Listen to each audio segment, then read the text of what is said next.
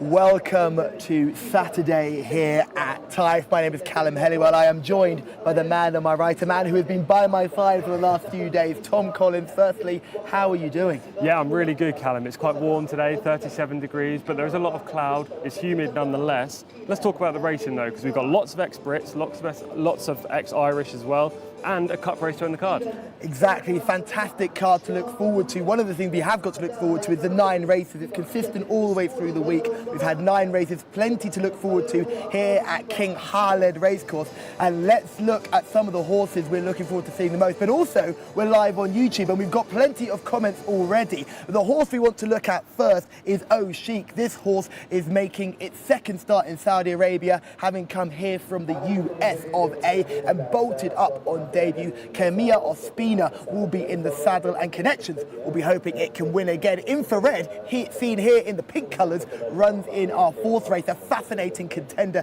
as well. Cost a fair bit of money when it left Martin Meads as a youngster and has come to Saudi and settled in really nicely. Also ridden by Camilla Ospina. But finally, we've got Entahad that runs in the Jcsa Cup, a fantastic race where she'll take on the boys. It's a really interesting runner. And do you know who she's also saddled by? Do you know who's also on board? Camilla Ospina. So we're thinking Camilla Ospina is going to have a hat-trick, just like the man at Al Halil, Roberto Firmino, last night. How fantastic was that? Yeah, phenomenal game last night. Roberto Firmino is a man after my own heart. Obviously, previously played for Liverpool. I'm a Liverpool fan. I'm also a Camilo Ospino fan. You know, I said Ospino was going to have a couple of winners the last couple of days. That hasn't happened. Hopefully it will today. I fancy at least 3 of his runners. Whoever you fancy, whoever you think is going to win the races today, please whack it in the comment section on YouTube. We can see them right now, and we have a couple in already, Callum. Yes, get in touch. We've had a couple of comments already. Greetings to both the early commenters. I'm really looking forward to hearing what you guys have to say, what's interesting you, what's caught your eye. Who do you think will win? Tom had a terrible day tipping yesterday, so hopefully he can step it up today. And if you want to give him any help, he's more than willing to listen. So let's see what races we've got coming up to get our teeth stuck into. We start nice and easy with a maiden contest. We follow up with a local bred handicap, 0 to 80. We've got a 0 to 90 handicap coming up, which looks fascinating. We've got an Arabian Colts race. We also have an Arabian Fillies race later on in the card as well.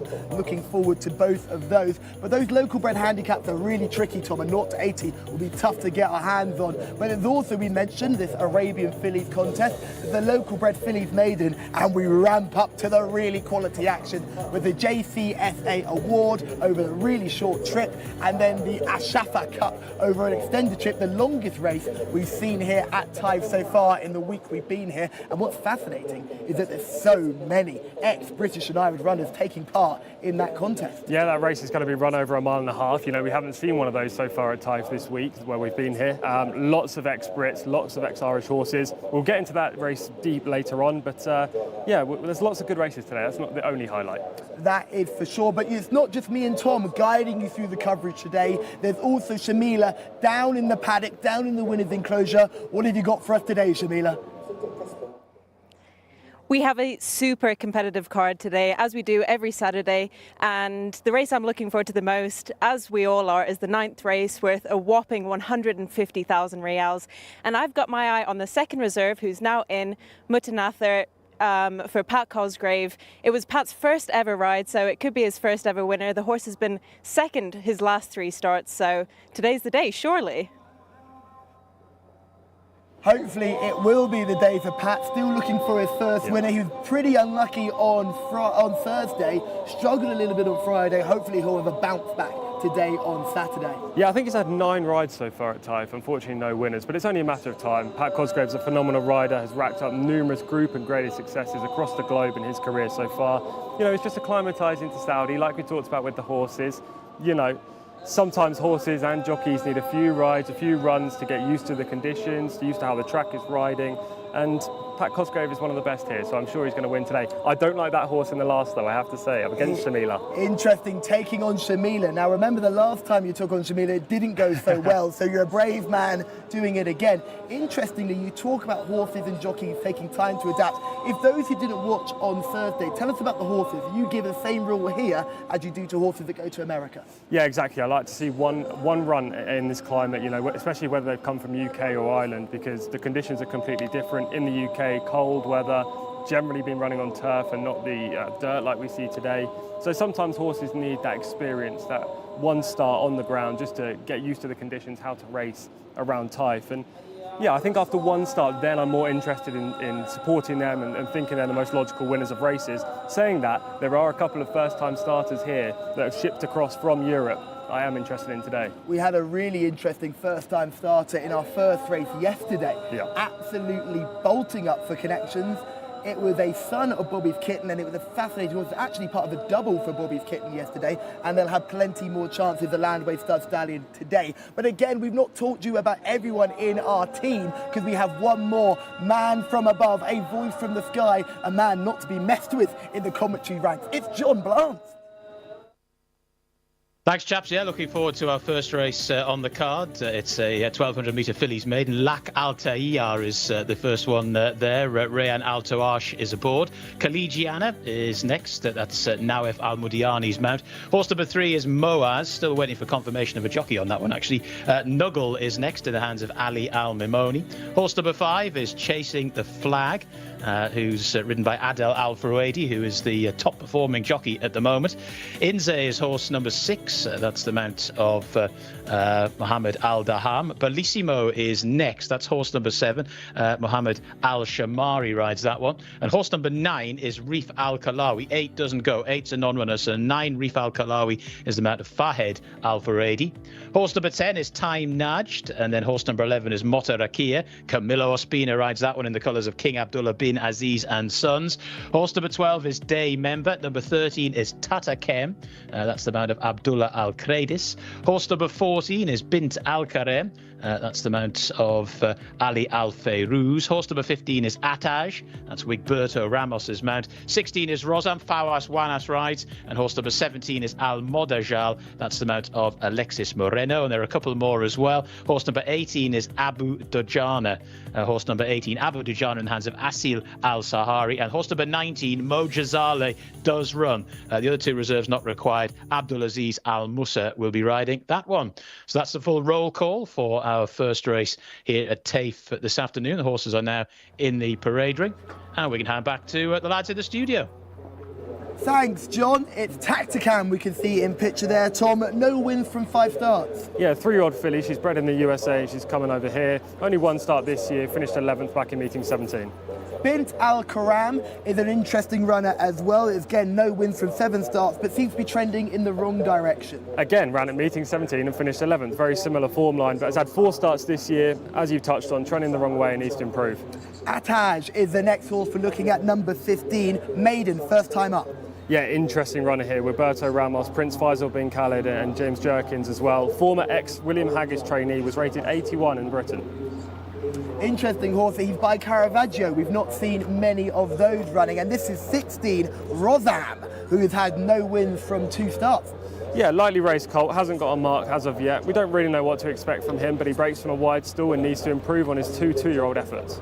Farmers Juanez on board as well. Interesting jockey. Al-Majal is number 17. This horse was really good last time out, finished 2nd. Yeah, Irish bred, is by Exceed and Excel, but was actually racing in France prior to coming over to Saudi Arabia. Again, wide stall out in 17 and is rated 64. This is Time Nash, who's a time test, who I'm a big fan of, and you could just see coming 2nd last time out. Yeah, Time Nudge, rated 84, the highest rated horse in this race. It's finished 2nd at Riyadh over 7 furlongs. This is a good piece of form, hasn't run since. Cost 11k actually, by one of your sires, Time Well, Test. my favourite sire, Time Test. But we know that Riyadh form is very strong here, and I suspect if Time Nudge is fit, he'll be there or thereabouts at the line. I'm hoping he'll be more than there or thereabouts. I'm hoping he wins. This is Al-Mujdal coming through here in front of you right now. Another interesting performer we saw in the parade ring. Yeah, exactly. Al-Modajal is the horse I was talking about, former French trainee. Showed plenty of speed this day. Actually made a really nice move on the home turn to get to the front. It was just on the wrong lead, as you can see here. The front right leg is going down before the front left. That means this horse can't change up a gear, and probably is why he's just looking a bit one-paced in the closing stages. Will certainly come on for the experience, so we'll run better now we've had that experience and hopefully change leg. The final horse we have to look at is the 2 horses we get to take a look at. It's Al-Kawawi and Inda, who are both featuring in this contest. Both of them don't get involved in the finish really, but if you look at Reef Al-Kawaja, it's an interesting runner itself. Yeah, Reef Al Kalawi was definitely the best horse out of the two in this race. Had to weave through, as you can see there, just made a nice move to the outside and picks up Inza, who's in the white and the black silks. They finished 4th and 5th respectively. You know, it's a strong effort from both, but it's not the most solid form on show. I think Time Nudge, who we saw in the first clip, is the horse to beat in here. Reef Al Kalawi ran quite a nice race though to finish so strongly, hitting the line hard. However, coming from off the pace hasn't worked here at Taif over the last couple of days. Yeah, exactly that. We saw a huge pace bias yesterday, as we can see Alex Moreno there just getting on board his runner in this race. Huge pace bias. You know, if you're behind 5th or 6th at the halfway point, you generally haven't had a chance of winning. So it'll be interesting to see how the track rides today. We saw some harrowing as we were just going on air. Maybe it will suit the closers, but right now I want to be on the pace horses, Callum. The wig man just in shot there, riding for Prince Faisal as well, and powerful connections here all over Saudi Arabia. Yeah, extremely powerful. One of the leading owners, Prince Faisal, with those red and white silks. If I was to narrow this down to maybe 3 horses, I think it's going to be Time Nudge, who's the form bearer with that Riyadh form. I like the Prince Faisal horse, Taj as well, the ex-William Haggis trainee, and Day Member, another ex-William Haggis runner, cost 20,000, was only rated 65 in the UK, and hasn't really shown up in 2 runs in Saudi, but you never know with these fillies. You know, number 12, Day Member, could be an outsider in this race. Now, if you were just looking at those pictures, you can see Alex Moreno with a big old plaster on his face, bandage on his face. He's actually got 6 stitches under there. He took an almighty kicking on Thursday, was straight back up on his feet into the ambulance and back racing on Friday. These jockeys are tough. Yeah, very tough, and you know, you could see how bad that injury was right in between his eyes, and he had a massive white bandage. He had 3 rides yesterday. He was off a fair few of his other mounts, but you know, the fact that he managed to come back just 24 hours later to ride 3 horses was highly creditable, and he's got plenty of chances today. Almodajal, I haven't mentioned this horse as one of my 3 to follow in the race, but you can see why this horse may have claims after the 2nd place finish last time. A couple of the horses acting up in the parade ring, just a little bit of a jig jog around for Bellissimo. You don't often see that here at Saudi. They tend to be very, very well behaved. Another thing for those who are only just starting to watch us, you'll notice that the stable staff are all draped in the colours of the jockeys. I kept talking about this all week. I think it's a fantastic initiative and something we should really look to get involved in other racing jurisdictions. Oh, I 100% agree. Not only does it allow the race goers to see which horse is which without having to scan through the race card, but it also provides that extra addition, doesn't it? We see the colours on the jockeys and everyone, you know, loves to see those, and people have favourite colours, but now that the grooms are wearing them as well, you know, it just makes me want to have one of those King Abdullah bin Abdulaziz and Sun Silks. Absolutely, Tom. We'll see if we can get you those King Abdulaziz and Sun Silks as well. Horse going down to post there is horse number 12, Day Member. You've mentioned that, Tom, as a potential choice for you. Has had some experience and seems to be one of those horses that would need to step up massively from the last start. Yeah, she had a big layoff though between meeting 5 and meeting 22. Yes, she finished 18th last time, but this filly was reasonably talented over in Britain. She was rated 65, nothing really to shout about, but she was trained by William Haggis. She was owned by Cheveley Park Stud, one of the leading connections over in the UK, and she's a daughter of Twilight Sun, a very good sire. And another thing we do have to mention is fillies have a very strong record here in Taif especially. Don't be concerned when you're seeing fillies taking on colts and geldings. The fillies have just as much chance as the boys. Yeah, exactly that. She gets a 2 kilogram weight allowance as well, which is always a help. And she's not the only ex-Brit in here that we haven't mentioned so far. You know, number 4, Nuggle. You formerly trained by Brian Meehan, cost 10,000 when shipped over here. Has had 5 starts and needs to improve from last time. We've also got Bellissimo, who you briefly touched on, a son of Zoffany and formerly trained in Ireland by Andy Slattery. This horse has taken a big drop in trip, was running over a mile and is now running over 6 furlongs. We've seen this huge pace bias out there, but for a horse like Bellissimo, who quite clearly stays well, you know, maybe there will be a closer coming to land this spoils, and Bellissimo could be just that. Look, Tom, we've been looking for closers in these maiden races over the last 3 days, and we found none. The pace bias is strong. You want to be right up there, and I think you want to be by the mighty stallion that is Time Test. I am all over Time Nash. I think this is just win, and we're in. I cannot wait to see this horse go. I hope we get to see this horse break its maiden today, and hopefully we can have a good result. What's your selection, Tom? I think Time Nash will be there or thereabouts, but I'm going to go for a Taj, number 15. Taj. So you'll take a Taj, I'll take Time Nudge. Let's see the action unfold under the wonderful vocal charms of John Blance.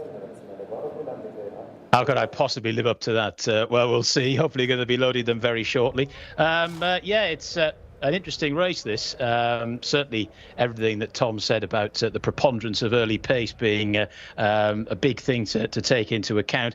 One thing I've noticed watching Saudi racing as well is that horses can really need that first run. So Time Naj looks as though he's pretty useful in this spot, but you're never quite sure how these horses first up are going to go.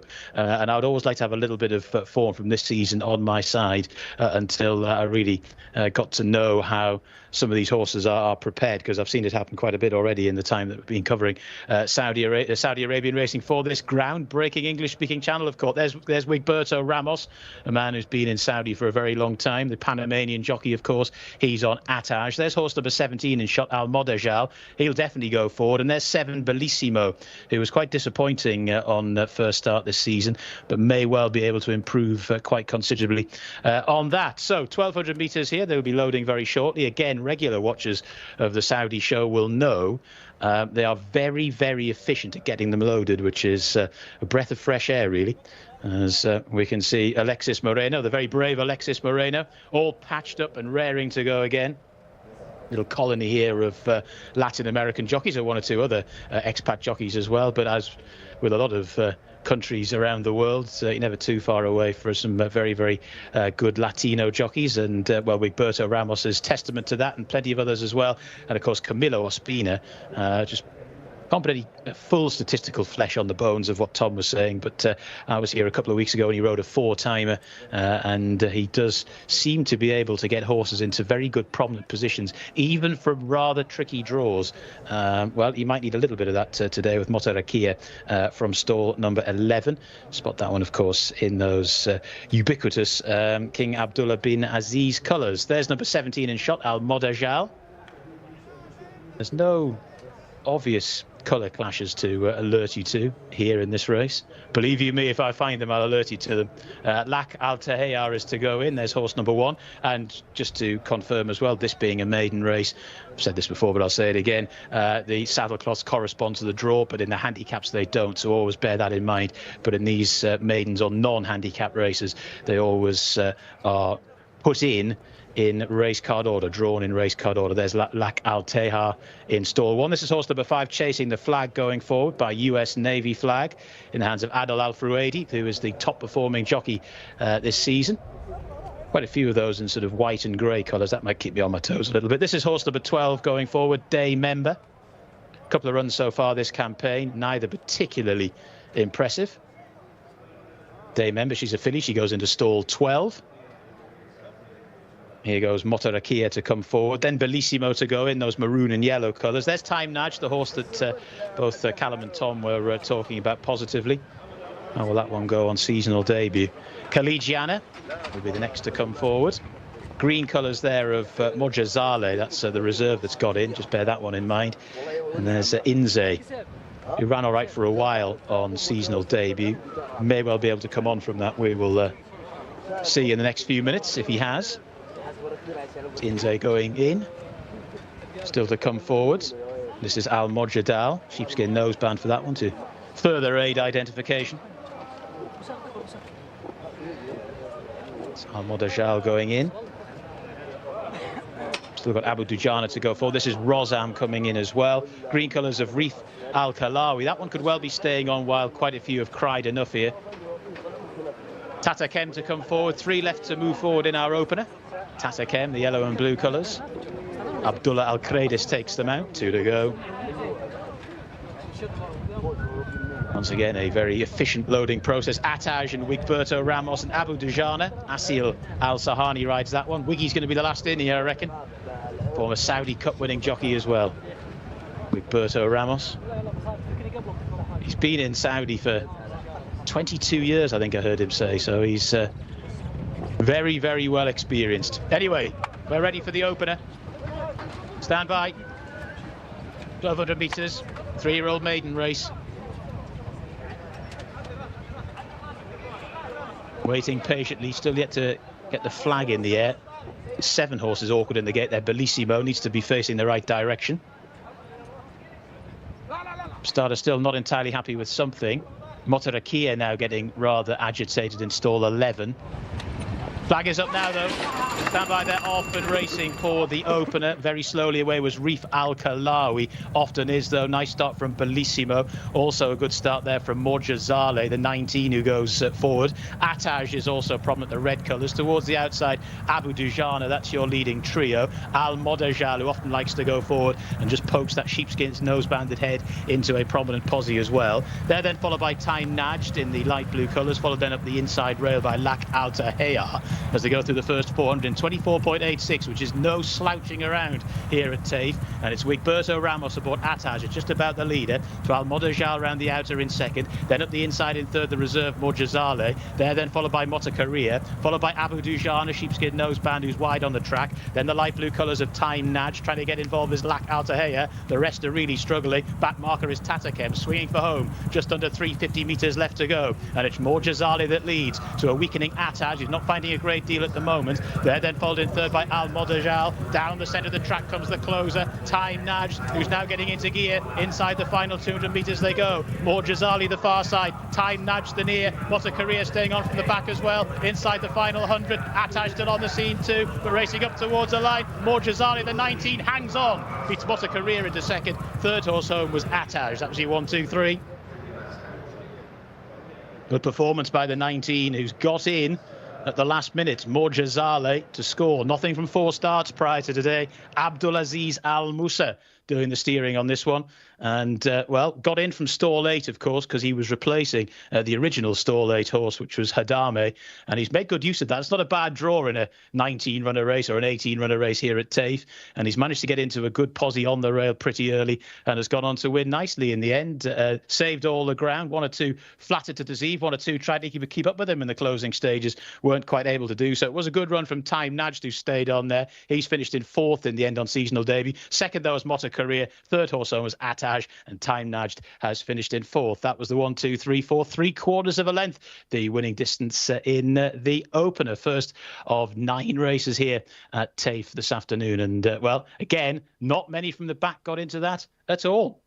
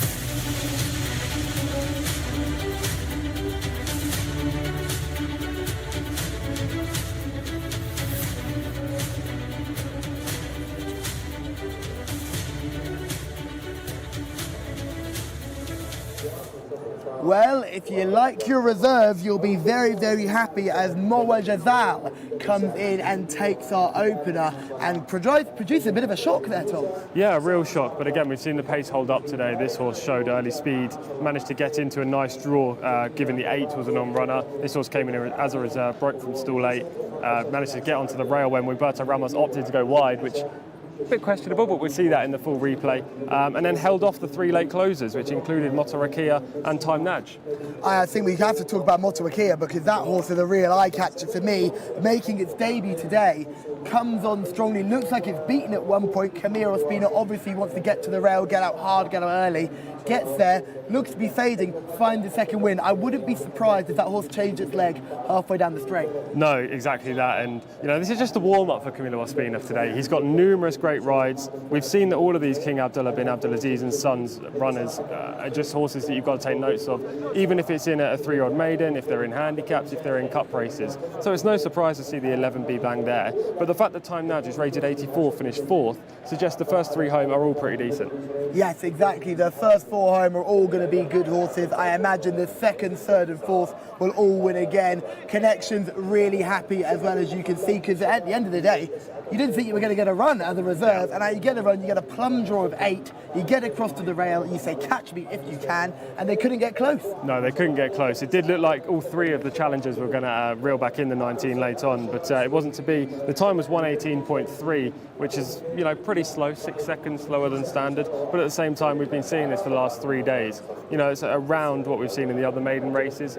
I do think this is stronger though. Absolutely, and we've said this before, this course is taking some getting. A little bit of housekeeping there. We had an unfortunate incident with Nuggle at the end, who seemed to suffer a little bit of an injury, was very quickly pulled up, taken away by the outriders. He'll head toward the equine ambulance, and as we spoke to Shamila on Thursday, they've got a really professional equine ambulance set up here with a clinic already in the area, and they also have a major equine hospital in Riyadh as well. So there's plenty of hope for Nuggle as well, who just seemed to go a little bit wrong towards the back of the field. Yeah, exactly, and his jockey jumped off just before the line. The horse was led in nice and slowly. One of the outriders came and helped as well, and yeah, hopefully, fingers crossed, Nuggle will be okay and be able to race again, and if he can't, at least he'll be able to get full health. Absolutely, because the great thing you saw is that he continued to walk. That's the one thing you want to see. These are prey animals. That's the one thing you have to remember. They are born to run. So if they're not able to run, that's when the panic sets in, and that's when different measures have to be taken. But fortunately, Nuggle was able to walk, ably assisted, but was able to walk nonetheless. So that was a positive, but not taking anything away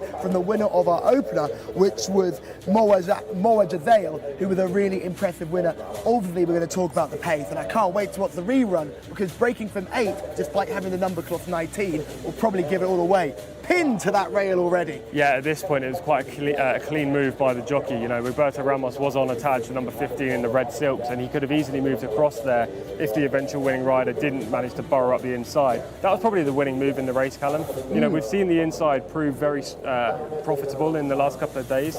You know, I don't know whether this is just like an early feature of the cards or whether this is the whole cards, because late on yesterday you wanted to be down the middle, not the inside, but the first 5 races yesterday it was always horses along the rails. So yeah, it's interesting tactics from Roberto Ramos to allow him to go up the inside, but now you see Wisberto's horse hanging to the right there. Is it Wisberto allowing the inside, or can he physically not get to the inside? I thought he could have got there. I think the hanging happened just then when Roberto got the whip out and was using it in his left hand, and the horse was just shying a little bit away. But he ran well nonetheless for James Jerkins at Taj. Only the second or third runner for the trainer in Saudi.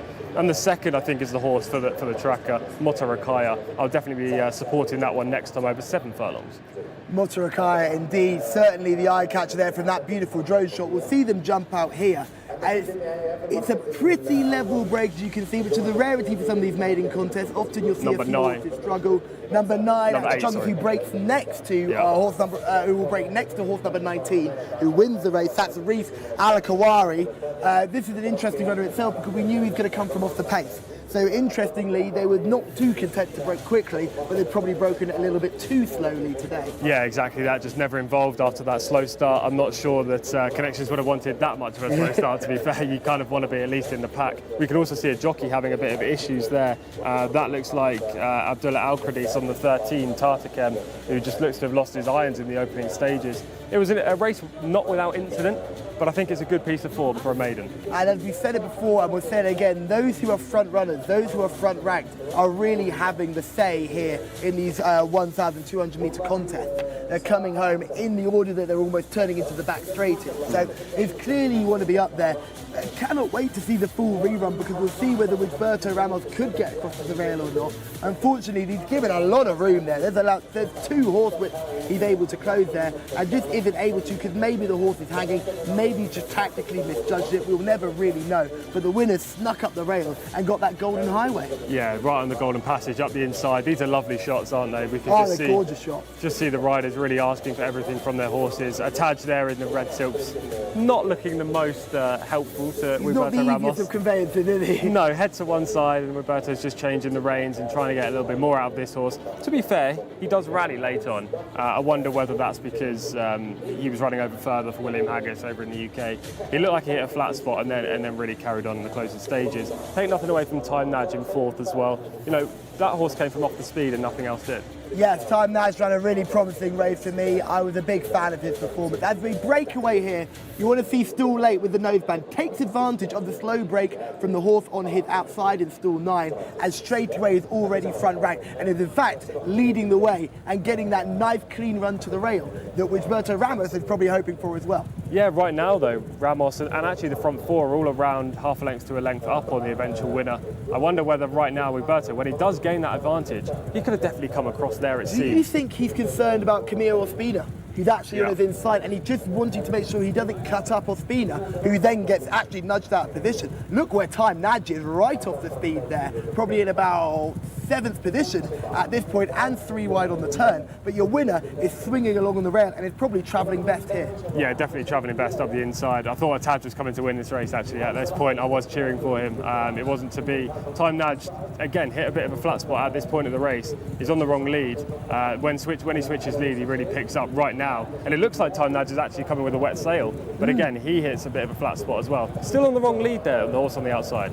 Yeah, you can see the little bit of an awkward head carriage as well. The interesting thing is that I think Time Naj is battling those horses that are already beaten, and the bird is thrown. The winner's actually stopping. I don't think they're gaining. No, aside from the second in the final 100 yards where he erodes the deficit down to just half a length. Motorikaya will definitely have her future over longer distances. Yeah, Motorikaya certainly one for the notepad. I think the winner's very good, but Motorikaya for me is the horse to take out of it for those very powerful connections. Definitely considering that she ran green and met traffic all the way around. Yeah, absolutely. And I just want to touch on a couple of others actually. We mentioned the 13 to Tarkem was bumped at the start and the jockey lost his irons. The horse was bumped by number 12, Day Member, the other ex-William Haggas runner in this race. She moved violently out to her right from the start. You can forgive her this effort because, you know, when you start like that around Taif, it's very difficult to make up the ground. Another horse we didn't mention that was quite front ranked early with Al Modijal, was bang up there for a long time, faded out quite tamely, hasn't even passed the line yet, has got Silks number 17 on board, I think that orange saddlecloth, still waiting for that to come through. But yeah, they were front ranked early and faded quite tamely. But there was certainly some interest there. That Monajal just coming through there, faded very, very tamely up the straight. That was quite a disappointing finish, but would bang up there as they swung him for home. Also, yes, it was just number 17. That was what I was looking at. Yeah, exactly. And when there's such a big pace bias and a horse really does drop out the back of the TV, when they've ridden the actual bias, you have to be very cautious next time because it's unlikely they're going to get a similar kind of situation. And if they don't, then they're probably not going to perform or threaten the judge. Modajal's on my tentative list going forward, Callum. But get that on the Tom's Tips list. But for me, another one that was interesting, Inzar didn't really feature much. But you see cross the line quicker first and sort of the second batch of finishers. Probably a second run of the season will be in another maiden next time. Don't be surprised to see if Inzar is more highly prominent next time out. Yeah, I'll be interested to see that gelding in a 0 to 70 handicap actually. Currently rated 75. I think the mark will probably drop after today's performance, given it was quite below par. He was beaten by horses rated 68, for example. And last time out in that VT that we saw just before the race, he looked very one-paced. So I think maybe a 0 to 70 will be more suitable rather than a maiden where you can bump into really nice first-time starters. And like we say, we've mentioned this before, maidens aren't always a safe bet here at Taif because we've seen plenty of aeroplanes make their debuts in maidens and make everything else behind look pretty poor. And then you can find yourself in a handicap and you can be really, really well treated. Yeah, exactly. We've got a handicap coming up next and we can just prove that there are some of these that are potentially well treated that have struggled to break through. I'm sure we're going to get into the runner by runner shortly, but there are horses in here with records like one from 27 who are rated 78. So this is more the level for that kind of horse. Whereas in maidens, you can get future cup horses, future horses that are going to run in 0 to 90s, rather than horses at the level around 60 or 70.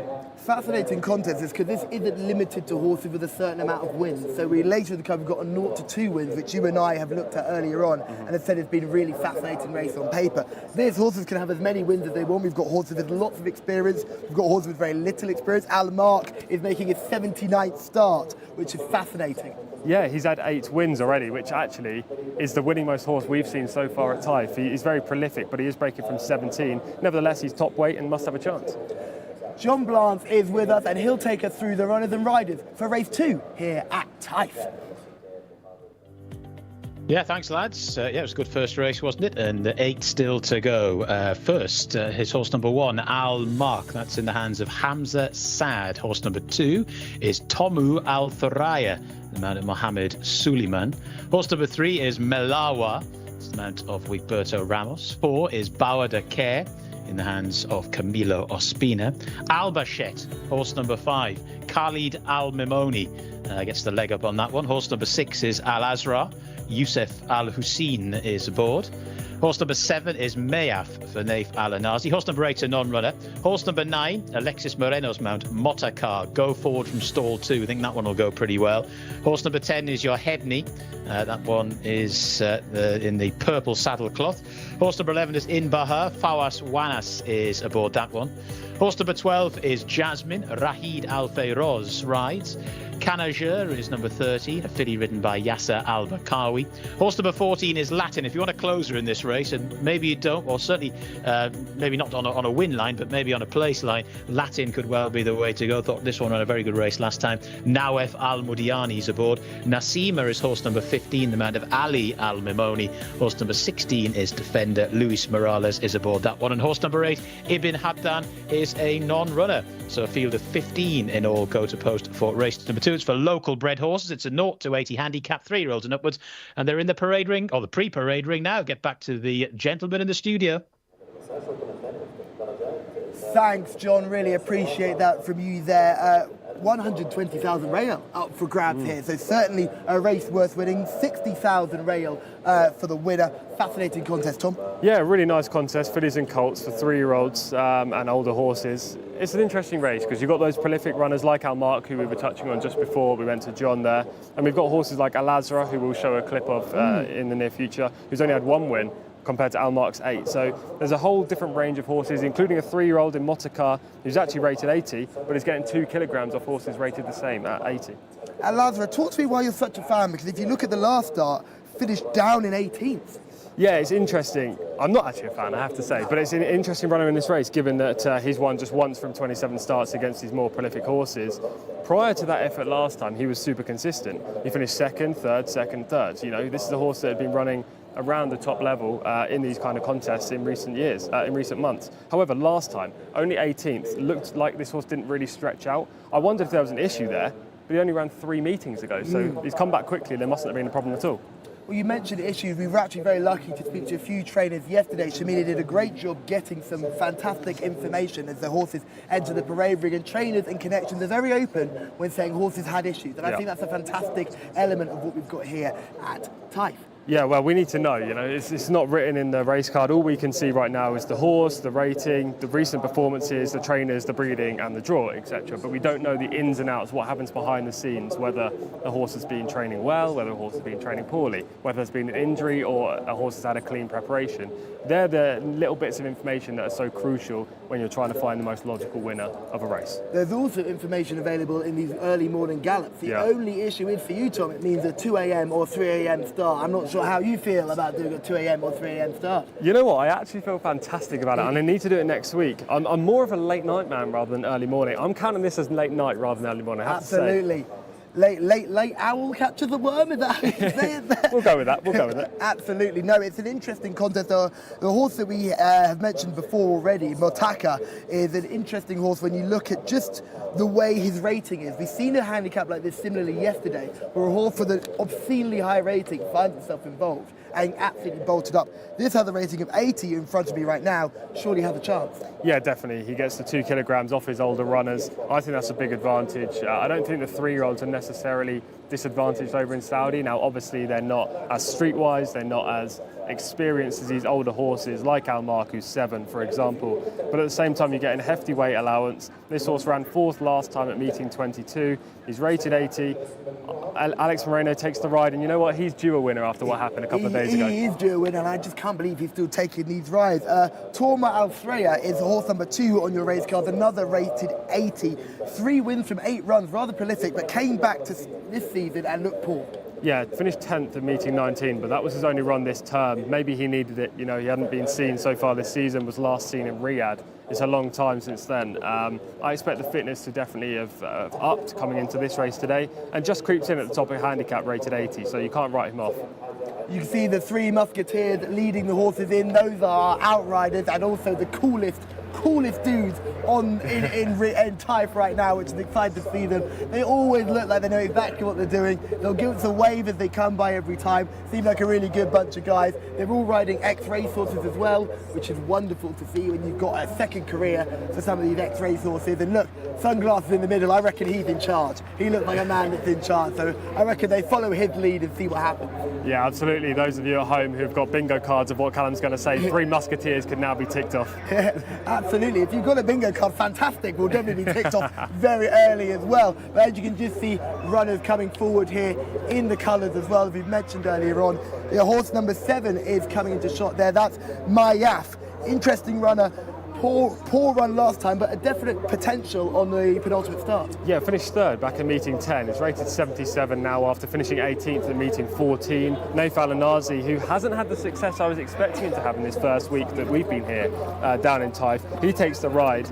Maybe this horse can revert back to that previous effort, but he's breaking from 14, wanting to be fast out and move across to the rail. We need to see Naif Al-Anazi get a win. He's such a massive personality here. He's a real hero to the racing fans and the locals who have really followed him throughout his career. He's been here a while, and Naif Al-Anazi, we need you to get a winner. We definitely do. The man's an absolute legend. He's fantastic in his interviews with Shamila, and I'm sure if you're tuning in for the rest of the day and joining us on YouTube or whatever platform you're watching this in the upcoming weeks, you'll be able to see Naif Al-Anazi in full force. So this is Al-Mark in front of us. We've already talked about it. Plenty of experience. 8 wins, Tom. Yes, 8 wins from 78 starts. Very experienced horse. You know what you're going to get with him, and last time out he finished a very good 4th in meeting 19. Number 2 behind him will be 2 more. Alfreya, a nice strapping grey horse, lovely back end, John. Yeah, lovely looking type. You certainly won't miss him out on the track, the big grey with white and yellow socks on. Finished 10th back in meeting 19. 3 wins to the name. Probably a leading player in here, Callum. Number 3 is Maheloa, which means beautiful in Arabic. He is a man studying his Arabic. I've been studying my form, I've been studying my Arabic, and Maheloa, it looks beautiful, and this horse certainly does just that. Lovely flat back as well.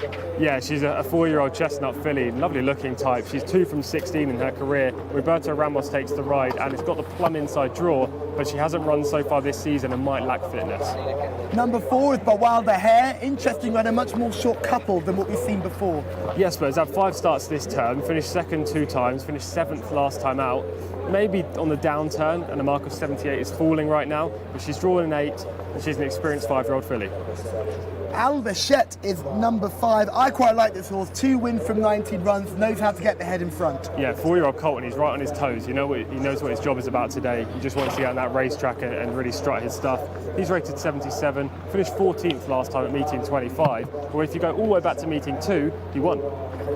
Al-Azra is a horse we've got some video form for, which we'll show you later on. That's number 6, but the last run was not impressive. No, as I say, didn't really fully stretch out, and we'll see that in a minute with this bit of footage. It looked like he was a bit short coupled late on, looked like he was either very tired or something was amiss. He's on the quick turnaround for a trainer who's doing very well this term. One horse we haven't mentioned is number 10, Yohebni, who has won 2 wins from 35 starts, but seems to be really hard to catch right.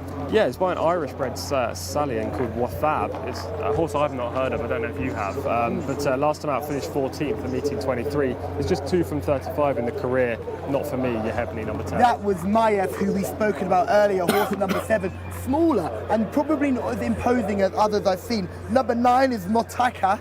Interesting runner here. The 2 lads leading up have already led up a winner earlier on in the week. Yeah, exactly. And Alex Moreno takes the ride. We've already said once, but I'll say it again. He needs a winner after what happened on Thursday. Interesting performance. He's got the nice back hind quarters on him as well, which is really interesting. Connections there of Latin, number 14. I know John Blanc is very keen on that horse as a late closer. Could be an interesting runner. Number 10, Yohebni, who we just spoke about. High fronted, interesting setup compared to some of the horses we've seen before. Yeah, I really like the silks as well, those turquoise silks. We've seen them in the winners' enclosure once already this week. I can definitely spot them out on the track when they're right over the far side, miles away from us, Callum. Inbahar is another interesting runner with a nice flat back, but small build. You won't miss with those blue bandages. Yeah, 3-year-old colt, drawn in gate 11, much like his number. He's only run once this year and actually won back in meeting 14. He's rated 79 and gets that weight allowance off the older horse. Jasmine is horse number 12. This horse looks kind of unexposed and it never seems to run a bad race. No, she's super consistent. She's finished 5th, 3rd, 2nd, 5th and 5th in 5 starts this year. Definitely a leading player from gate 3. Shamila is in the paddock and she's with some connections. The bell has just gone for the jockeys to mount, but I'm with Abdullah Al Faraj, who trains horse number 1. Tell me about this horse and what your plans. This race is a good race, a handicap. I think inshallah my horses he have got good chance for the win. He have maybe 3 horses, the good horses, 1 filly and the 3 horses, and the horses is very good. Inshallah I hope to come win bidnillah. He's one of the highest rated horses in the race. He was 4th last time out, but this time you changed the jockey. Do you think that will help? No, it's the same jockey, but I changed the distance. I said this is the short distance. I think inshallah in the short distance is good. Maybe 5 or 4 horses the same. The same is right. Inshallah in اليوم inshallah he's good races and inshallah he's win inshallah. Thank you, Abdullah. Good luck. Okay, thank you. Plenty of chat in our YouTube chat as well, which we're really looking to get involved in. Greetings to everyone getting in touch with us on YouTube. Horse number 16 is in front of us as well. This is an interesting runner, Defender. Yeah, really interesting name. It's nice to have an English name here. A 3-year-old colt, again getting the weight allowance from his older horses. Louis Morales takes the ride. He's had a fantastic week so far. He has had a very strong week, hasn't he? He was interesting. He was at one point had 3 winners in 2 days. He was flying along. Didn't build on that total yesterday, but certainly wouldn't be surprised for him to get his head in front again today. Yeah, exactly. Though last time out, this horse only finished 15th back in meeting 25. Prior to that, finished 13th at meeting 21. So it does need to get back to the early season form. Let's take a look at some of this video form we've got for you today. The first horse we're going to look at is Al Shara. Interesting performance here, Tom. You are not a fan of the horse. Tell me why. Yeah, Al Azra. I mean, this isn't the footage that I saw earlier, but it didn't look like he stretched out last time out when he finished 18th back in meeting 27. This was the prior effort at meeting 19 when he finished 3rd. Again, he's not fully reaching in that closing stages. Maybe this distance over 6 furlongs is just a step too far. I don't know. I'm not fully convinced by him. Al Azra is an interesting horse. Interesting to see Al Mark running well behind him 4th. Hasn't been seen since. No, exactly. Next horse we want to look at Inbahar, who won last time out and did it from the front, will be on the speed. Good sign here. Yeah, he just blew this race apart early on. He had lots of early speed, which is what you need around Taif. This was his only run so far this year. He proved that fitness wasn't an issue. And actually at this point, it looks like the grey horse on the outside is going to run him down. But number 12, Inbahar, just fights him off. The form wasn't boosted, however, by that fast finishing 3rd who ran yesterday in a maiden called Asdam and didn't feature. Exactly, that was a shame with Asdam. We were really big on that horse's chances and didn't really quite get home. Interesting level of form there. For me, I know John Blanche is keen on Latin. I can't see a horse finishing from off the pace here, and that's my concern when you're a fan of Latin. Yeah, exactly. She finished a good 3rd last time. She ran home from off the speed, and you know, she's got a chance, but she just needs a huge pace collapse, and we haven't seen that so far at Taif. So it's hard to have good confidence around her, but she has the ability to feature in one of these 0 to 80 handicaps. 1,200 metres a trip. The low draw, I think, will be key early on in the card. I'm really looking at Jasmine to me. I don't think I'm going to get a poor performance from Jasmine, and I think I'm going to get a strong run for my selection. Yeah, I think that's a good shout. You know, Jasmine's going to be there. We know that from her past performances. She's super consistent. She's well drawn. She's a 3-year-old getting the allowances. I have to take you on. That's the part of the show. Absolutely, no problem at all. I would expect nothing less, Tom. It's the part of the show so far. So I'll go for Motorcar, the other 3-year-old. The colt in here, top rated, running off 80, but gets 2 kilograms off the other horses rated the same. He ran okay last time. And I'm cheering on Alex Moreno, just for heart as well as head. Do you know what Motorcar means in Arabic, Tom? No, but I'm sure you do. No, you don't. I'll tell you what I mean. It means takes all. And you'll be hoping that this horse takes all the spoils today. But I don't know whether he'll be good enough to pass Jasmine, who is coming home on a really strong run of form. But the man to take us through the whole process is Mr. John Blanche.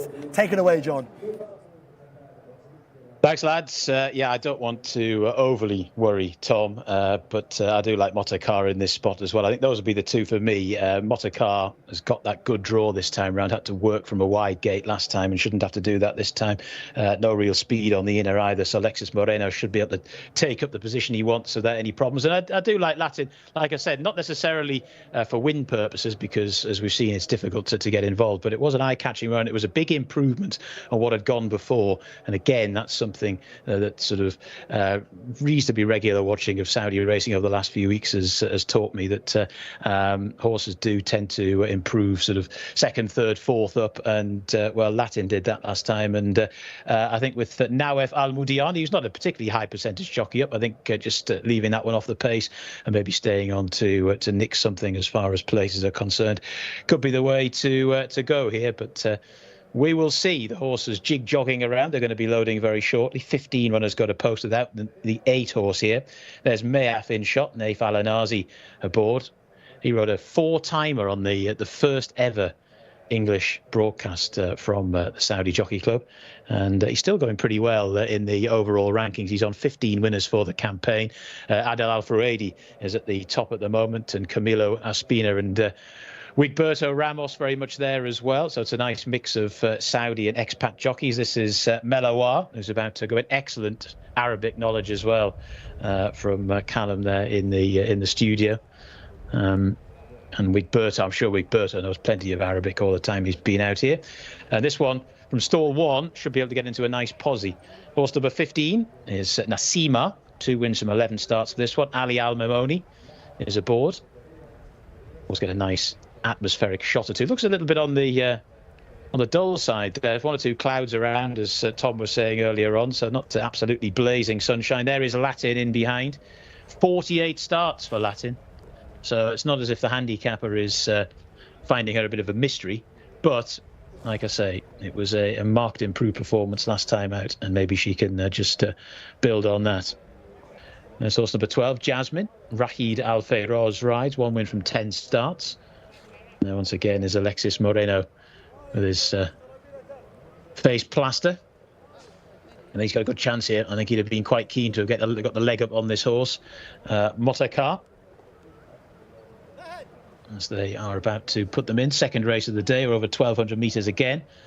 Of course, 2,400 metres for the feature of the day, the 9th and final race on the card.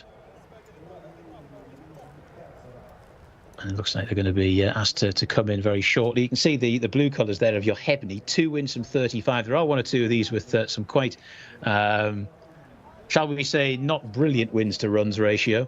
Well, in fairness, the most experienced runner here is Al Mark, who's on start 79, and there he is, by the magic of television, the son of Beethoven. He's just gone out of shot there now. You see him in the spotted jacket very shortly, the son of Beethoven. Hamza Sad aboard, 8 wins from 78 starts. But gets stalled 12 here, which is going to be tricky for him. As I say, don't be fooled by the saddlecloths in these handicaps. They don't correspond to the post position, but they do in non-handicap races. There's number 7, Mayaf, and the 2, the grey, is Tamur Al Thuraya. Showed good gate speed last time out, actually, and unfortunately in the end wasn't really able to sustain it and kind of went back through the field. So it's a run that needs to be built on, shall we say. Might be able to do so, and has had the gumption to win races before. Lovely drone shot there. Get plenty of those here at Taif. There's Defender, Luis Morales, in those red and white sleeves, the predominantly red and blue colours of Al Bashet. Khalid Al Mamoni aboard that one. There's Latin, the blindfold on. There's Motorcar, I should say. There's a sheepskin noseband of Al Azra. The loading process does now get underway. Jasmine has gone in. Al Mark is in as well. Next to come forward is Kanajur, horse we haven't talked about. Yasser Al-Bakawi aboard, 3 wins from 12 starts. Actually won earlier on this season before the English broadcast got fired up, but was well beaten last time out. There's Wigberto, about to go in aboard Malawa. Into stall 1. Doesn't generally have much early pace, though, so that should roll the red carpet out for Motorcar in stall 2. Goggles coming down for Jasmine. Then goes Latin. Horse number 10 is Yohebni. Number 15, Nasima, another sheepskin noseband wearer. In goes Yohebni. Nasima is next. Still to come forward, Bawada Khair. Incidentally, I've said this before, but I mean it. If I'm mangling any Arabic pronunciations, feel free to criticise politely in the comments bar.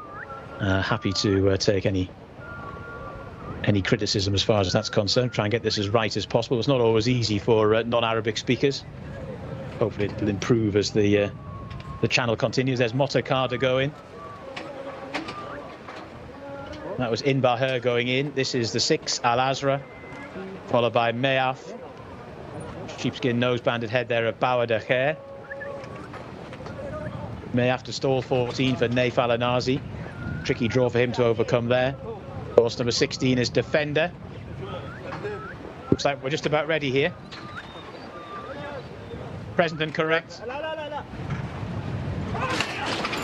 Off they go. They're racing for race number 2. The first handicap on the card. Jasmine was very slowly away. Nice start from Bawada Khair in the sheepskin noseband, the yellow and green colours. Also prominent early as Melawar got into a nice posse, as and indeed as Motakar, who's tried to bag that rail and has managed to do exactly that. Tamur Al Thoraya is also prominent. Inbahir went forward last time and has gone forward again here. Al Azra is prominent too. Then the light blue and red colours of Meaf, who's in danger of taking the turn wide. Then Melawar, who's racing up the inside rail, followed then by the light blue of Yohebni towards the back of the field at the moment. Nasima hasn't got too many behind her. Also towards the back is Latin, starting to make the swing for home. Just over 500 metres left to go. Tamur Al Thoraya is just about the leader. 2 in second position towards the outside, Al Azra, who's now making good headway, and it's Al Azra and Tamur Al Thoraya, followed then by Motakar, who's hugged the rail but not finding a great deal as yet. They're then followed round the outside by a backpedaling Inbahir, trying to stay on is Melawar. Then right round the outside, Yohebni is getting into gear. Down the lane they come, just over 200 metres left to go, and it's Melawar who takes the lead now for Wigberto Ramos and quickly goes on by a length or two to Al Azra in second. Down towards the closing stages they go, and Melawar from stall 1 has taken advantage of it very nicely indeed. Melawar goes on to win very cosily. 2 in second position, a fast finishing Jasmine. Third horse home was Bawada Khair, who also got going into a good posse late. None of them going as well late, though, as Melawar, who on seasonal debut has shown a lot of gate speed, a bit more than I was expecting. If you watch some of this horse's runs from last year, he wasn't necessarily, or she, I should say, wasn't necessarily always the quickest from the stalls, but she got a good posse from stall 1 here. Wigberto wanted to make sure this horse was as prominent as possible, given the obvious track bias. And, well, Motakar, who I thought might be able to beat that one to the punch, has run pretty well in the early part of the race, but hasn't been able to match motors at some of these. And Bawada Khair just got confirmed in third there. But we can see Melawar, the easy winner, by 3 lengths to Jasmine, who stayed on well for second. Bawada Khair is in third. Fourth horse home, light blue colours, the near side. Yohebni's just about managed to get 4th spots. That's 1, 2, 3, 4 in race number 2.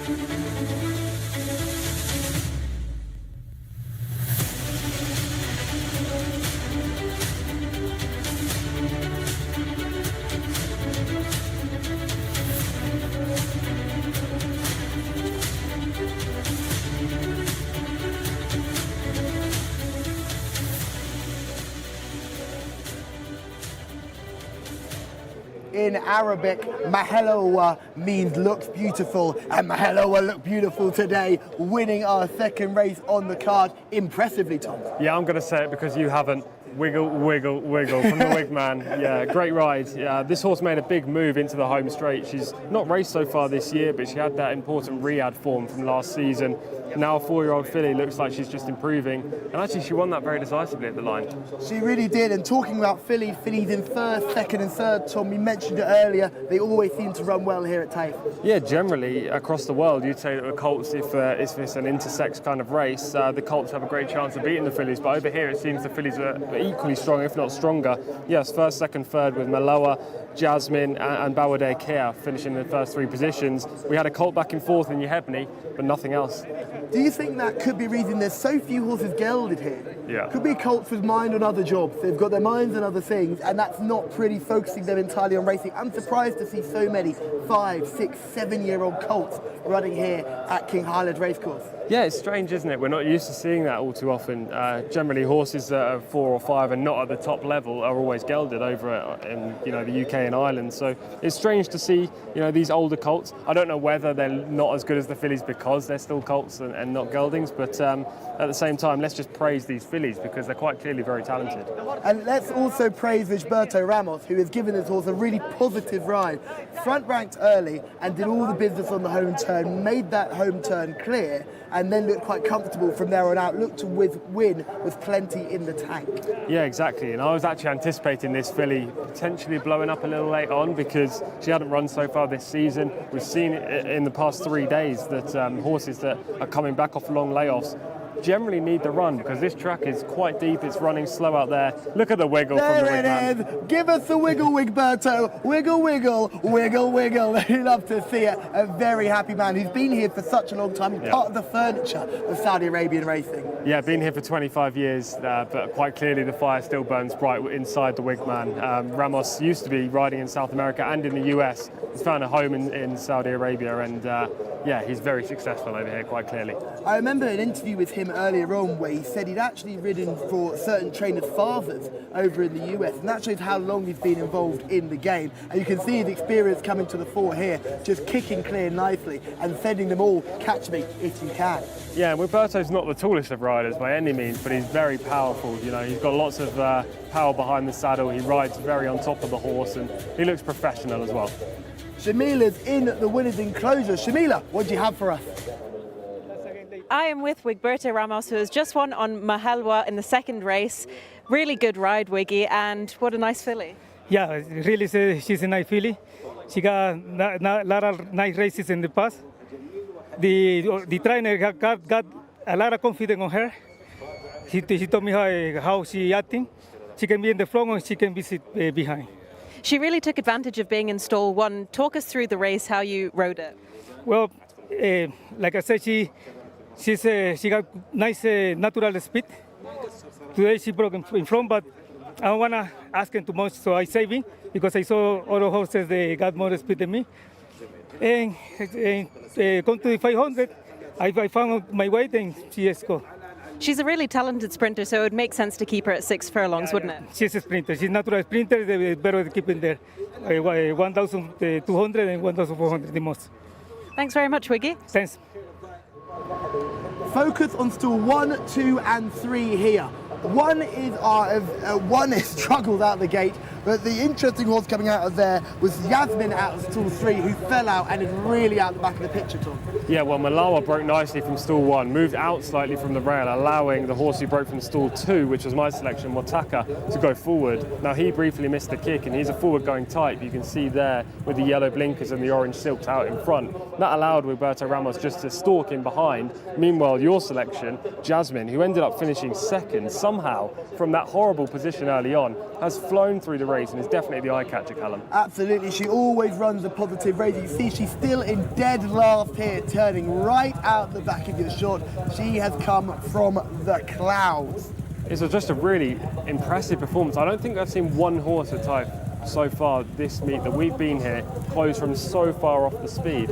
It's incredible that even from now, she's only got 4 behind her. Incredible she finishes second. I don't want to take anything away from the winner because she's very good out in front. Roberto kicked just at the right time as the other pace setters were going backwards. But Jasmine, who's actually hanging a little bit as she's weaving through the rivals, has really closed out this race well, Callum. Yohebi also ran a nice race considering he had to come about 5 horses wide on that final turn within the car park coming into the home straight, but did enough to stick on well for 4th. But yeah, Jasmine to me, she always runs a really good race. She's actually finishing past the eventual winner. She's got plenty in the tank, and hopefully one day she can get ahead in front to get a second win, maybe on her next start. Well, I'd love to see her over 1,400 metres. You know, she's quite clearly not the sharpest of breakers. I think today might have been an anomaly as to how slow she broke, but at the same time, she ran very well and definitely would get more trip.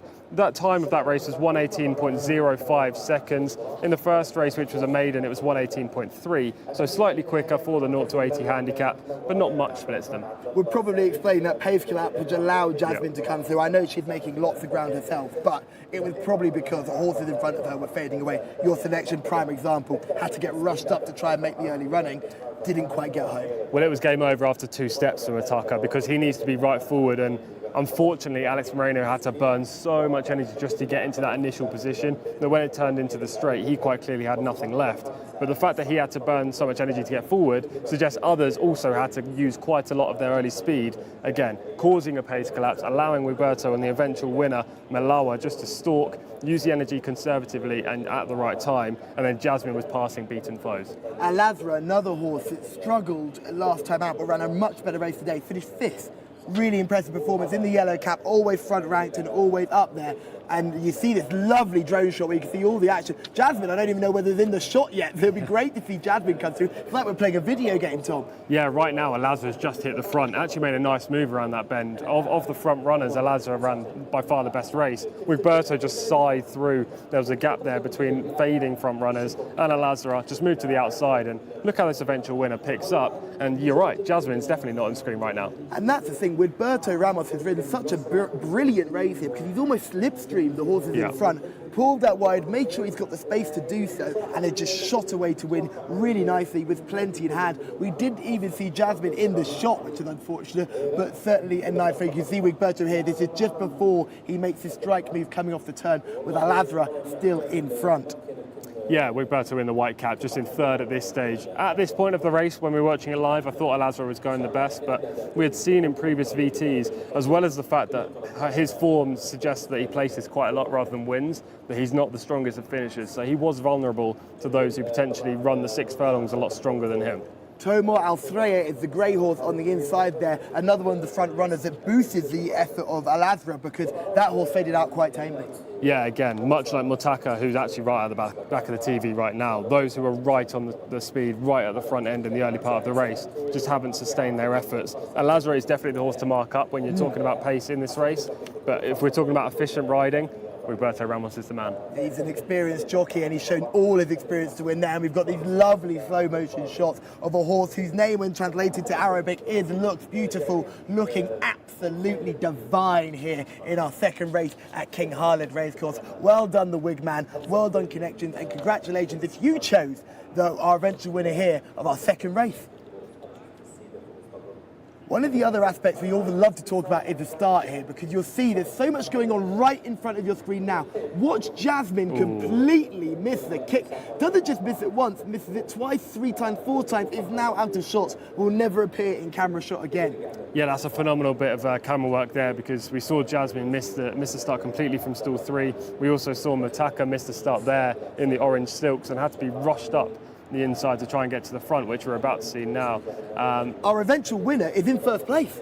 But look at Alex Moreno on Mutaka. Like, after missing that start, he's only got one thing in his mind, and that is we've got to go to the front. Roberto Ramos was more than happy to see him flash past him because he just got a lovely toe through the race. And that's the interesting experience bit of Roberto there because you know he could have had every opportunity to slam the door shut. I'm getting the rail, but he's obviously thinking, I don't need the lead. I'll let these other runners take the lead of the Alazra and Tomor Althrea. You can take the lead, you can do the hard work. I'll sit in behind you and sweep by when I'm ready. I've got plenty of horse underneath me. Yeah, it's all about poise in the saddle, isn't it? Knowing how to ride your horse efficiently, knowing that even if your instructions are to go to the front, it would be foolish to go so quickly that you use your horse's energy and burn away their stamina reserves early in the race when you can just use it later on like Wigberto did here. He kicked just at the right time.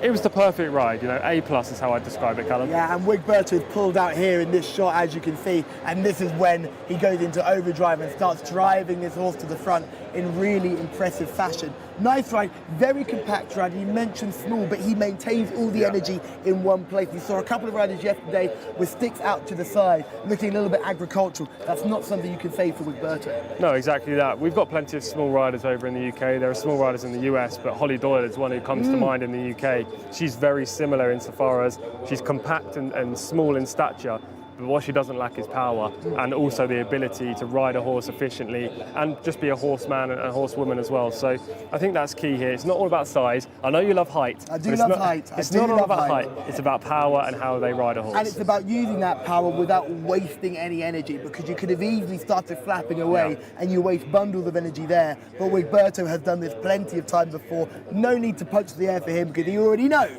he's going to give us the wiggle when he gets to the winner's enclosure. I'll tell you what's interesting. I love that. I love the fact he's got Wigman on his breeches. But yesterday, I saw one race where someone else had the Wigman breeches on, and it wasn't Wigberto Ramos. So it's a bit confusing. But this is the man, Wigberto Ramos. This is the man, Wigberto Ramos. And does that bring up hygiene concern? Are we washing these Are we washing these jodhpurs before we go out? Are we washing these breeches? We need to know what's going on in that weighing room to make sure that everyone is sticking to the hygiene rules. Because this is a man who's just got about 10 pairs. I tell you, he hands them out. It's a bit like autographs. He just hands them out on the Wigman. There's the wiggle. There's the wiggle. My money don't wiggle, wiggle. It flows. I like the way Wigberto wiggles away there. Really impressive. Good jockey, and a real massive personality here in racing in Saudi Arabia. Yeah, not just a huge personality either. He's extremely successful. He had 14 winners prior to this week, including 2 cup wins. He's added a couple since we've been here as well. So this is a guy who's always going to be towards the top of the leaderboard. Would that put him right at the top of the leaderboard because those cup races are worth a bonus? It still leaves him in third right now. You know, he's behind Camilo Ospina, who I'm sure will add to that tally. Fingers crossed, he's going to add to that tally today, and Adel Alfaredi, who's just unstoppable at the moment with around 20 wins. So with the runners already in the pre-parade ring, let's head over to John Blance in the sky to give us the runners and riders for our third race. Thanks, lads. You're never too far away from a Wigberto Ramos winner at Taif, and that aptly illustrates my point. Malame Al Majd is horse number 1 for the third race on the card. This is an open race for 2-year-olds who have yet to win up to 2 races. That's the mount of Mohammed Al Daham. Next is Al Dafla in the hands of Luis Morales. Horse number 3, Zahalatum, in the hands of Abdullah Al Fayrouz. Horse number 4 is Alaham, Wigberto Ramos, in the black and gold colours. Horse number 5 is Emblem Desert. Abdullah Al Kradis is aboard. Horse number 6 is South Army, up in trip today. Naif Al Anazi is riding. Dubawi Najd, horse number 7, is the mount of Adel Al Furedi. And horse number 8 is Malta M, and that's the mount of Nawef Al Mudiani. Number 9 is Wakid, Camilo Ospina rides. Horse number 10, Bint Al Ajwad, is Ali Al Mimoni. Horse number 11 is Alka Wakibi, in the hands of Khalid Al Mimoni. And horse number 12 is Saut Al Kuwait, and that's the mount of Sama Al Ajmi.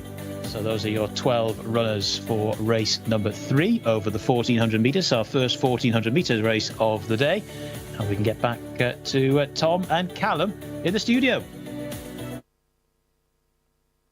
It's a race for horses that have won up to 2 races, and I'm looking on my race card and I can't see a horse who's won 2 races, Tom.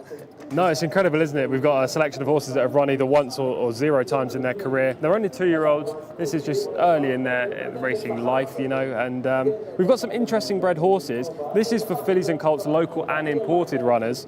There aren't any former Brits in here, though. Interesting angle there. Are those who have got British trained or Irish trained or French trained runners missing out on a chance here? Because there's only 12 gone to post. Yeah, exactly. We've got 40,000 Real up for grabs. It's a competitive race, but not the best 0 for 2 I think we're going to see at this Taif meeting. There are some well-bred horses, as I've already touched on. We've got Daughters of Premium Tap, Bellardo. There's a good Magic Colt in here, Postponed. But we'll get into runner by runner, right now. That good Magic Colt is South Army, who looked mightily impressive on debut, Tom. Yeah, really impressive first time up. It was a performance that Naif Al-Anazi would have been proud to see, and he's on board again today. Good Magic is a fantastic horse on the racetrack and in the Stallions shed as well. You know, he was brilliant for Chad Brown over in the US. He won at the Breeders' Cup. He raced in the famous green and purple silks. But if you are watching Saratoga right now, was successful aboard Carl Spackler yesterday in the feature race. So, you know, it will be good to see those silks again. Obviously, we're not seeing it on South Army with different connections, but Good Magic is one of my favourite horses. Just walking. What horse it is at all points. King Abdullah bin Al-Aziz and Son saddles 2 here. Owners, very powerful owners here. They saddle 2 horses. Talk to me about both of them and why Camilla Ospina has picked one instead of the other. Yeah, so Camilo Ospina has decided to ride Wakid, number 9. He's a 2-year-old colt by Premium Tap, who actually finished 3rd in 2006 Breeders' Cup Classic, a very good horse, who ended his career over in Dubai. He ran a fair few times at Meydan, which is why we're seeing quite a few Premium Taps. There are 2 in this race. Both of the King Abdullah bin Abdulaziz and Sons connected horses are sons and daughters of Premium Tap. Camilo Ospina's probably chosen Wakid because he's had 2 prior starts. That's my thoughts exactly. He finished 3rd both times at meeting 6th and meeting 23. He's rated 78, and we saw yesterday in a maiden, I know this isn't a maiden, but in a maiden yesterday, a horse rated 79 won. So that kind of rating is good enough to win races around Taif. The other King Abdullah bin Abdulaziz and Sons horse, number 3, Zahala Tahum.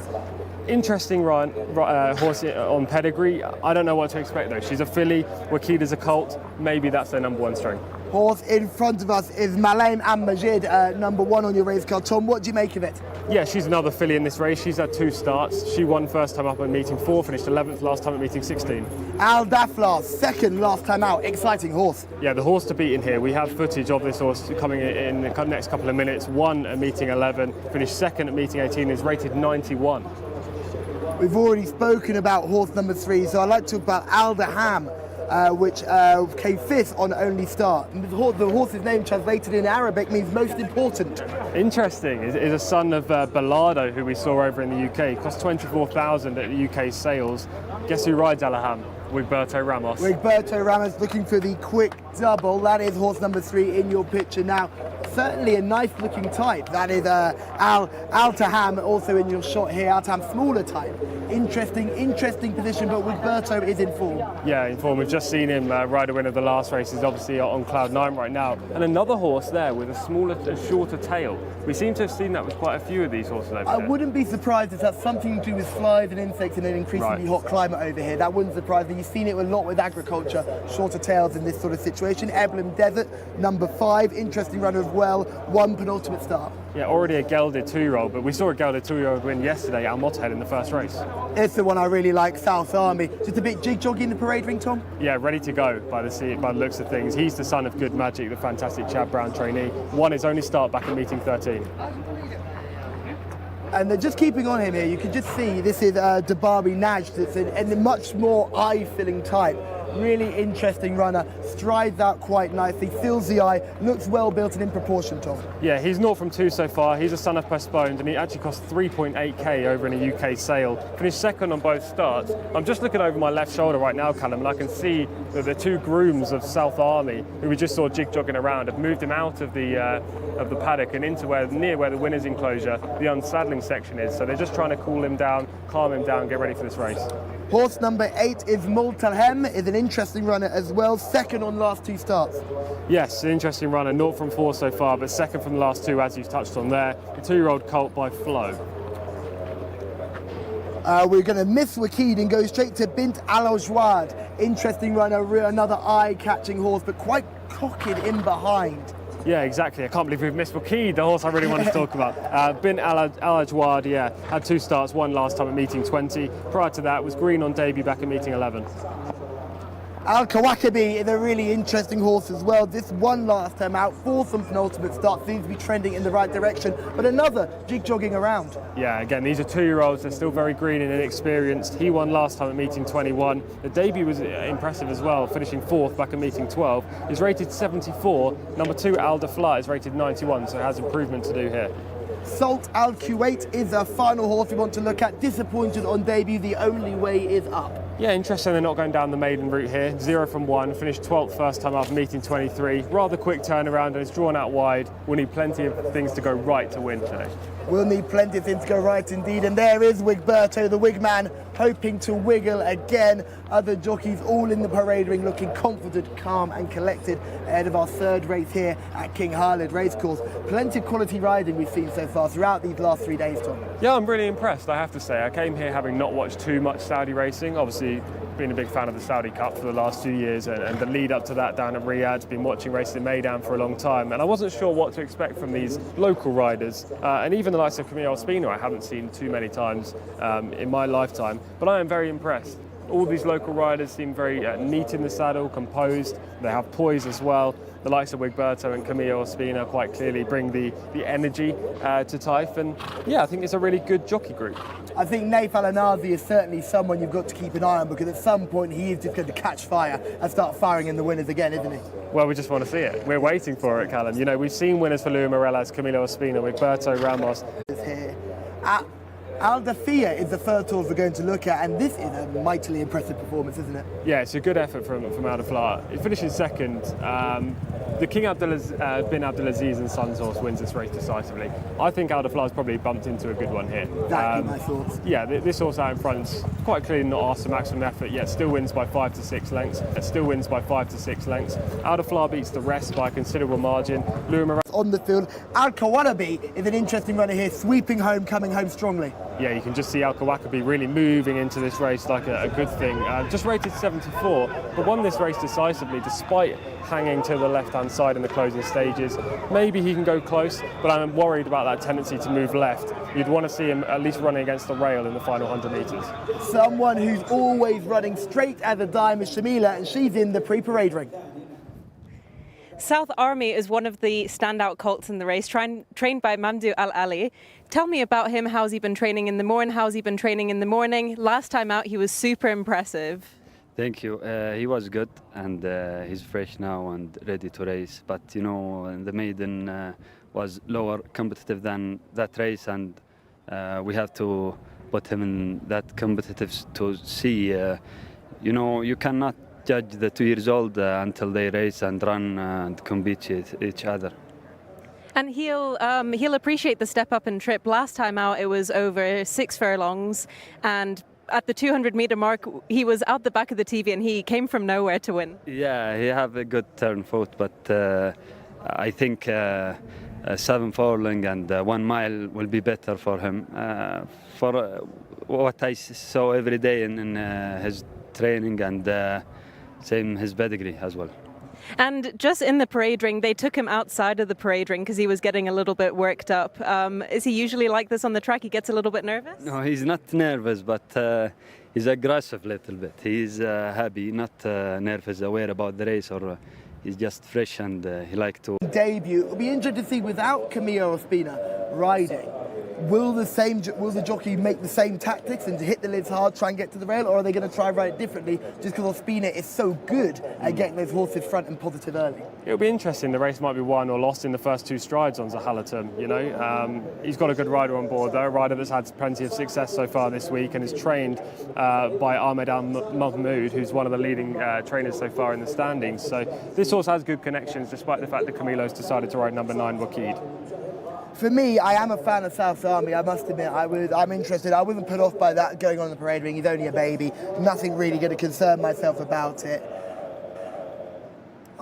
I think South Army... Very small line between playing around and actually getting worked up. If I'm to have a selection in this race, it will be Al-Dafla, number 2, highest rated horse. Hopefully Lua Morelas rides another winner here. Al-Dafla for Tom. It's still going to be South Army for me. John, tell us how they get on. Well, we'll see very shortly, won't we, lads, as they're about to load up for our third race. So, yeah, a bit of a late shout there on Wakid, but yeah, so just the one King Abdullah bin Aziz and Sons horse running in this race, Zahalatahum, which will be a tricky one to get the old tongue round later on. Camilo Ospina has now got the leg up on that one, was due to ride Wakid, but as Tom Collins said, has now been given the call to ride the other stable representative. That's Emblem Desert in shot. Saut Al Kuwait is in the yellow colours. There is Zahalatahum.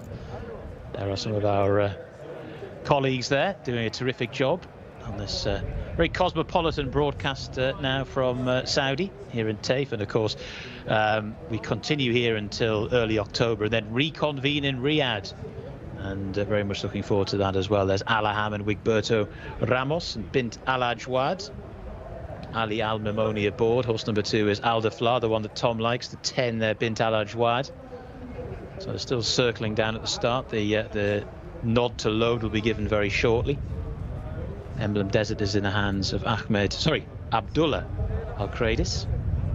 Zahalatahum, the 3, Colombian Camilo Ospina aboard. There's Malta M. Now F. Al Mudiani rides. This horse has been second in each of its last 2 starts and third the time before that. And whilst we're still talking about horses who are operating in maiden races or non-winners of 2 races, they're still pretty competitive in some big fields, so it's a good percentage of rivals beaten metric, if nothing else, for Malta M. And you'd have thought on the basis of those 4 runs there is a win at some point. Whether from today from stall 8 will be the case, we will find out shortly. Aldafla, I think in stall 2 should be able to take up a pretty good position here, and right on cue there she is, because of her early speed and because of the fact that that inside gate will help her, and there is surely a race of this nature in her. And today, well, there are plenty of ticks in all the right boxes, shall we say, to coin a cliche. There's Alaham in the background. Ramos looking for his 2nd winner of the day, of course. It's a nice insight into the horse we saw in the previous race too, as the guys were saying, with Riyadh form taken over to Taif is often something you want to take a long, hard look at. So they're putting them in here. Emblem Desert to go forward. Here's the 12, Saut Al Kuwait, along with Emblem Desert, the 5. First 1400 metre race of the day already in is Malama Al Majd to stall number 1. Here goes the drone. We have liftoff. There's Malta M, the 8 horse. There's horse number 2, Aldafla, and then Zahalatum. Aldafla to come forward. Zahalatahum still to go in, and also Malta M. Here comes Aldafla. Luis Morales just a little bit reluctant to go in. Malta M to come forward for stall 8. Just a reminder, no 9 horse here, so we're down to a field of 11. South Army goes in, Naif Alanazi.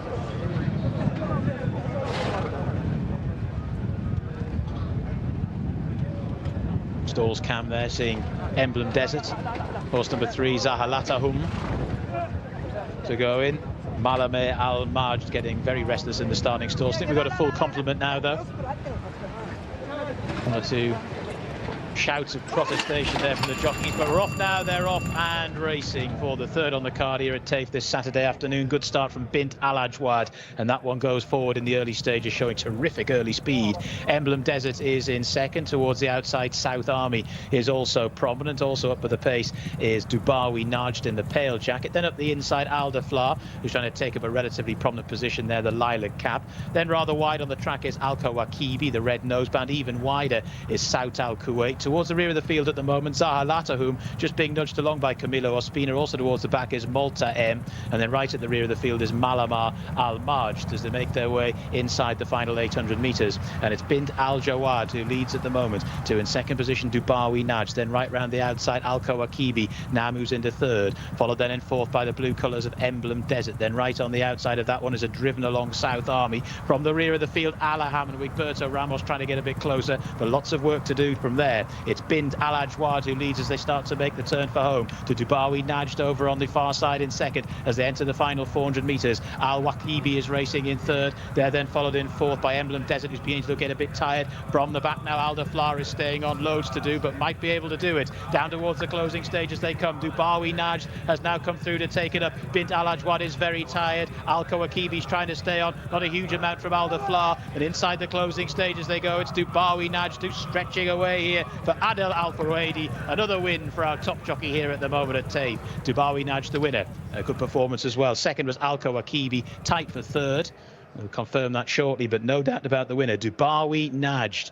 This Son of Postponed, who had run 2 very good races in the run-up to today, has now got the job done on start number 3. And onwards and upwards, I'm sure, for this one. Always well positioned in the run, a little bit wide round the turn, but that didn't seem to check his progress whatsoever, and has gone on off the back of that searing gallop set by Bint Al Ajwad to score very easily indeed. Confirmation that Aldaflar did finish 3rd in the end. Maybe tried to do a bit too much in those latter stages there, making that run turning for home rather wide. But in the end, it was Dubawi Najd who's won it. Al Kawakibi has finished there in 2nd, the 11. Aldaflar in 3rd, and the 4th horse home was Emblem Desert, who was prominent throughout. And Alaham got going very, very late for Wigberto Ramos, but could only finish in 5th. 3 1/4 lengths, the official winning margin there. A very nice performance from Dubawi Najd.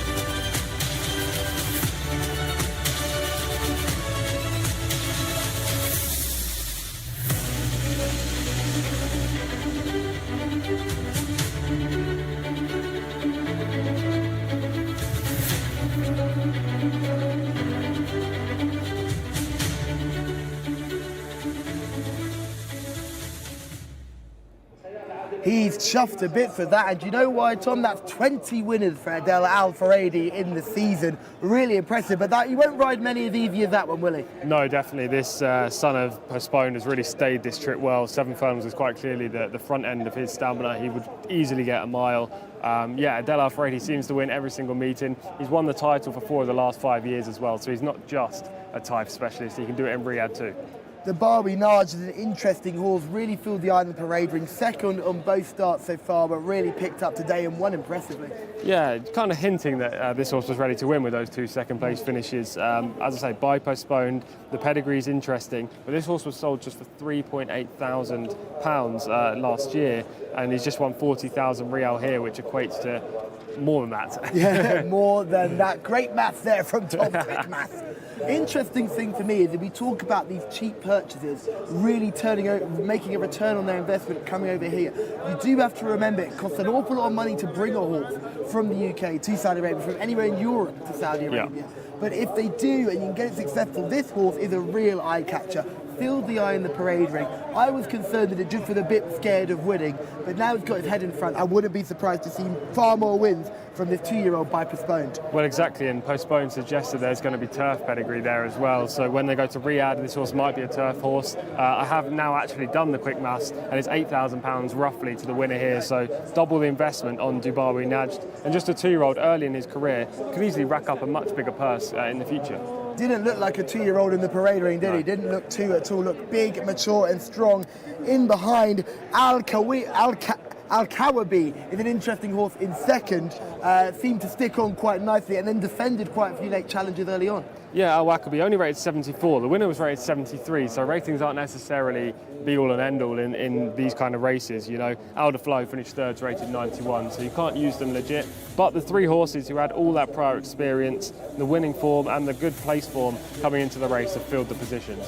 You can see Al-Wakabi just drifting out to the right there as well, not really sticking on a straight line, to do really nicely to finish in 2nd there, because despite doing quite a bit wrong in the home straight, still managed to hold on for 2nd, with Aldaflar, your selection, coming home for 3rd. Yeah, he made a nice move around the home turn, but I've seen this quite a few occasions where horses who are seemingly getting into the race around the home turn have just flattened out in the final 200 metres. It seems like sustaining your effort here at Taif, if you're not on the speed, is extremely hard to do. And a horse like Jasmine, earlier on the card in the 2nd race who flew, needs to be marked up. And they jump away here. It was a fairly even break. A couple of horses getting shoved along. The early speed factor that you mentioned, Tom, was really clear to see. Yeah, number 10, Bint Al Ajwad, has absolutely flown out the stalls. They're going 40 mile an hour in the opening stages. This is potentially why it was a slower finish. You know, the time 1:32.13 is almost 9 seconds slower than track record. That is quite pedestrian, albeit these are just 2-year-olds. I think that's because they've gone so hard in the early stages. The pace has completely collapsed, and only 2 or 3 horses have actually finished their race off well. We saw that beautiful Jones trot, and we just saw how far clear he was early on. He's put about 5-6 lengths between himself and the rivals.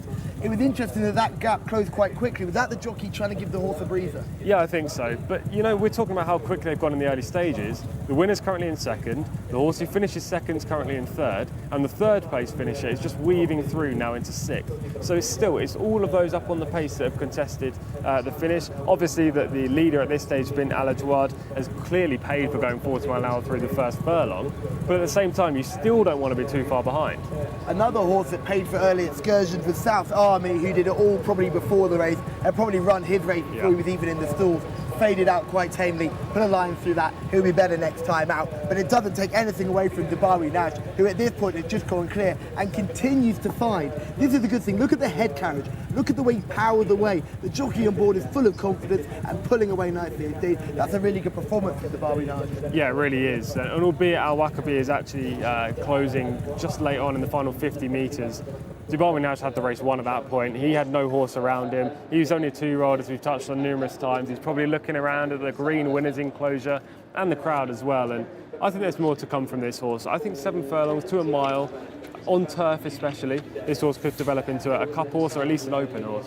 Al Wakabi, interesting runner in second. I'm thinking 1,800 metres would probably be right up his street, because seemed to find a second and third wind up the straight, and like you said, was closing that gap, but could do nothing to beat our winner today, Dubai Nash.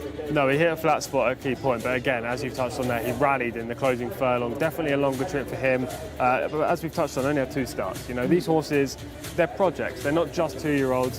The connections are bringing them on run by run to develop, hopefully, into really nice types. And Al Wakabi, who's only rated 74, will surely now at least be in the 80s, and then can contest the 0 to 90 handicaps rather than, you know, these races where you could have something lurking. Alahan did well to finish as well. He was number 4, came home quite late. Another one of those who couldn't really get into it, but passed beaten horses down the straight. Yeah, he cost 24,000, a darn sight more than the eventual winner in this race. He was just 3.8k. So Connections will have high aspirations with Alahan, but this was only his second start. He's never won a race before. So there are big things potentially in the line for Alahan. Definitely a horse you could have fun with, maybe not top class, but certainly I can see one of those horses running week in, week out, because just the way he finished nicely. Beautiful shot you can see here. Like I say, like a video game, you can just see your selection, Tom de Grey, weaving through traffic and making the ground up late. Yeah, I think making that move on the home turn actually takes so much energy out of a horse compared to what we might think. You know, it's a slow track, making up ground is difficult. Wide on the track again, you're losing ground to the inside, you're covering extra distance. And at this point, I thought he was going to come through with a wet sail Aldeflar and potentially contest the finish, but it just wasn't to be. It's interesting the wind is now picking up as well. There's something of a headwind. It's going to blow into their faces, definitely. Yeah. Bint Al Shawad really fell out the back of the pitch. I know really handled the early excursions, went hard early, but that was quite a shocking fall out the back of the screen. Usually they last a little bit longer than that. The winner's gone clear past the line, and Bint Al Shawad is going backwards. Yeah, I think a drop back in trip definitely for that filly. This is 7 furlongs, but she showed so much early that 5 or 6 would be better. Shamila is in the winner's enclosure with the winning trainer. Shamila, that must have been quite impressive. It absolutely was impressive, and I'm with the winning trainer, Abdullah Al Munif. What a nice horse you have on your hands. He's postponed. Do you think when we move to Riyadh, you'll try him on the turf? Yeah, definitely. He's postponed. The mother by Spice Town. He's athletic horse, very talented, very strong and brave. The last 2 races was second place. Today I took him to the open class. I was expecting, as I saw today, alhamdulillah, he was competing so much. He won with good horses.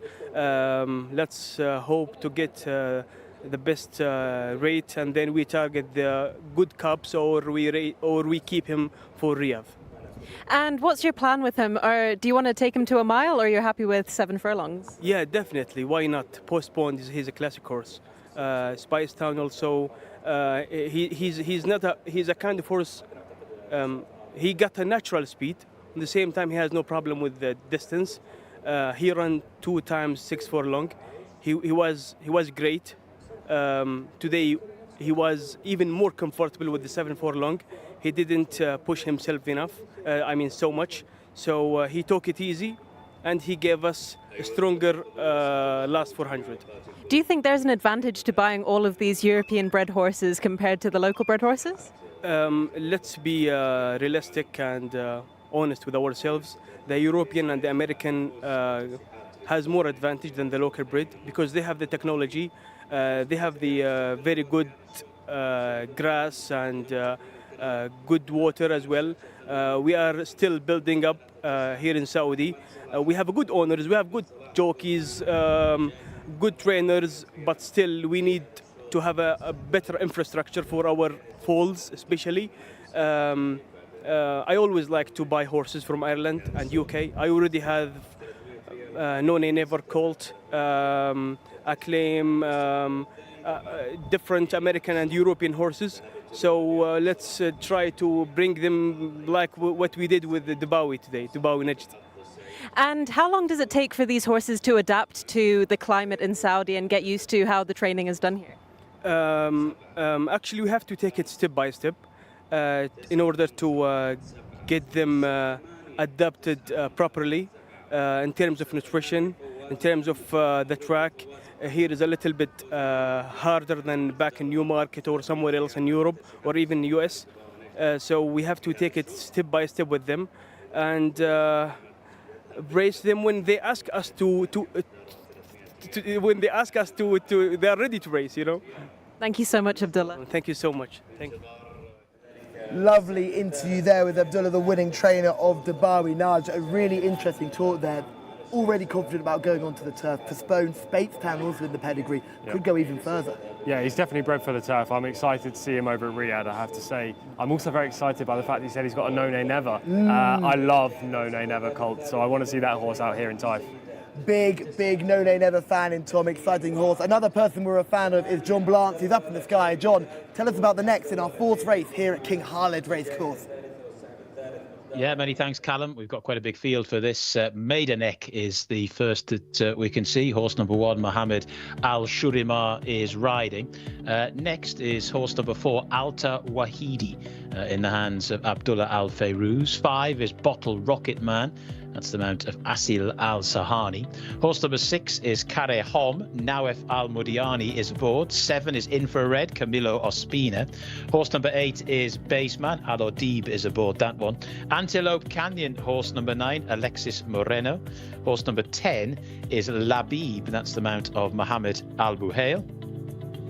Horse number 11 is Kilo Air in the hands of Ayad Al Turisi. Horse number 12 is Wesh Awala, and that is the mount of Mohammed Al Habib. Horse number 13, Prevent, Naif Al Fayrouz, or Nawaf Al Fayrouz, I should say. Correct and Right, Wigberto Ramos is number 14. 15 is Lajal Fatih, and that one is ridden by Abdullah Al Orfi. Horse number 16 is Prism, that's Abdul Al Hussein. 17 is Angel of Trafalgar, Naif Al Anazi is aboard. Horse number 18 is Consensus de Vega, that's the mount of Ali Al Memoni. Horse number 19 is Alu Kal, that one gets a run, that's the mount of Fahed Al Faradi. And horse number 20, Taking Names, is also running and needs to improve on what it's done thus far. So a bumper field here for the fourth race. It's a 0-90 handicap for fillies and colts, and it's back to Tom and Callum in the studio. The parade ring, horse number 2 and 3 are non-runners, but this is horse number 1, Maidanek. What do you think of this horse, Tom? King Abdullah bin Abdulaziz and Sons connections. You know, you've got to give these horses a chance. I know I'm a broken record by now. This horse hasn't run so far this year, though. 1 from 10 in his career. It should be going to number 4, Al Tahidi, I should pronounce that correctly. It's a really nice performer as well. 4 wins from 57 starts. Yeah, rated 86, getting some weight off the top weight Maidanek in this race. Last time out finished 9th back in meeting 26. There's the jockey in shot right now. He's a 7-year-old colt, so isn't improving at this stage of his career. Fascinating in regards to rating because he's rated 86. Bottle Rocket Man is also rated 86. You could just see about to lose a shot. Now he's number 5 with the green saddle cloth on. Nice looking animal, powerfully built. Yeah, we'll see clip of this horse last time out when he finished fourth. It was an interesting run. He hung a bit to the right though. He is, however, a son of Into Mischief, one of the leading, if not the leading sire in the US right now. We've already seen one imported horse win the last. Maybe we'll see one here. Correa Ham is number 6, another interesting runner, 3 wins from 27 and improving with each start. Yeah, finished fourth last time at meeting 23. We'll need to improve again. This is our menu horse, Infrared. The menu horses struggled yesterday. Hopefully this can get us back on an even keel. Yeah, they were good on Thursday, bad yesterday. Infrared used to be trained in the UK by Martin Mead, finished fourth last time at meeting 24 and cost 45,000. Baseman is another interesting runner. That's number 8 on your cards. 1 run, one victory, but that was last season. Struggled this season. Yeah, cost 40,000. Won a maiden back in 2021 for Dermot Weld and now races in Saudi. Number 9 is Antelope Canyon. What do you make of it, Tom? 1 from 3 in his career prior to this year, but finished 16th last time at meeting 27. This Quick is a turnaround. totally different type of horse. Labib, interesting runner. Yeah, by exceeding itself, 6-year-old, only run once this year, went 14th at meeting 23. I can't get over the size of Labib. Look at him striding out, really magnificent type, that gelding. Flashy grey behind us is Kilauea. Interesting runner, much smaller, a little bit sort of rounder back, but not as powerful as some of the others we've seen.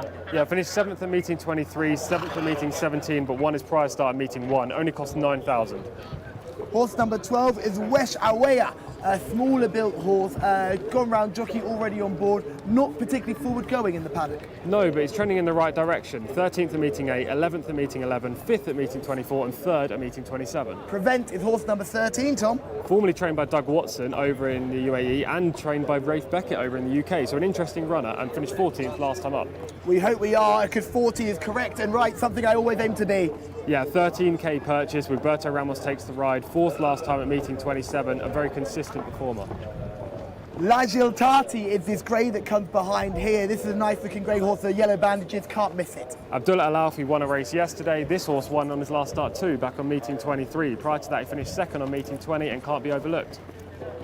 Horse number 16 is Prism, prolific, 2 wins from 6 starts. Yeah, UK viewers might recognise this horse. Previously trained by Roger Varian, she was rated 78 over in the UK, cost 22,000, has run once in Saudi right now, finished 10th back at meeting 20. Another big horse in the field, Angel of Trafalgar. 0 for 2 for Tom Clover over in the UK, was purchased since then for 32,000, won at meeting 13. Bit disappointing last time at meeting 23 when finishing 12th, but it's the mount of Naif Al-Anazi. Another interesting runner in the form of Consensus de Vega, 2 wins from 8 starts, 2nd last time. Much like Prison, this horse used to be trained by Roger Varian over in England, finished 2nd at meeting 23, cost 24,000 and has the back form to go very close here, Callum. Is that See the Stars colours I see there as well? Didn't realise they were involved in the ownership. Nice horse, I'm a big fan of Consensus de Vega. Number 19, Alokal, interesting horse, sneaks in at the bottom of the reserve. Yeah, 4-year-old gelding by Zoffany, finished 2nd back at meeting 5, had a long layoff, then finished 10th at meeting 27, another quick turnaround. Should be coming back fitter and readier. Taking Names is the final horse we're going to have a look at. Lovely shots here at Taking Names. You can just see with the noseband on. In fact, that's not Taking Names. In fact, we've gone back to horse number 5 on your race cards, which is Bottle Rocket Man, a horse that we do have some video footage for, Tom. Yeah, we'll get to that footage in due course. I'll quickly touch on Taking Names, as he's the only one so far. He finished 14th at meeting 27 and is by Arrogate. This is Bottle Rocket Man, pinned on the rail. What do you make of this performance, Tom? Yeah, it was an okay effort. You know, he hung right in the closing stages, but he quite clearly showed pace up to this point.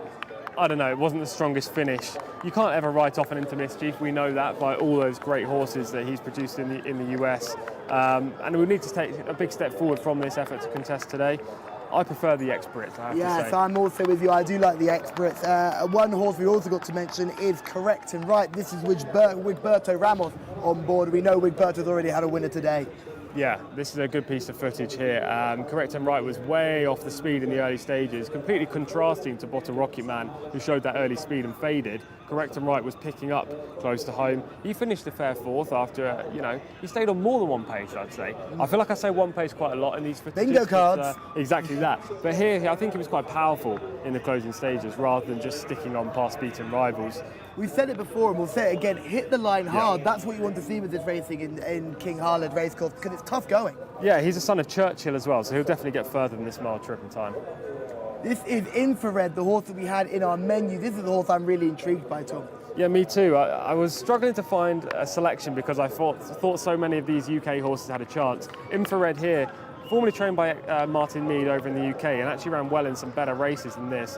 I think he'll come on a lot for this performance last time when he was fourth. As you can see there, he just changed his leads and then starts to pick up close to home. He cost 45,000.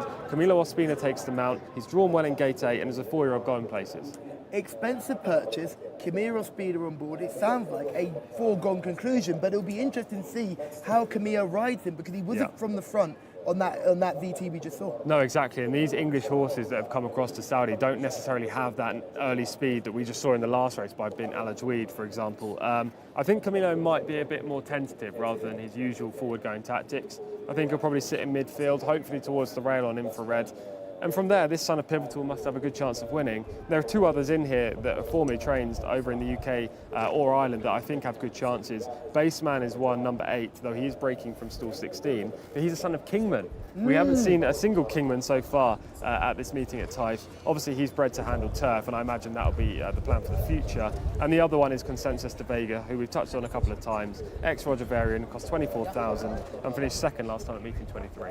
You talked about Consensus de Vega's back form. Tell me a little bit more about that, because we had a horse with Group 3 form back in Ireland who won only a couple of days ago. Yeah, he doesn't have the best back form in this race of the UK shippers, I have to admit, but at the same time, she still owns a rating of 83 over here. Roger Varian never has bad horses in his stable, so they must have thought highly of her early in her career. And actually in her 3 starts so far in Saudi, since she's transitioned across, and we've just heard an interview there about how horses can take a while to acclimatise. She's improved each time. Maybe she's going to take another step forward. Absolutely. Prism, another interesting UK raider.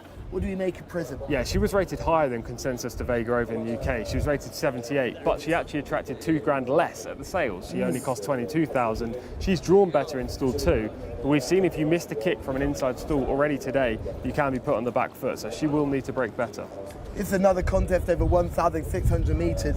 Don't think that because we're not running over 1,200, the trip won't be any more fast and furious in the early strides. We're going over a mile here. It's interesting to see that the more higher distance we go, the more furlongs we see, the more sort of British, Irish raiders we get in touch here.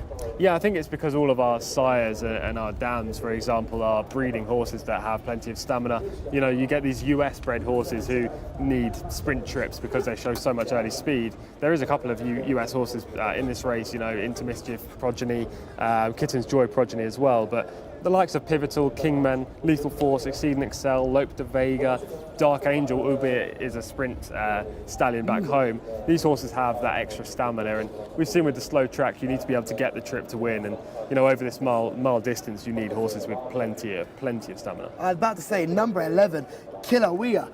Interesting horse being by Lethal Force. Speed on speed on speed. Yeah, it only cost 9,000 though, which was interesting at the sales. It's a 5-year-old grey gelding. You certainly won't miss him in the red silks out there. I think he might be the only horse in red silks in this race. There is one other, which is Prevent, but different kind of colours. Yeah, Kilauea is rated 84, won back at meeting 1. Since then has been a little bit disappointing. There was a 16 meeting gap between the first run this year and the second run. Maybe there was an issue there. You know, that equates to around 5 weeks. So Kilauea has been a bit disappointing 2 runs since. It'll be interesting to see what he does today. Very quick maths on show there, Tom. Going back with the 3 meetings a week technique. They're very impressed by that. Very good. For me, I do like the British Invaders here. I'm going to go for Prism rather than Consensus de Vega, because I'm pretty sure that's your selection, Tom, and we have to take each other on. So I'm going to go for Prism, number 16. Tom? I'm going to have 2 in this race. Like, oh, of course you are. Hold on. Here we go. The analyst is getting to analysing the entire field, ladies and gentlemen. 1 second. You had 2 yesterday, so I can have 2 in this. Consensus de Vega is obviously my number 1, but I like Infrared, who was in the menu as well. Both are formerly trained in the UK. Both, I think, have a lot of talent, so hopefully they can go close here. If you had to nail my colours to the mast, it would be Consensus de Vega. But I don't want to lead Infrared. But Infrared, if that wins, you'll claim it as well. Of course. So absolutely. Of course. Totally fine. Totally mature selection from you there, Tom. I'm fine with it. Totally fine. John, do you have anything for us in this race? It's very difficult, lads, to add to what's really been said. A very thorough synopsis of all the horses in this race, big field as well. But I do like Consensus de Vega. I've been on duty when this one has run before. I like this horse's level of consistency. Stall number 13 is not going to be ideal, but I think should be able to go quite well. But the good thing about this race is there are names that we're becoming more and more familiar with. And if you watch your Saudi racing on a regular basis, you'll be beginning to have your own ideas about the form as well, which is what it's all about.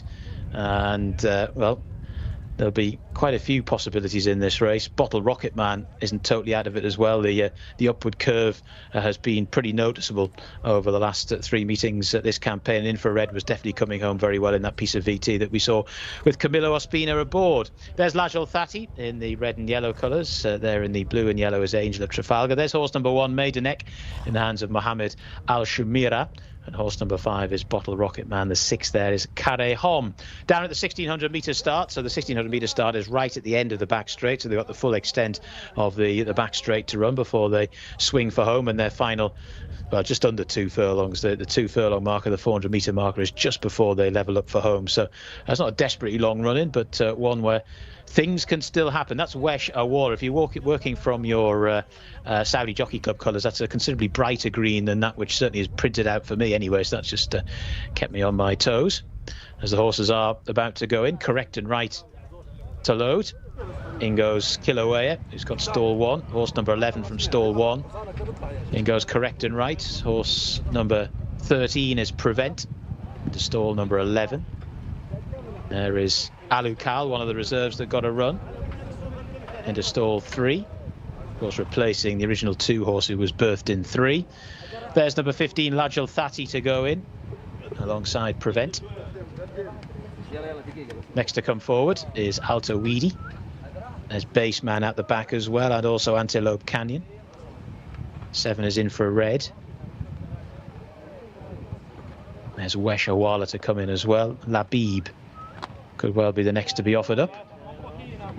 This horse coming into quite a wide gate. Wesh Awala, stall number 18.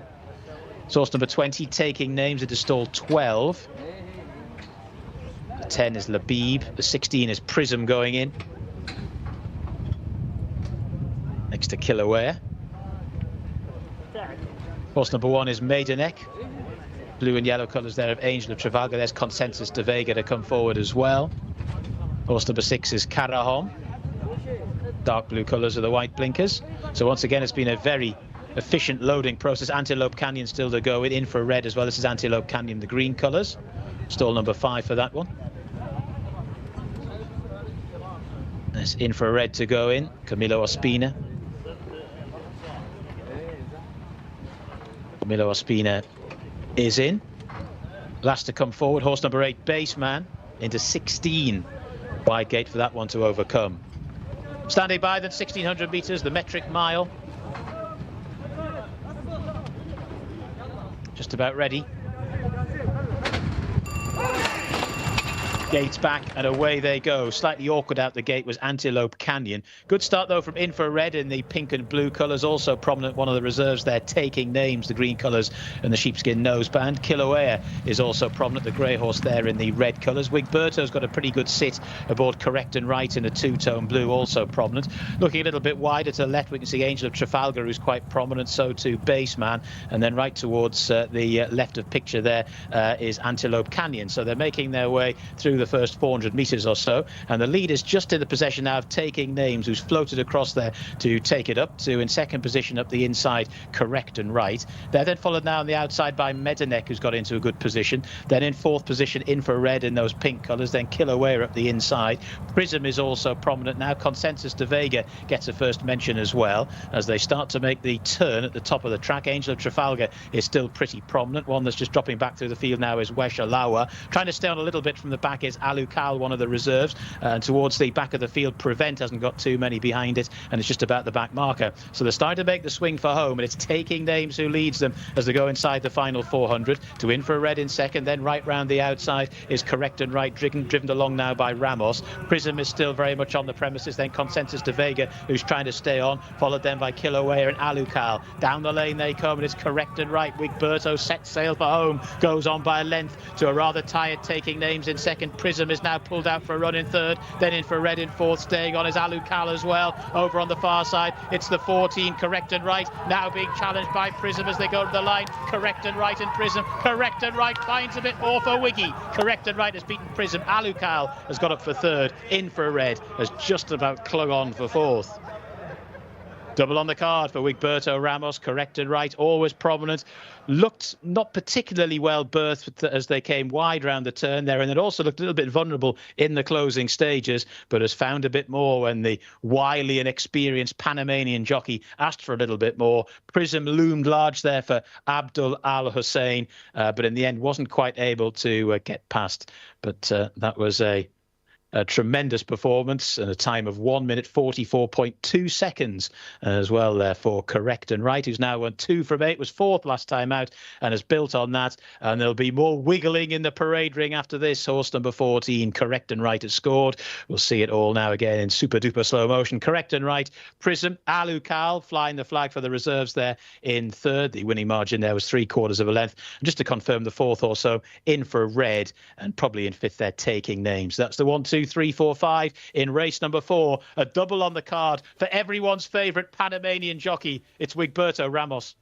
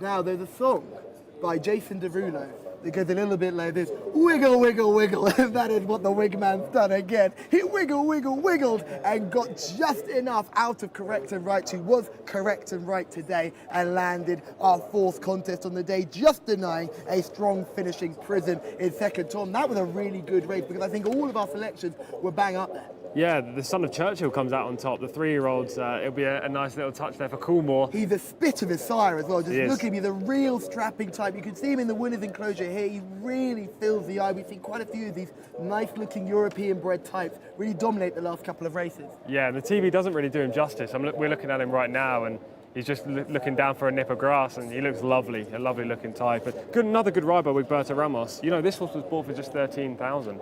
Another bargain that we've seen on the card already today. And actually, the horses behind have run extremely well, but you were unlucky with Prism, I have to say. Yeah, we thought we had a really good chance there, but we were denied by this wily Panamanian jockey who knows his way around here blindfolded. And if we don't get a wiggle, we'll all be very disappointed. There's a wiggle there, there's a wiggle there, there's a double wiggle. Ladies and gentlemen, we have a double wiggle. Oh, it's a good time to be alive. We have a double wiggle. Really good to see one of the real great characters of Saudi Arabian racing. But certainly a few of you in the comments have selected the winner. We've got a beautiful row of thumbs up and some roses, so I'm sure you were a supporter of Wigberto Ramos as well, and Correct and Right. Congratulations to everyone that made a good selection there. You all did really well. If you were with me with Prism, yeah, we're unlucky. If you were with Tom, don't worry, you can come and join me. There will be no harm. Don't worry about a thing. It's okay. We will welcome you into the Callum Hellywell selection team. Tom, what's going on? You're claiming that you picked all these winners. You picked 0 so far, Callum. Zero winners, but plenty of seconds, Tom. Plenty of seconds. The one place that no one wants to finish. Yeah, Prism ran very well in second. She got squeezed up at a real tight moment of the race where she was actually making a move between runners. You can just see here she's weaving outside to try and make a second run. Back in third was Alukal, who ran very well. The son of Zoffany, another horse that we've seen in the island in recent years. And Infrared, my pick, finished fourth under Camilo Ospina. But, interesting tactics with Infrared, because we saw that horse in our VT come from really fast a pace. Had Camilo Ospina on board this time, went hard from the stalls. It seems like that jockey has one tactic and one tactic only, and if you're on the horse, it's not going to work. But Shamila will have more from the winner's enclosure. A double for Wigberto Ramos, this time on Correct and Right, son of Churchill. Wow. Yeah, what a race. For this time, I rode this horse 4 times. 2 races I got trouble, and I told my trainer that he might need this distance because he got natural speed. Today, he was gaining a little bit. Go, stop, but the stop is a tough horse. He did good today. And what did Bidden say to you before the race? Did he give you any instructions? This is one of the champion trainers in Saudi Arabia. He knows me for a long time. He said, Ramos, you know what to do. And it was a very competitive race. Do you think he could step up in class next time he gets out? If he keeps in this distance, okay. This distance, I think, is the best distance for him, 1 mile.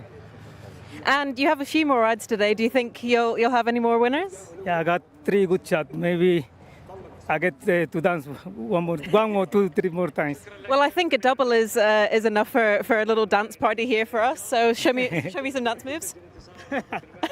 Thanks, Wiggy. Thanks. I can't believe I'm saying it, but we got another double wiggle. We got another double wiggle. Fantastic. Taking from this race, there's plenty of stories you can make.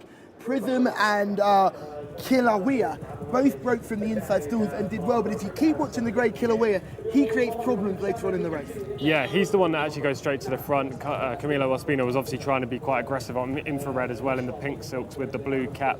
There was pace out wide from Taking Names from stall 20. It was an interesting battle for the early lead, wasn't it? If you just watch closely there, Taking Names makes a really direct move across and almost takes Correct and Right with him, and Wigberto have to take back on Correct and Right just to get into a good position. But as you can see, Taking Names is now set the fractions. They're not going slowly, 38 miles an hour through that first part of the race. They're not, but where's Wigberto? He's second. He's right bang there on the pace. Again, this is a race where we want to be looking at the first section. There's a little gap there open between Group 1 and Group 2, and those in behind really didn't get that much And who's involved. the leader in Group 2? The horse that eventually finishes third. So Yeah. you can definitely see that's the one you can mark up for Alukal, who ended up running on nicely to finish third. But this is where it gets all a bit tight. Another horse that I quickly want to mention is Angel of Trafalgar. Right out the back in the blue and yellow silk, somehow finishes, I think, into 6th position. There's only 2 horses to make inroads. You touched on Alukal right there. Angel of Trafalgar is the other one.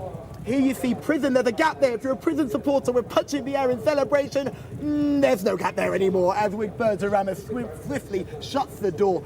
Great to see the jockey doesn't panic on Prism and starts throwing his arms in the air and complaining. Gets a second bite of the cherry. Looks like we're going to get a second run of the race, but unfortunately just can't get home. Alukal finishing like a train in behind, passing beating horses.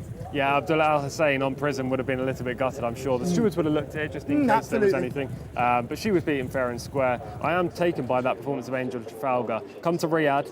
Just wait, I'll put up that colt, I'm sure. Absolutely. Angel of Trafalgar, really big, rangy horse in the parade ring. Looked like there was a little bit more to fill as well, so it certainly could come on next time out. But Correct and Right was always from the front. The tactics were Correct and Right. Wigberto said, I don't need instructions. I know what I'm doing. I've been here long enough. If I see their speed, I'll hit that speed. And Correct and Right, the son of Churchill, a real eye-catcher in the parade ring, has gone and won this contest just by a maybe unfortunate Prism who's in second, not doing anything wrong at all. I wouldn't be disappointed forward with that run. No, that was only her second start this season as well. She finished 10th back on meeting 20. This is quite clearly a notable step forward in the progression of Prism. She's only a 4-year-old filly. She cost 22,000, and right now that looks like a big bargain.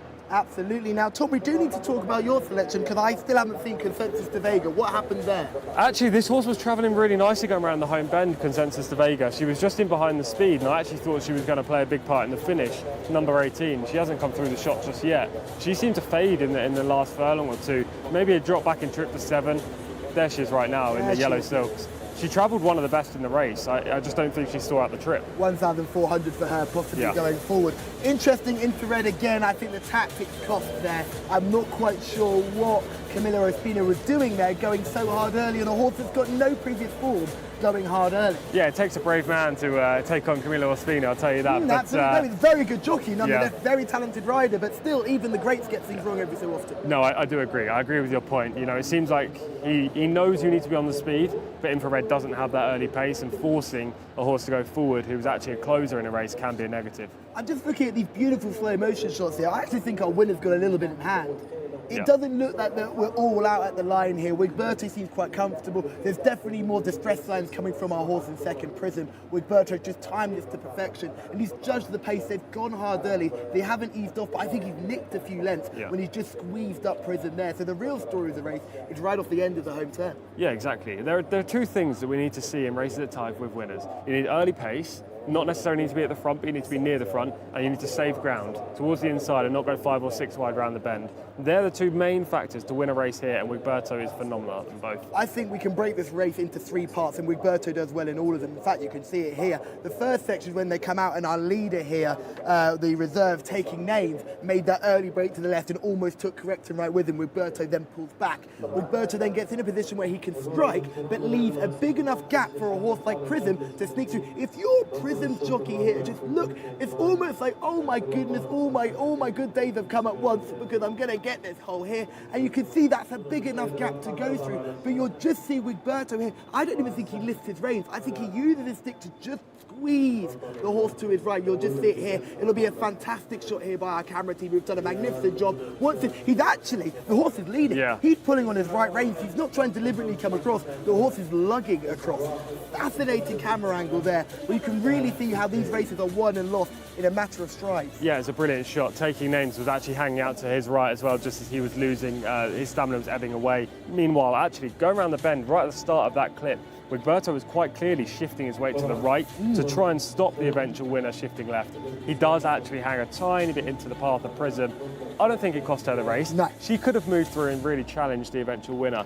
But at the same time, Wigberto's just hands and heels at the line, isn't he? And Prism has run a really good race, and I'm sure she could go next time out. If she took on just the fillies again, could be a really interesting performance. She's only a baby. She's only 4. Plenty of miles left on her. She's only ran 6 times in Saudi Arabia and only twice now this season. So plenty of opportunity that you'll see them break here. Again, we talk about level breaks. There's a few dramatic stories, but it's actually once they come further through. In fact, one of the slowest to get out is our eventual leader, Taking Names, who seems to take an age to come out the stalls there, Tom. Yeah, but he's got that early speed. We spoke about this yesterday. Gate speed is all important, you know, in case a horse darts to their right or left, you want to be avoiding that. But early speed is what gains you that position in the race. You can just see Taking Names right in the middle of your shot. You see a clear view of the jockey's bum there.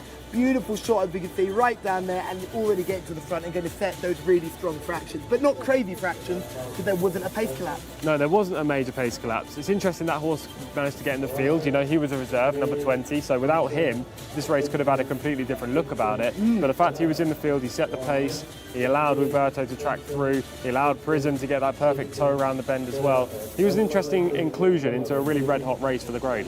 It's one of those things we see when we see the horses working. We saw it yesterday after racing, a few horses doing a slight bit of extreme work, where you had a horse in front setting the tempos, then pulling in and allowing the horse on the outside, almost teaching your horse to win. And you see this exact thing here, it's correct and right, sweeping around the outside to win, and this son of Churchill had the world at his feet, because I think there's plenty more improvement to come. Yeah, definitely. Churchill's can get further than a mile as well, and what's interesting, you talked about the works there. There are 3 styles. 1, you can work a horse by themselves. 2, you can work them head to head. working alongside each other throughout.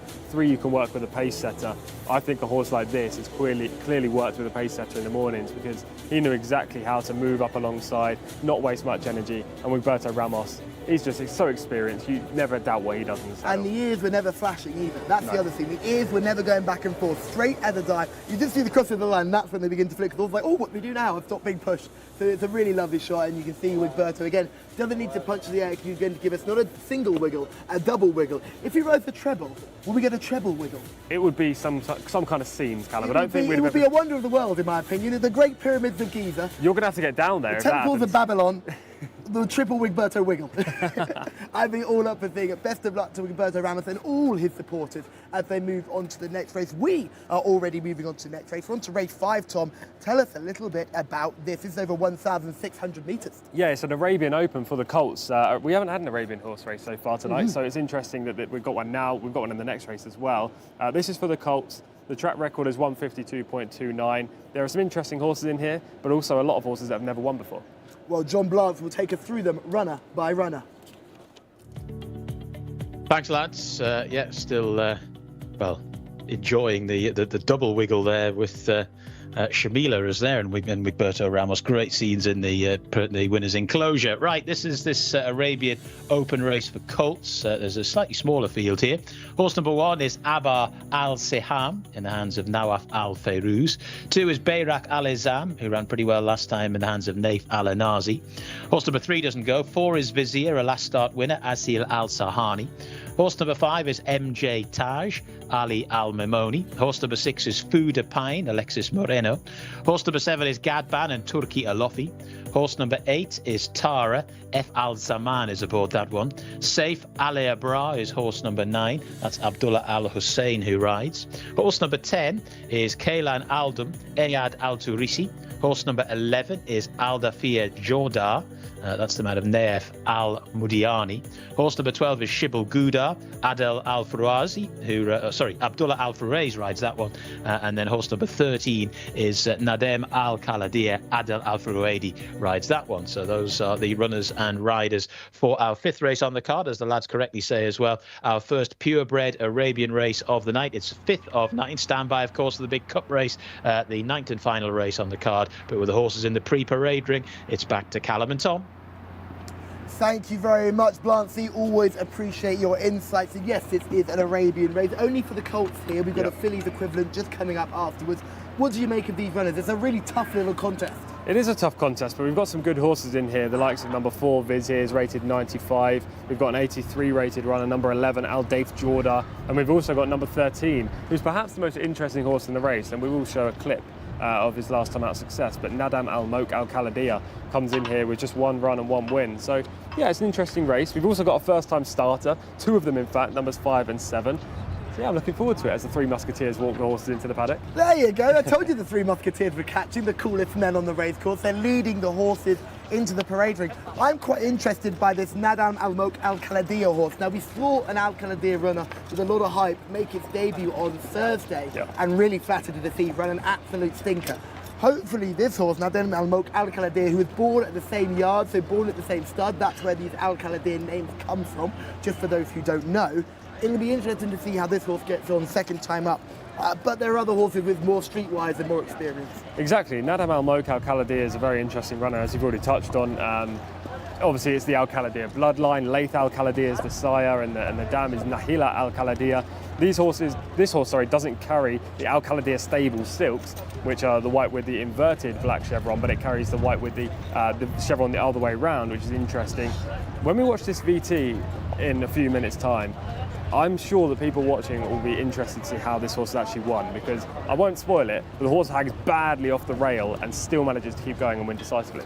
Absolutely, Tom. I can't wait to watch that either. I also can't wait to see more of these guys for the rest of our time here at Taif. I hope they come with us to Riyadh, because it'll be a real shame if we don't get to see. Maybe they're a different group. Maybe there's another 3 guys at Riyadh. We just don't know. 13 in short is the horse we've just been talking about, Nadam Al-Mouk Al-Kaladia. Interesting horse. Grey looks very thoroughbredy even from that high camera angle. Yeah, it's only a 3-year-old colt as well, as all of these are. You know, this horse has got plenty of improvement to come. Only 1 start was impressive that day, and I'm sure it's going to improve today. From a breeding perspective, this is fascinating as well. These are all entire colts. Yeah. This will be something that if they can win here and step forward, future stallions maybe we're about to see. Well, definitely, and we've already talked about the Al Khaladia bloodline. If you just go through this list of sires, the majority are Al Khaladias. We have Rams, who's a sire who is represented in all of these Arabian races by the looks of things, as well as Alam, who actually, I believe, Shamila said yesterday as we closed the show, was another sire to look out for in these races. But there's lots of Al Khaladias, and winning these open events is very crucial to the barn and the stables. And although Shamila is really the expert in this field, I must admit I've had a really good job selecting horses here. Tom, not so much, but that seems to be an overall theme for you over the last couple of days. Just try and give us something, Tom. Try and give us a winner. That's all we ask. Let's talk about putting colleagues down all the time. This man here, look, I'm going to up you all the time. You've been very good today, putting up a couple of placed horses. I'm all about positivity in this room. So Thank you, Tom. I appreciate it. Hopefully you can find another winner of the Arabian race here. Yeah, we'll hope so, exactly. Now, just a few of these to talk about. Vizier is one of those that we really like. We really like Vizier. I think we've got the footage for it as well. And it's quite an interesting horse. Really good attitude in that clip. Yeah, won nicely back at meeting 21. It's rated 95 as well. So it's definitely the horse to beat in here. You know, not all of these have official marks, only a handful in fact. Vizier is rated 95, Fuda Pine is rated 90, Barak Al Hazam is rated 88. They're the top rated horses in the race, but on that basis alone, Vizier has to be a major player. Fuda Pine rated 90, one Saudi win, no run. So I'm trying to confuse how that works out on our race card. I presume that means it's one overseas, maybe in Qatar or somewhere else. Yeah, I would say so. Hasn't run in Saudi, especially this year. Alexi Moreno takes the ride for Lucas Gaitan, the South American trainer. Another 3-year-old in this race, and Silks we'd have seen in lots of Arabian races worldwide. We do have an Arabian racing expert, it's Shamila. She knows far more than us, and she's in the parade ring. I'm with Abdul Rahman Farhan, who had a winner yesterday. You have 2 runners in this race, 4 runners in the next race. Just run me through them. Thank you so much, Shamila. It's a pleasure to be on this channel again. Well, I have, yes, a couple of runners. I have today I have Abhar Siham. This is his second run. He's still, let's say, in the early stages of trying to know what distance he likes and what kind of work he's liking. But also I have Saif Al-Abra. He's by Fahad Al-Khaldiyya. I think he has good potential. Let's hope today he shows some potential. Our number 1 horse in my stable, I have the 3rd horse is Dhafir Joda. This horse by Rams Al-Khalidiyya, he's always placed. He's placed to 3 and all that. And I think he could be in a good position today, maybe 3rd, 4th, especially that we have very strong horses. I think that they will fight with each other, and maybe I have some chance. Yeah. And your horses in the next race as well, you have 4, so surely you should be in the top placings. Sure, yes. I have Al-Anud FBR, and I have Shihanat Al-Raila, and I have Paris Al-Amr and Right Al-Kataib. Al-Anud FBR, I think she's my number 1 filly. She's been doing very well. She has a good turn foot in the last 400 meters. I'm hoping to have a good result with her today. Also, Shihanat Al-Raila, she's one of the horses that has good stamina, and she comes from them behind. Today we took the blankers out. We'll see if she can improve better. Then mainly I have, let's say, Paris Al-Amal. Still no big hopes on her. Right Al-Kataib, last race she gave some good performance. The jockey was happy with her, and we decided to give her blankers. And today, inshallah, we'll see how she will change. I'll be more than happy if I'm in the place, the money aside, and that's it. Well, best of luck, and I hope to see you in the winners' enclosure. Thank you so much. Hope fingers are crossed. What a preview. We didn't just get a preview of his horses running in this first Arabian race, we also get a preview of his horses running in this second Arabian race for fillies. Fascinating insight from the trainer there. As we go into this parade ring, we're going to look at a couple of these horses as well with ZTs. The one in shot at the moment is horse number 4, Vizier. I'm almost pretty sure it is horse in shot. And number 5, MJ Taj is another runner that we're looking at as well. But this is one of our video bits of VT footage, and this is our runner in front of screen now, which is our horse we talked about earlier, Nadam Al Mulk Al Kaladir. Yeah, hung right off the bend. A really interesting performance, because if you hang off the bend, sometimes you give away lots of ground and lose a lot of energy. This horse was just miles the best this day. As you can see, he's still drifting out to the right-hand side in the closing stages, but just dominant. Doesn't look the easiest to ride though, Tom, I must admit. No, absolutely not.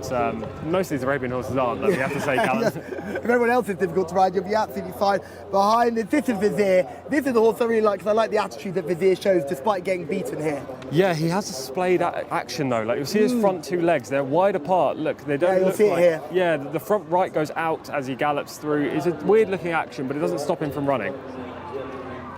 Yeah, it doesn't stop him from running, but it's quite interesting to see that he continues to pick up. Yeah, exactly. And a lot of these horses don't respond well to pressure. He does. I'm actually just watching just drive all the way through here. It's a really good performance. He's gutsy in game, isn't he? It's gutsy. It's what you want to see. Yeah. For me, Vizier, if I'm looking at just those two inserts, I prefer Vizier to the grey horse we saw earlier on. Yeah, he's the horse to beat anyway with a mark of 95. That wasn't his first win either. He won back at meeting 7.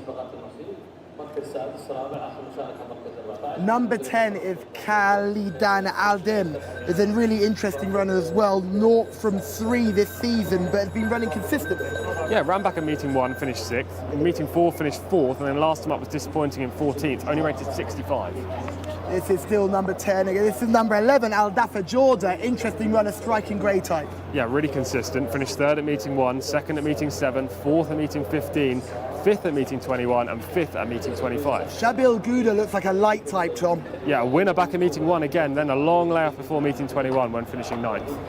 Well, should come back a strip fitter for that run. And here's the horse we've been talking about, Nadam Al Mulk Al Kaladir. Interesting horse, won last time out, but wasn't the easiest conveyances and doesn't look like the easiest of horses in the parade race. I still think he's very green. I think he's unexposed, he's green, he doesn't really know what this whole racing lark is about. As you can see there, head up in the air. He knows that he's on a racetrack to do something, but he doesn't know quite what. We've seen a couple of green horses today already run poorly. So you just want to be careful that you're not running your race before you even get to the racetrack. Yeah, exactly that. We saw the good Magic colt earlier on, just waste far too much energy in the prelims. Get far too warm. There is the man, the myth, the legend, the best beard in racing on show there, Naif Al-Anazi. Really needs to get himself a winner, doesn't he? He really does. Best beard in racing. Martin Harley won't be happy about that one, I tell you. He won't be, but he's not. I'm not wrong. Yeah, you're not wrong, you're not wrong.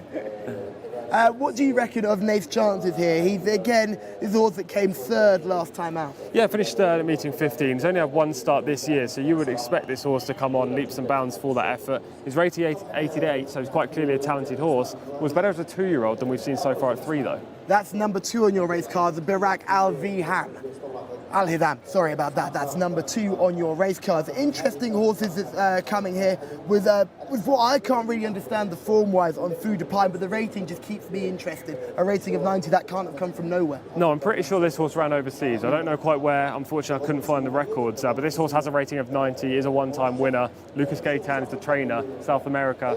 Maybe the horse ran there, maybe this horse ran in France, maybe this horse ran somewhere else in the Middle East. Not too sure, but it's quite clearly got a great chance here.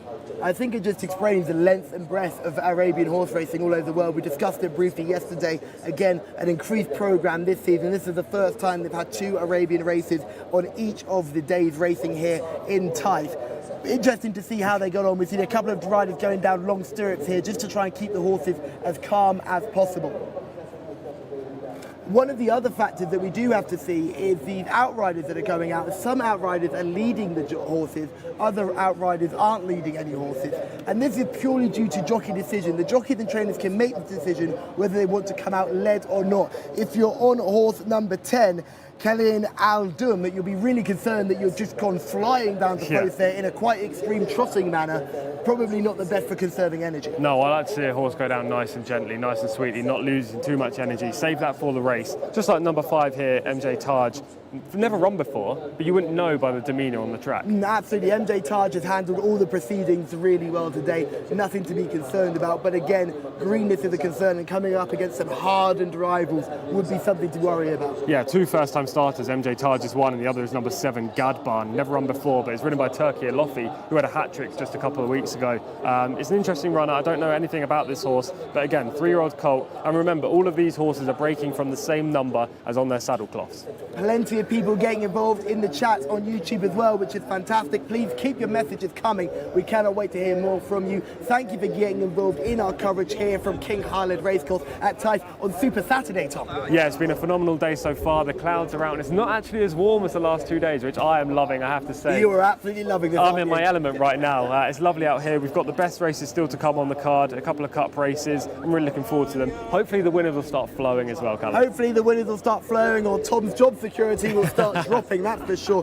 For me, Tom, what are you looking forward to in this race? Who are you looking at? Well, Vizier is the obvious one, isn't he? He's rated 95, he won last time up. He's an interesting horse. I don't like his action, but it doesn't stop him from running. I'm going to side with Nadam Al Mouk Al Khaladea because I know you're going to go for Vizier. Thank you, Tom. They're the two to plump for in this race. I like the fact that Nadam Al Mouk Al Khaladea still won despite hanging right off the bend. I think there's more to come from this 3-year-old colt. And hopefully, if he stays more in a straight line for Adel Al Faradi, who's already had a winner so far tonight, he can justify the fact that I am supporting him. It's Vizier for me, but keep an eye on Fuda Pine. I think that could be a horse that could make us all look very, very silly. But Vizier for me. Over to you, John. Thanks, Callum and Tom. Great stuff as ever. You're thoroughly briefed on this first of 2 Arabian races taking place this afternoon at Taif, and there's the lovely drone shot as well. No expense spared on the camera work here at Taif, that is for sure.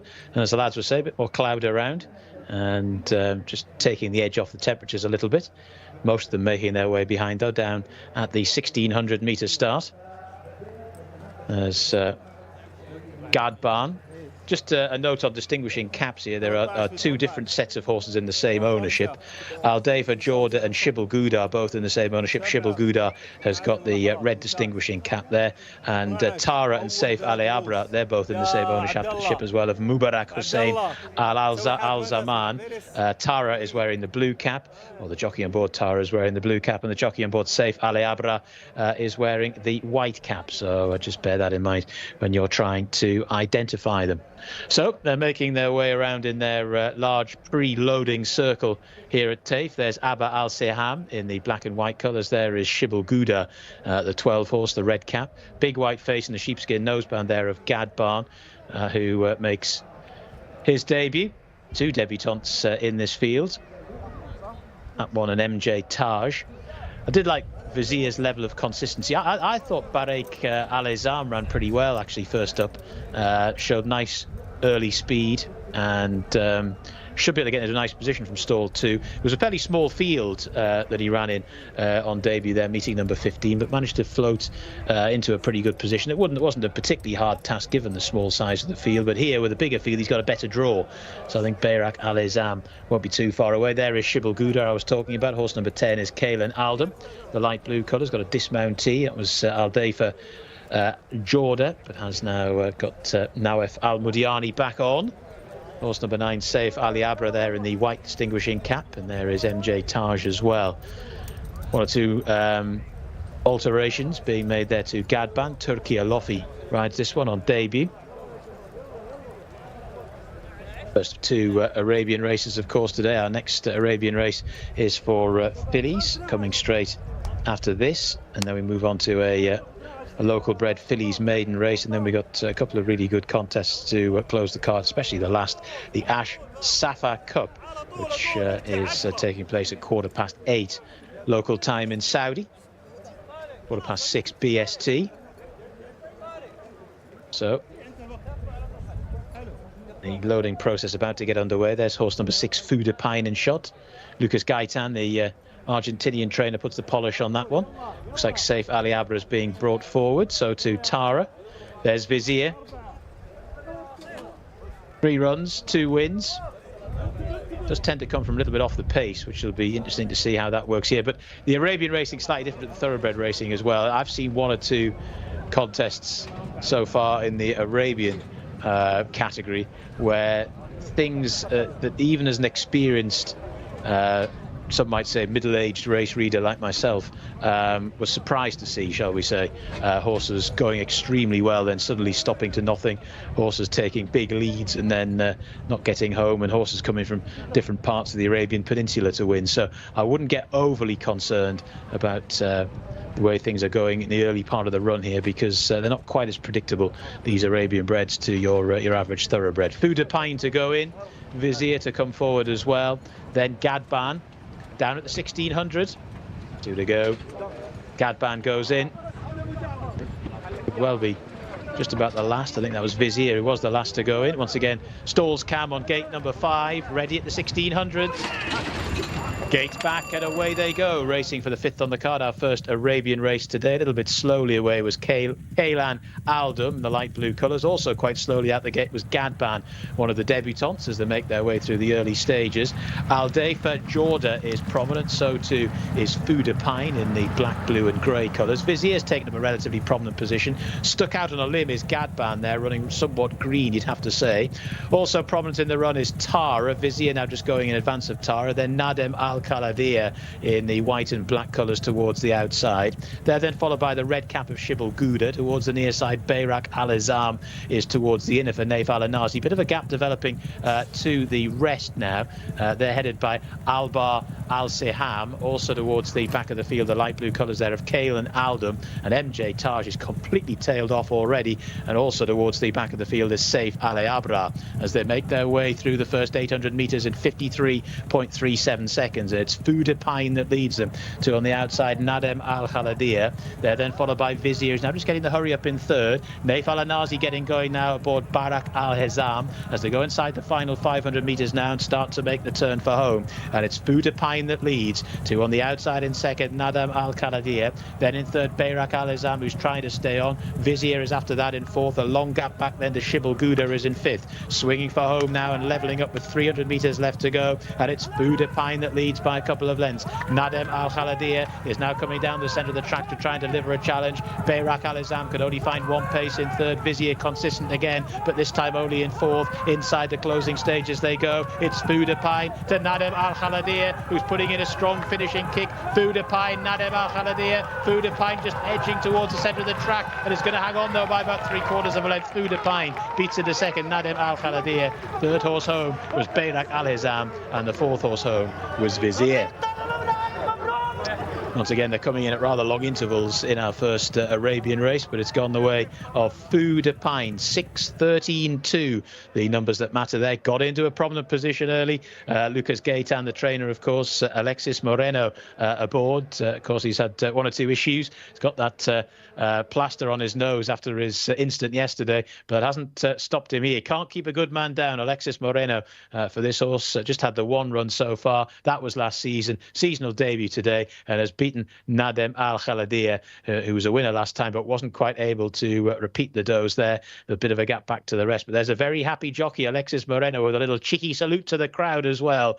He scored aboard number 6, Fuda Pine, in our first of 2 Arabian races on the card. Well done to Lucas Gaitan as well. That's your winner, Fuda Pine, by about half a length in the end at the line. Nadem Al-Mouk Al-Khaladia, to give the horse its full name. It was a bit too long for me to say in the call every time, so we abbreviated it somewhat. Bayrak Al-Izam has finished in 3rd, and you will see the ultra-consistent Vizier finishing in 4th. That was the 1, 2, 3, 4 race number 5. Still plenty to come. Back to the lads.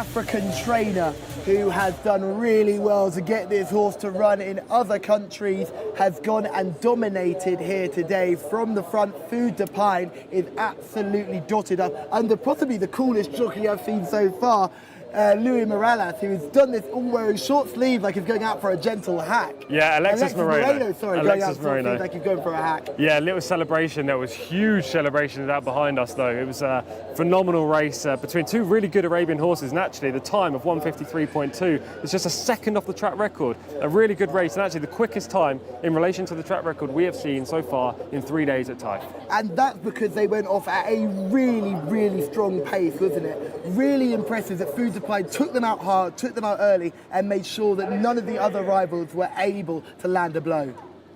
Let's hear from him now. Thank you very much, man. First time, Mabruk al-Amir, Abdullah Sabin Ahmed, Philip Collectum, Lucas, the doctor, our team, grooms, everyone, alhamdulillah. I'm asking before horses, how are you? Well, I feel good, and after this win, I'm so happy, Thank you. I'm asking for this house. Oh, mashallah, today, wire to wire, he got a good future, and inshallah, he will keep it continuing. Thank you very much.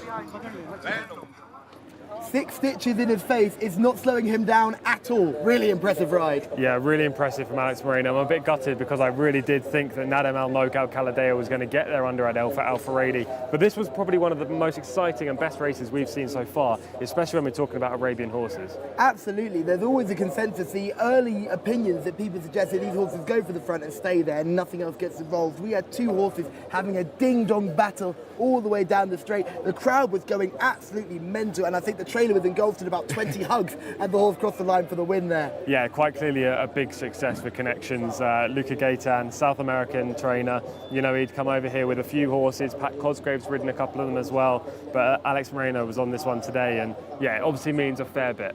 It must be great for a trainer like Gaitan to come over here with Arabian horses, which wouldn't be the done thing in South America, and actually be able to take it to these Middle Eastern trainers who have been doing this for years and years. Well, exactly. He trains in Argentina, or did before, and I don't know too much about Argentinian horse racing. I'm not going to profess to know that much, but yeah, he's come to Saudi. He's making an impression already. These silks are very well known within Arabian racing as well. So, Athbar Racing Stable giving Luca Gaitan some of this support clearly means a fair bit. And when he's able to train a winner, I mean, just look at the winners' enclosure right now. There's over 20 people in there celebrating. It's absolutely heaving, Tom, isn't it? Absolutely heaving. Plenty of people in there. And I think we could have seen a really good horse because that's Saudi debut, remember? Yeah, exactly. Only going to improve from there. It's a 3-year-old colt, hasn't run here so far.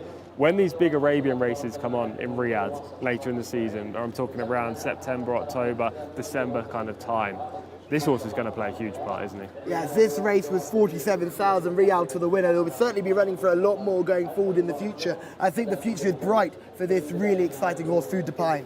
Yeah, exactly. I think the second's a really nice horse as well, I have to admit. You'd say that though, wouldn't you? Well, I would. I was hoping. Right. I was hoping he would win Nadem Al Mouk Al Khaladea, but he drew at least 10 lengths clear of the third. This was a real good battle between 2 nice up-and-coming 3-year-old colts. 2, I'm sure, are going to be winning races in the future. I remember drawn 13 took Nadem Al Mouk Al Khaladea a while to get over. That was key. But what's the rerun of the race? You could just see, just caught wide for a while, and there's a lot of shuffling. It doesn't happen as quickly as in thoroughbred racing. No, but when we've been watching Arabian races the last 2 days, I wouldn't say it's disappointing their finishing effort, but they're very one pace. They can't quicken. These 2 actually seem to quicken around the bend. They move clear of their rivals with ease, and actually, I'm very taken aback by these 2 horses. I think these are the best 2 Arabian horses we've seen by a considerable margin. By country mile. Mile. And we've got the fillies race coming up next for the Arabian horses. It'll be interesting to see what the time of that race is, because I don't think it'll be anywhere near 1:53. No, I think you're absolutely right, and you just see that bandage over the face is not stopping the smiles of the jockey there, being able to just take his time and get Alexi Moreno to come through here and take victory. He fell only on Thursday. 6 stitches in the face on Thursday. We saw the gaping wound on the face. It was a really nasty injury. He's lucky that it didn't strike an eye, otherwise it could have been really serious.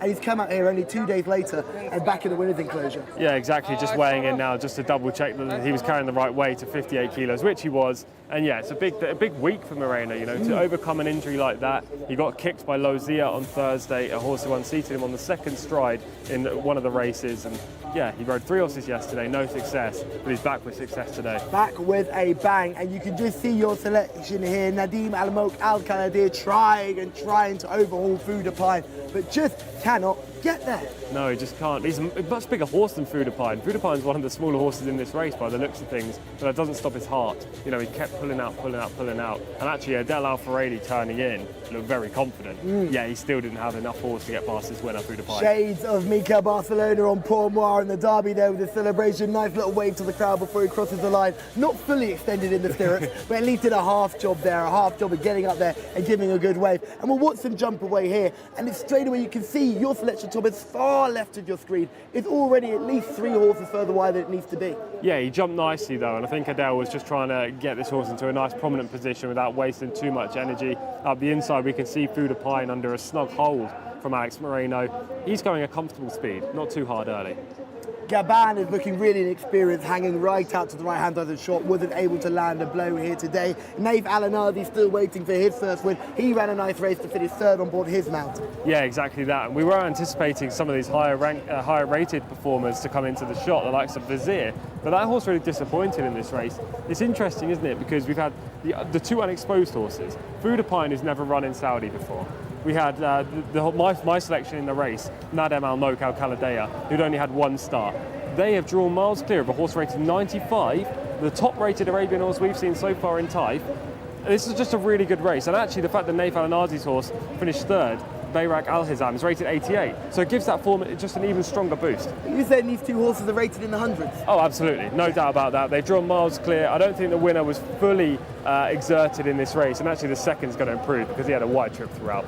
You mentioned how the jockey of your horses on the second looked quite confident, but if you look at this coming around the bend, it's Fuda Pine's rider who looks like he's got plenty of horse underneath him. Yeah. And again, we're seeing that drifting across and that greenness from Nadim Al Mouk Al Kaladir that we've been seeing before in that previous VT. Yeah, he did handle the bend a lot better this time though. He didn't go 4 or 5 wide off the bend. He actually took it nicely on his right leg. He's on his wrong lead right now, which definitely didn't help. You know, putting that right lead down first. He's changed now as we're talking. Now that's why he's able to find half a length in the closing stages. Great spot there, Tom. You're absolutely right. That's why they pay you the big bucks, my friend. That's why they pay you the big bucks. You spot these things. Unfortunately, just couldn't reel in the winner, but I think we've seen 2 very nice Arabian horses today. Yeah, 2 horses definitely to take moving forward. Put those names down, Nadem Al Mouk Al Kaladir, and your winner, Fuda Pine.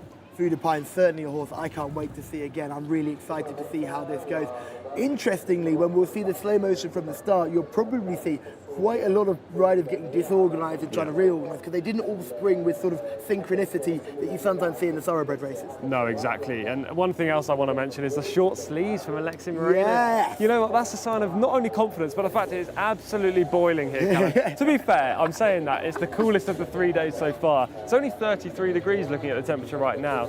But obviously Alexi was cool and calm in the saddle. If anyone is watching on the YouTube and knows any ways that Tom can cool himself while in our wide open presenting booth, we'd love to hear from you, because if I have to hear another complaint, I might throttle him. So we really need to try and find something to keep Tom cool. Tom Collins, cool down now. You know what, I think it's not helping getting a warm shouting these horses home for 2nd place. We need to shout home a winner. We're getting very good at getting 2nd. We're filling up the places, but we're unfortunately not getting our heads in front. We did mention Fuda Pine as an unexposed horse. There's no getting away from it. The rating didn't lie, and I think we have to be very confident in the ratings assessors here, because the horses that are highly rated tend to run really well. Yeah, it looks like these handicap marks are legit in 9 times out of 10 anyway. You know, we have had a couple of examples where it hasn't worked, but again, these handicap ratings are a good form guide. Shamila is with the winning owner. Shamila, over to you. I am with winning owner Prince Abdulaziz. Congratulations, sir. What did you think about the race? Thank you for this interview. Well, I am proud about the team effort between our great trainer, Mr. Philip Killington, and our team headed here by Lucas Johnson, that they can coordinate to manage and train the Foddi Bene. From when he arrived to Saudi Arabia, and thank God that everything is done in schedule and also in the right arrangement between the 2 trainers. And now we are just have a little concern about the surface, but now he proved that he can run in dirt also, and he have a great timing in Belgium for the 1,200, and now he getting the mile also in the dirt with a great also timing. We wish that we can continue this success to the Cup, King Faisal Cup, inshallah, in September. Thank you very much, sir. I hope you have many winners in the future. Thank you very much. Prince Abdulaziz Ahmad there talking to us about his really impressive winner there, Tom. And you mentioned he has quite a large string of horses in the UK, Arabian horses. Yeah, we've seen these silks all across the world, in France, in the UK. Trainer Philip Collington, who he mentioned there, Prince Abdulaziz bin Ahmed mentioned Philip Collington. He has a huge string, and you know he's obviously taken these stables into the next level, putting them on the map with his horses. And it's great that this horse has a big target as well in September, a cup race. Absolutely. Well, Tom, if you were excited about the colts, we've got the fillies coming up right next. It's the Arabian fillies over the same distance. I'm looking forward to it. I'm sure John is too. Take us through the runners and riders. Thank you very much, Callum. Yeah, the runners and riders for our second Arabian race of the day. Tagruda, no, not her. The Arabian Tagruda is horse number 1 in the hands of Mohammed Al Buhail. Horse number 2 is Kayla Aldam. Number 3 is Hadla Al Mogirat. I'll get that in the end. Tariq Al Mansour is aboard that one. Horse number 4 is Alanud. Ahmed Al Kradis rides. Tala Al Khaladia in the hands of Eddie Castro is horse number 5.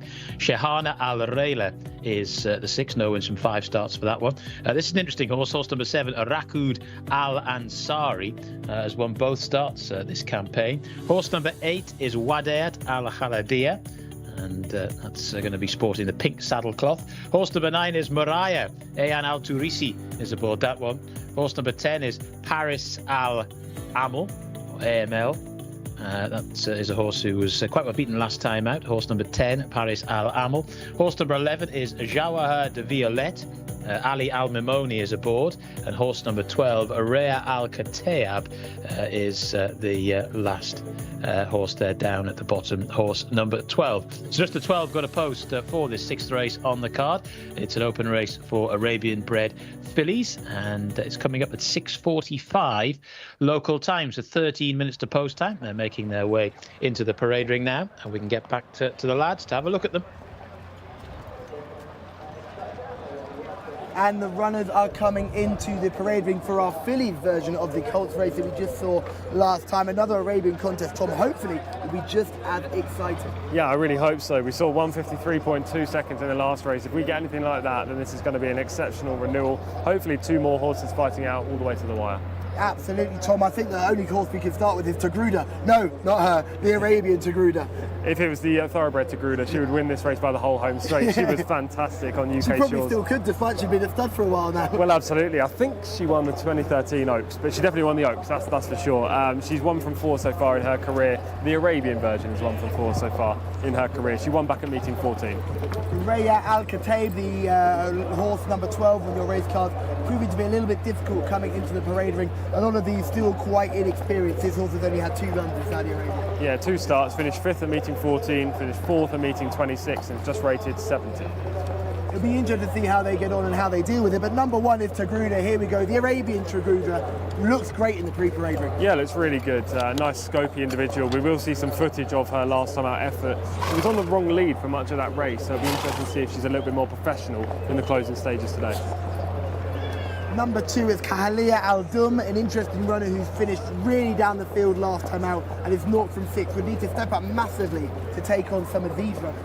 Yeah, I don't think this horse has a good chance of winning this race. She's only rated 60. She's got a lot to find. Last time out she finished 16th. If you go all the way back to meeting 4, she finished 2nd. Maybe a repeat of that run would see her in the top 3, but at the same time. Let's just take a look at Tagruda here. We've got a lovely chance to have a good look at her. She's one of the main fancies here today for us.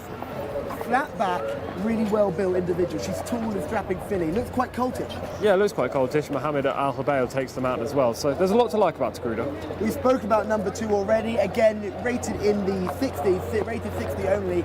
Struggled recently, but second a few starts ago. A repeat of that form would work, but again, it would be a tough ask, wouldn't it? Yeah, a real tough ask. You need to see more early speed out of this horse as well, as we can currently see the rider for horse number 3. This is Hadla Al Maghirat, an interesting runner in itself. Hadla Al Maghirat, 3 starts. was improving with each run before struggling last time out, finishing 14th. Yeah, she just ran last week. She finished 14th that time. The time before, back in meeting 13, she finished 3rd. For Alanu, it's an interesting runner, quite leggy, Tom. Yeah, I like these silks, the blue with the 3 white spots. It reminds me of the famous silks over in the UK. She finished 2nd last time, meeting 26, again, just last week. Tala Al Kaladir, another Al Kaladir, Tom. Yeah, another Al Kaladir. You love these horses. A grey filly, you certainly won't miss her. She finished 2nd back in meeting 13. Last time out, finished 9th. We need to improve. We're just getting a nice view of this Al Kaladir runner. Lovely big back end on this horse. Certainly will be able to handle the dirt. Shihana Al Beya is the number 6 in front of you. Interesting runner. Just be concerned that hasn't managed to get her head in front. Yeah, she finished 2nd at meeting 14, 3rd at meeting 11, and 3rd last time at meeting 26. She's definitely improving. Rakud Al Azri, an interesting horse. I like it. Yeah, she won at meeting 12, meeting 4 as well. She's won her last 2 starts. She's rated 85, the top rated in the field. Number 8 is Wadiq Al Kaladir. You're just seeing that in picture now. Another Al Kaladir, another grey Al Kaladir. She's only had one run this term. She's not got a handicap mark, and she finished 7th at meeting 26. She's still raw. I don't know about her. She needs to be a bit on her toes. I want to see a bit more from her, Callum. Number 9 is our debutant here, Maria, not been seen before. All of this is a learning opportunity for this filly. Well, that's the first time I've seen the silks as well, Callum. And actually, we'll turn that around. That's number 10. Number 9 may have been withdrawn. We're late to find that out, but this is number 10, Paris Alam. This is a much nicer type as well, with a nice flat back, but a big round behind as well. Striding out nicely, a lovely walk. One of the nicest walks I've seen in these Arabians. Has raced 3 times so far this season. Finished 4th at meeting 11, 6th at meeting 14, and 10th last time at meeting 26. Jawahir de Violettes is an interesting runner as well, still a maiden after 5 starts, 15th pre last time out, 12th the time before that, leads to bounce back to form. Definitely a smaller type as well, Jawahir de Violettes. And then Raya Al Kataib is another runner here that features number 12, with a bit warm in the prelims. It got a bit worked up, but certainly has settled now and looks like she's taking it all in her stride. Definitely. Blinkers on today, noseband as well. She might have a high head carriage. It looks like the number 9 is a non-runner, Maria. Never run before. That is right. Number 9 does not go to post here, so it's just the 11 going to post for this contest here. A bit of a shame with not filling the field, but again, this is the first time we've gone to 2 Arabian races per meeting, so you're expecting to see some smaller fields, but the quality has not been low so far. No, it hasn't. I'm really still taken aback by the last race with the Colts, to be fair. It was a really nice contest. A couple of good horses in there as well. This is another Arabian race. I'd like to see another star or potential star aiming for cup races as we go towards Riyadh. Who's jumping out to you already before we even look at the video footage? Probably Rakud Al Ansari. We have the video footage for that horse coming up in due course. But this horse won both her last 2 starts. You know, these horses generally, if you look down the race card, haven't been. Picture now. Just have a look at her now. Rakud Al Ansari. Interesting runner. She looks great. The video footage will just confirm that she's not just looks. I was taken aback by Tagruda though. Really impressed by the way she really shone in the parade ring. We've seen quite a few good-looking runners take advantage of their good looks today. Well, exactly. They're the only 2 previous winners in the race as well. So I think you have to come down on both those 2 horses. Tagruda's only rated 80. Rakud Al Ansari's 85. If the ratings are correct, the 7 should beat Tagruda. Kahila Aldum is just the horse in picture now. We didn't get a proper chance to have a good look at her. She's another one that really fills the eye. Bit jig-joggy that just because the jockey jumped on board and suddenly the blood is up and we're ready to go. Yeah, I think that's a positive. I want to see a horse come alive when the jockey gets on board. It shows they're ready to race. It's just like us when we get into the studio, isn't it? We pick up and become alive all over again. You do. Well, I tried to drag you with me, but no, it's going to be a fascinating race here. Al Nuj just coming through in front of us as well. Interesting runner too. I'm interested if the Al Khaladirs can get a better run today and maybe get a winner. We've been unlucky since we've been here in Taif, not seen them come out on top yet. Yeah, exactly. They're going to have a strong hand throughout the whole season at Taif and as we go into Riyadh as well. So, you know, there's no rush. Get to know their names. Certainly there'll be ones to follow all the way through this Saudi season. Yeah, 100%. And anyone, if you fancy any horse in this race, please do continue to comment on the YouTube channel. We've got lots of comments. Sultan, thank you very much for yours as well. We do appreciate them. We can read them. Sultan, we do appreciate you getting involved. Yeah, for sure. We can read them all right now, so thank you very much. If you do fancy a horse in this race, I hope it's Rakud Al Ansari, the same horse as me, then put it in the comment box. I'd like to say, if you do fancy Tagruda, please welcome to Callum Hellewell's Club of Selections. We're a big family. We're all a big group. We love selecting some winners. Let's have a look at some form, and this is the horse that Tom's really more of a fan of than me, isn't it, Tom? Yeah, Rakud Al Ansari, you just cannot miss him in this race with the big yellow socks and yellow noseband, yellow bridle, yellow everything, despite his silks, which are green and white. Made a huge move on the bend just at the start of this video footage, put the race to bed then, drifted right in the closing stages as you can see here. The horse in second just has to detour and go towards the inside for a clear run. But that doesn't stop Rakud Al Ansari winning this race, and we're actually winning quite decisively, pulling away at the wire. Are you concerned about the drift across the track there? No, because the race was already put to bed by that point. Hopefully it will be today. One horse that I'm not concerned about is this big strapping mare, Gruder. Look at her go, and she'll roll down. She give me Zenyatta vibes as she rolls down the outside here. Well, if she's got anything like Zenyatta's talent, then she'd be winning this. It's a good performance by Tagruda, but again, she's on the wrong lead for much of the race there. She just changed lead to the wrong lead there and is now hanging left. You see, in a second she might change back and then she straightens up. The second as well, also in this race, is picking up the ground on Tagruda and actually narrowing the deficit close to home. Jcsa Al Ansari is an interesting runner here because she does pick up well, and we've known this form at Taif. When they finish strongly, they're always ones to watch. I think Tagruda was taking a pull. I'm still going to be in the Tagruda camp. I think she's a big, strapping, exciting filly. Yeah, well, I don't disagree. I think she's going to be one of the leading players in this race. I will stick with Rakud Al Ansari. The drifting to the right is a slight concern, especially if she's up alongside Tagruda, who drifts to her left and on the wrong lead. But at the same time, I think she's got the most talent in the race. Number 7, Rakud Al Ansari. Looks like we're taking each other on again to hopefully we can get a winner, because we've been filling the second place almost on every race, but we need to get that one step further. What can we do to try and select a winner? We might have to do the wiggle. We might have to do a wiggle. Oh goodness, we might have to do a wiggle. But if Wigberto gets there before us, that won't be a shame either, because I think we could be seeing a triple wiggle. Sorry. The interesting thing to me is that I'm going to go for Tagruda. I'm going to take one again. I like number 1, Tagruda. Tom, are you sticking with your selection? Yeah, Rakud Al Ansari. Let's mention a couple of others quickly though. Alanud, I think, needs to improve, but last time out finished second, should be there at the finish as well based on that effort. Wadiat Al Khaladea, the connections. Any horse from this farm has to be respected. She needs to improve from her 7th last time.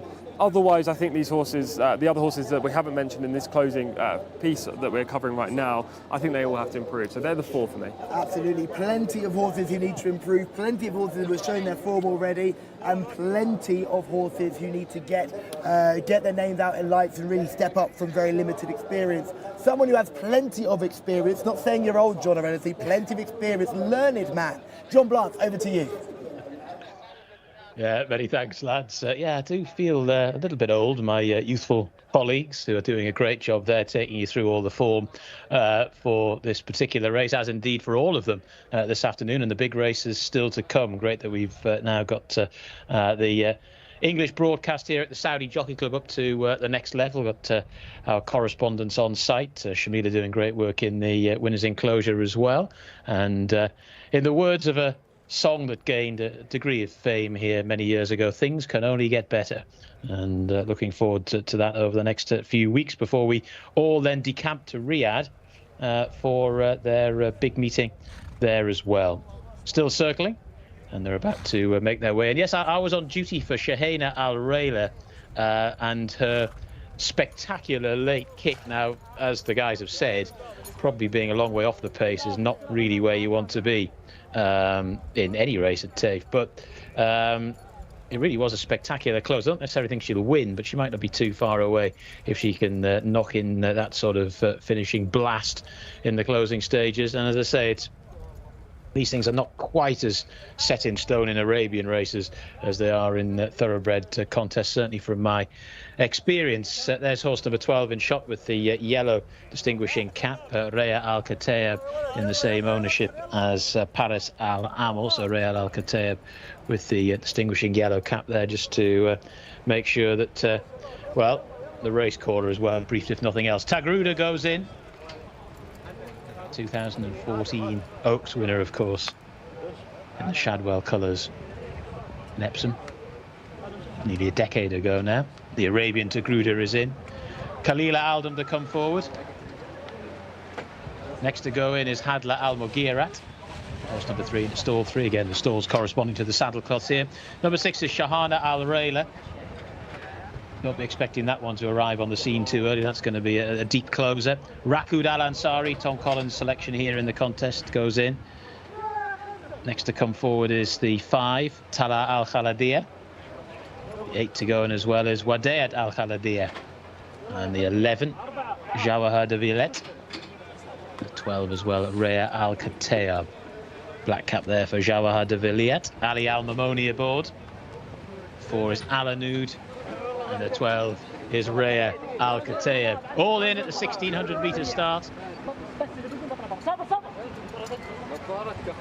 Stalls cam once more. 1600 metres.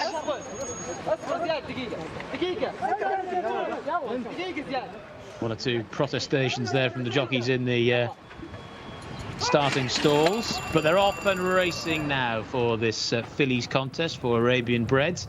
1600 metres in front of them, and a nice start made by Rakoud Al Ansari. Got a pretty prolific record at this, or in this category of race, and she got away well, and she leads to Wadea Al Khaladia, who's racing in second in the light blue colours. The white and black also prominent of Talar Al Khaladia. It's towards the left as we look at it. The black and white colours there with a white cap is Paris Al Amal. Right towards the left is Jawahar de Villiers. There's one or two of the jockeys racing wide in no great rush to try and get a little bit closer to the rail. A first quarter in 27.86 seconds as they make their way towards the end of the back straight. It's Wadea Al Khaladia that leads, to on the inside Rakoud Al Ansari. These two, Rakoud Al Ansari, just trying to sneak up the inside there of Wadea Al Khaladia. Asil Asahani's having none of that. Towards the outside, Talar Al Khaladia, followed then by Tagruda, who's now making headway. Then the blue colours of Alanoud, and now getting closer is Shahana Al Rayla, the green cap. They're followed towards the outside by Jawahar de Villiers, and they're followed by Khalila Aldam, who's towards the back of the field. So too is Hadla Al Moghirat. So they're starting to make the turn for home here, and it's the green colours, Rakoud Al Ansari, who leads them at the moment by a couple of lengths to Wadea Al Khaladia, who looks a little bit vulnerable now. Staying on round the outside is Alanoud, the blue and white colours, followed then by Talar Al Khaladia and Tagruda. The rest have got plenty of work to do. They're headed by Shahana Al Rayla, but they've swung for home inside the final 300, and it's Rakoud Al Ansari that leads. Here comes the 4 now, though, Alanoud, who looks the main threat down the centre of the track, but it's Rakoud Al Ansari. 2 wins thus far this campaign. She leads, the stride shortening a bit, but she's still got 4 or 5 lengths on Alanoud, who's trying to get going later at the moment. Still has a bit to do inside the closing stages now. Rakoud Al Ansari is a tired Arabian filly, but she hangs on to, in second position, Alanoud. Third horse home there was Shahana Al Rayla, who was once again persevering to the line. So that was your 1, 2, 3, 4th in a moment. Rakoud Al Ansari, one for the studio. Tom Collins flagged this one up, and he was absolutely right.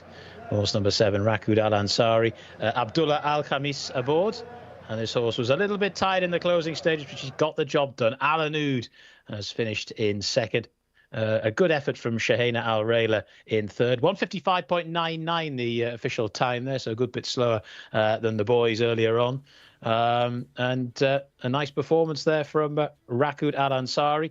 Horse number 6, Shahana Al Rayla, confirmed in third. We'll take a look at the slow motion as they cross the line to give you the confirmation of all those positions.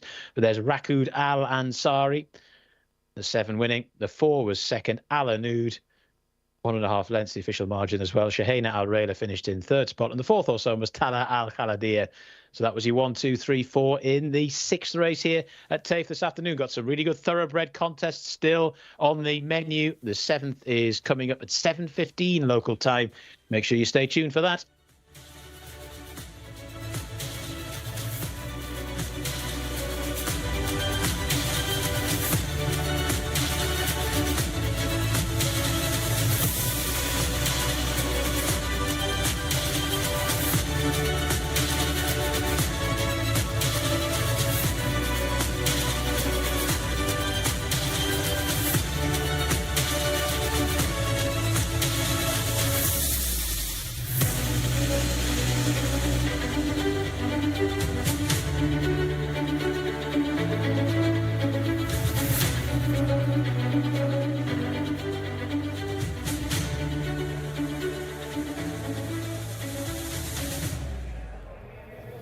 In a shock as much as snow in the Sahara, as shocking as the fall of the Berlin Wall, Tom Collins has tipped a winner, ladies and gentlemen. Congratulations, Tom. Well done. Great tip. Thank you, mate. It's been 6 races today, 6 races that I've been waiting for a winner, and we finally got one on the board. A very good ride, and you know, the key part of the race, and we'll see this in the replays, was burying up the inside, making sure that this horse continued to have that passage, covering the fewest amount of ground as possible in this race, and she was just too strong. You were doubting her in the closing stages. I was a doubter in the closing stages. I thought she'd fallen into a hole, but Abdullah Al-Khamis really did as much as he could to get her home and really stole a few lengths on the bend. It was not for catching. Yeah, exactly that, and she actually broke very well as well, Rakud Al-Ansari.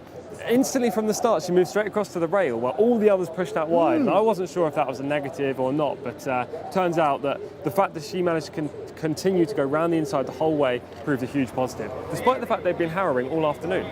I think it's interesting to say that these Arabian horses, they must have to get moved out wider earlier to sustain their challenge. They tend to roll on that one pace. So when you see a horse that's not doing that, so you're a horse in front, you can get to the rail and you can cover the least amount of ground and you have to no worries about traffic problems. Everyone else is fanning out. We'll see it when we see the replay. They've almost gone down in a line of 9 to get to that first bend because they just want to see a clear path. Yeah, these Arabian horses, as we've touched on the last couple of days, they have one speed, and that speed is as fast as they can possibly go. So I think all these jockeys have the aim of getting them up to that speed to start with, and the best way of doing that is to get a clear run. Fortunately for myself and anyone else who was supporting Rakud Al-Ansari, Abdullah Al-Khamis was against the rail and saved as much ground as possible. We spoke to Al Nude's trainer beforehand. He really bigged up her chances, but unfortunately she just couldn't reel in your selection, but a very good run. Yeah, Al Nude ran very respectably back in second. This horse finished second last time out at meeting 26 as well. Finished second back at meeting 12, so it's constantly hitting that crossbar, but it's very consistent. And I think consistency is truly valued here. We've seen Jasmine with the horse earlier on in our card, consistent all the way and always ran to her best efforts and always placed well. You can just see here, this is a real great view of a shot of a horse who's in front, who has nothing to worry about except where the line is, and the jockey always knowing that he's got enough under the bonnet to get home.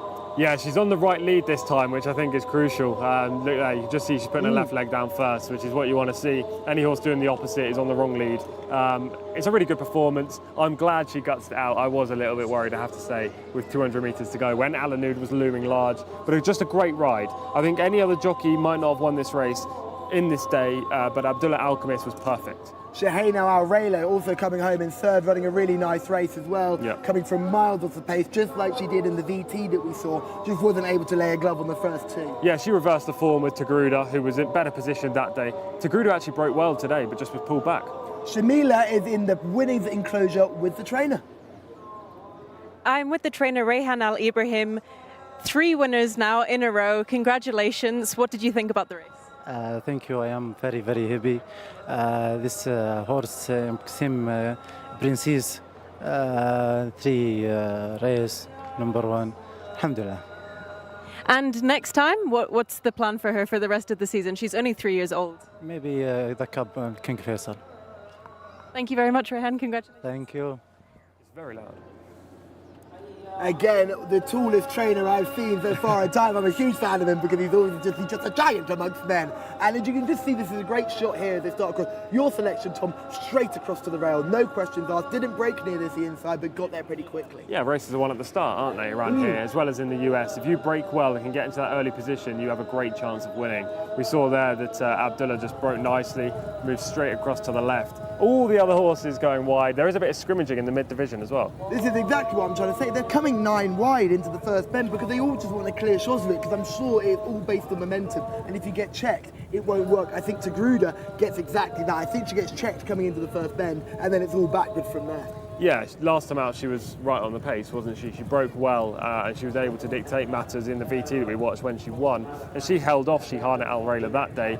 The form was reversed today, probably because she wasn't able to get into that position that the eventual winner Rakud Al-Ansari did against the rail. This was the crucial part of the race. You know, Abdullah Al-Khamis could have pulled back there and could have waited in third position, knowing that he had a lot of horse underneath him. But no, he buried his way up the inside. This horse's ears is a pricked at this stage. There's obviously lots in the tank and he just wanted to use it early. And suddenly the alarm bells are ringing, especially if you're on the second Wadid Al-Khaladir. You're thinking we made a game-winning move here. We pinned right up to the outside of the good thing, but we just can't land the blow. When Abdullah said go, the horse just leapt off in front. Yeah, exactly. And what we need to mention to people who might not have been to Taif before is the fact that that bend is long and sweeping. If you can make the move right at the top of the bend, you can gain 3, 4, 5 lengths on fading rivals by the end of it.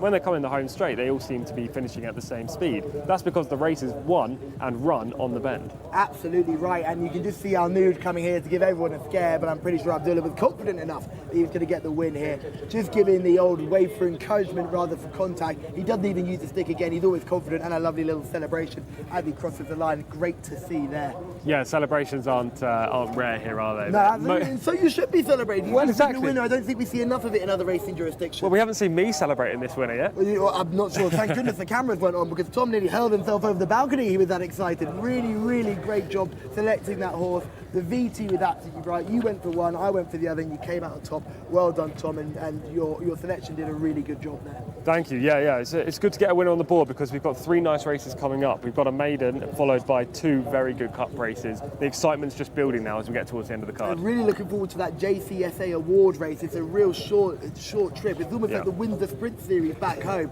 You're not seeing the highest rated horses, but it's giving a good prize fund to horses that might not be quite at Sprint Cup level. No, exactly, and it's local breds as well, much like the next race, local bred. So we get to see the quality of the home horses.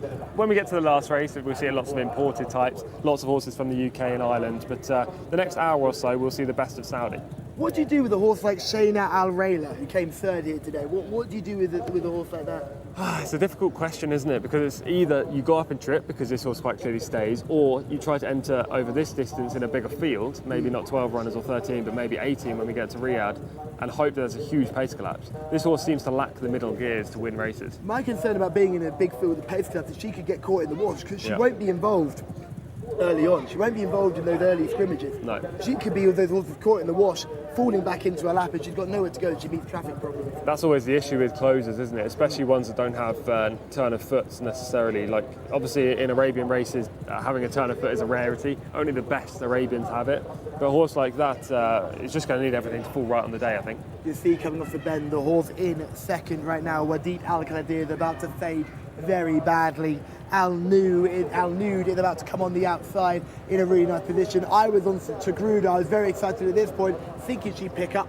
She didn't, and her race was already run. But Al Nood is the horse that's making the most ground. And there you see Shalina Al Rayda, who's just coming down the inside, gets the golden highway, just manages to sneak up the inside of Wadid Al Qadir, gets up the inside and secures third. She's always finishing strong. If we were looking at sectionals of each time, she'd probably put up the quickest final section. Absolutely, but did you see how she notably slowed down when that horse was in front of her and she had to look for the inside passage? It looked like she was really catching the leaders, but when she had to burrow the way up the inside, she stopped. The time of that race was 1:55.99. That's almost 3 seconds slower than the boys in the previous race. But we have to remember the Colts ran an exceptional race. That's still a very good time. Yeah, absolutely. That was a very good time. They were only 3 seconds slower than standard.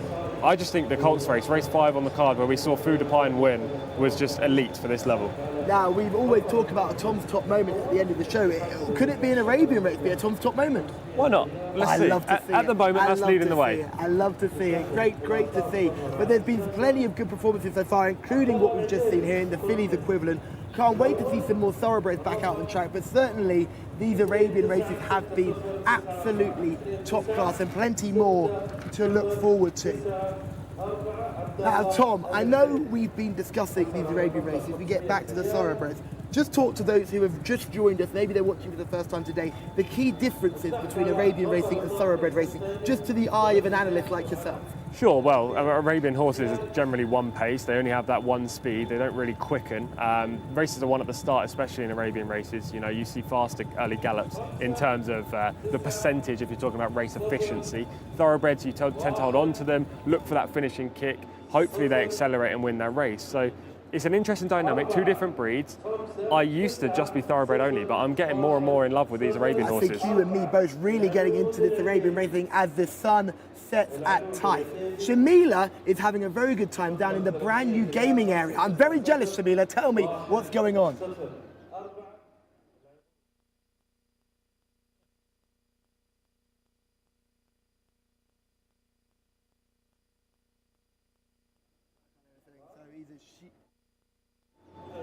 Shamila's having so much fun. She is having so much fun that we're not able to hear her. But one thing we're going to discuss, because the one thing I need to discuss is that basketball shot, which I'm not sure Shamila's ever going to make the WNBA with that level of form. It was more of a kind of an old kick there. Wasn't quite offering what she needed to do to hit the rim there, but hopefully next time she'll get some practice, try that again, and hopefully we can get back to her and hear from her again. She'll be in the women's NBA before we know it. I tell you, she hit the rim. She hit the rim. She hit the rim. Next time. Close. Tell you what, round 2 in a second, straight in the net. Net only. 10,000 hours of practice, and that was saying 10,000 hours of practice. Practice session number 1 has just occurred there. That's interesting that our next race will be at the 2,000 metre start, which is right down behind the gaming area. Fantastic new initiative from Taif Racecourse. The great thing about this is the public can get right down there and see the horses jump out the stalls. Well, yeah, it just gives you that extra insight as well. Like if this is the first time at a race course, whether you've been to a race course 500 times, it's great to see the horses in front of you. Obviously, we see them finish the race, but they're not all together at that point. You have the horses out in front, miles in the lead. You've got the horses potentially over their heads and facing a superior opposition right out the back. But here you get to see the phenomenal horse factor of them all breaking out at once. That's the thing you mentioned, and I think there's something quite magical about seeing a group of horses all leap out the stalls all at the same time. It's a fascinating thing to see. The only thing like it is 100 metres in athletics when everyone comes out of the blocks. And you can never get out of the blocks, you can never get down that close to the 100 metre start. It would be carnage at the Olympics. Could you imagine everyone lining up, clamouring to get close to the 100 metre start? It would be madness, but you can get so close to our equine athletes and see them leap out of the stalls. We have got a maiden contest coming up next. It's a local bred fillies contest. On paper, wouldn't scream you out excitement, but we've got plenty of horses who are unexposed and are still on the upgrade, and some with more experience who are hoping to use it to the best of their ability. Yeah, exactly. It's an interesting race. This is like the warm-up to the 2 cup races later on the card. The amuse-bouche. Yeah, look, you're cultured me, cultured. Giving that little bit of culture to you, I like it. That's the term I used yesterday. This is a very nice little maiden. You know, for the Saudi race, for the Saudi breds, for the fillies as well. There are some horses in here that have had plenty of experience, horses that need to improve a drastic amount. There are a couple like Zircon, number 14, who will come to, I'm sure, in the next few minutes, who have been placed on their last 3 runs and look like they're banging on the door to win races. And there is an owner in here who just wins races for fun with a jockey called Roberto Ramos. Could we see it? Could we see it? Could we see a triple wiggle? Oh, I'd love to see a triple wiggle. However, there's one other thing I would like to talk about is Zircon straight away. Because I think this horse, we talk about improving form and solid levels of form. Look at the last 3 starts, third, second. It's getting better with every try. I'm pretty sure Zircon will be highly selected today. There'll be plenty of people who want to think Zircon can win. If you think Zircon can win, please get in touch with us on the YouTube page. Get in touch, let us know what you're thinking, let us know how you're getting on, let us know if you're on Team Tom or Team Callum. It's not quite the Twilight series, but it's close, I feel. I don't think we have the good looks and charms to go with those guys, but certainly we've got a good rivalry brewing here, Tom. We do have a good rivalry brewing. Also, if you are watching us on YouTube, do subscribe to the Equestrian CR channel and whack a like on the coverage as well. We do appreciate it. Turn on the bell notifications too. We'll always know when we're live. Exactly that. And just back to Zircon, a horse, before we go on to number 1 that we can currently see in shot, rider Thurb Altimiyat, who takes the mount, is yet to have a winner, but I've been impressed with him in the saddle. Shanat Gala is the horse that we can see straight in front of us here. Number 1, small type, not really catching the eye in the parading. I'm not taken by him. Yeah, she's by the US stallion Tamam. I don't know too much about him, to be honest. She's had 3 starts this year. She finished 5th on meeting 17 and definitely needs to improve on ratings. Jadel Kahir is another interesting runner, number 2. We've got video footage for her. She's a fascinating runner. We've got that lovely close camera shot. You can see her. She's a gorgeous looking type, isn't she? Really caught the eye in the parade ring. Looks like she's got the earplugs in too. Look, beautiful. And Shamila, apparently we can get back to you. Is your basketball shooting got any better? Many apologies for that, but it's probably for the best that you didn't see my basketball skills and that I missed every single shot. But we've got basketball games over here. We've got hit the can with the tennis ball. We have ring shots. We have a stage for lots of entertainment. We also have virtual reality gaming here as well. Lots to think about, lots to do, and this area is basically made for the kids, for the families to enjoy at the races, mostly for people who don't come racing that often. The kids can have a great time. There's a little playground. It's all down by the 2,000 meter mark, and come and have a great time. Mila, we will have a great time, and Tom and I are already saying we'll be heading straight down there for a game of FIFA, because those boys look like they were ready to take us on, and we're more than ready to go up for the challenge. Also up for the challenge is number 7, Asri.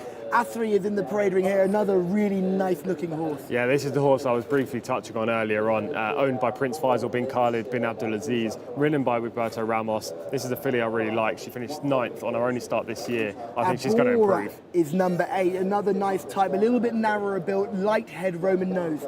Yeah, 0 from 6 so far. She's another 3-year-old filly, like all of these in this race. She again finished 9th, this time at meeting 21. Sayda Al Raya is another interesting horse as well, much bigger built, much rangier type, certainly more eye-catching than some of those we've seen here.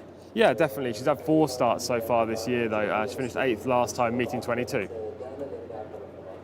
We need some confirmation of the actual field, and we see Asbat Dana making her way around the parade ring. So over to you, Balanci. Thanks, Callum. Yep, we've got quite a big field to get you through here. Horse number 1, Shehanat Gala, in the hands of Ayad Al Turisi. Horse number 2 is Jadael here. That's the mount of Adel Al Furedi. He's been on the score sheet today. Horse number 3 is a non-runner. 4 is Wardat Always, Luis Morales. Horse number 5 is Nuta Al Hijaz, Nawaf Al Fayrouz. Horse number 6 is Oral, in the hands of Camilo Ospina. 7 is E3, Wigberto Ramos. 8 is Abura, Rayan Al Tuaish. Horse number 9 is Seda Al Derea. That's the mount of Ali Al Mutib. Horse number 11 is Athbat Dana. 13 is Al Harsha. 14 is Zircon. 15 is Nasrat. That's the mount of Eddie Castro. 16 is Batulati. Rodriguez Jose is aboard that one. 17 is Exar. Ahmed Al Kradis is riding. Oh, sorry, Abdullah Al Kradis. Bint Lahad is horse number 18. Fayed Al Furedi is aboard that one. And we've still got 19, 20 and 21 who are running as well. They are the required reserves in this field. Shuk Al Said, Sana Noura and Al Saudia Al Osma. They're ridden by Fawas Wanas, Khalid Al Mamoni and Mohammed Al Daham, respectively. Horse number 16 in the parade room, Butulati, is an interesting runner as well. Number 17 also coming through, Jcsa. What do you make of Jcsa, Tom? Yeah, quickly touch on Butulati. Only run once this year, finished 16th at meeting 26. She's by an Irish dam. Jcsa has had 9 starts, finished 11th last time at meeting 26 as well. She will have to improve. 18 is Bint Lahad, another interesting filly, an eye-catcher. She certainly caught the eye. She's a nice-looking type. Again, she needs to improve. She finished 11th last time, 13th the time before, and only has a rating of 47. We didn't get to see number 15 as well, Nasrat, ridden by Eddie Castro. Hasn't had too many mounts today. Yeah, haven't heard much from Eddie today, but this is Shuk Al Said.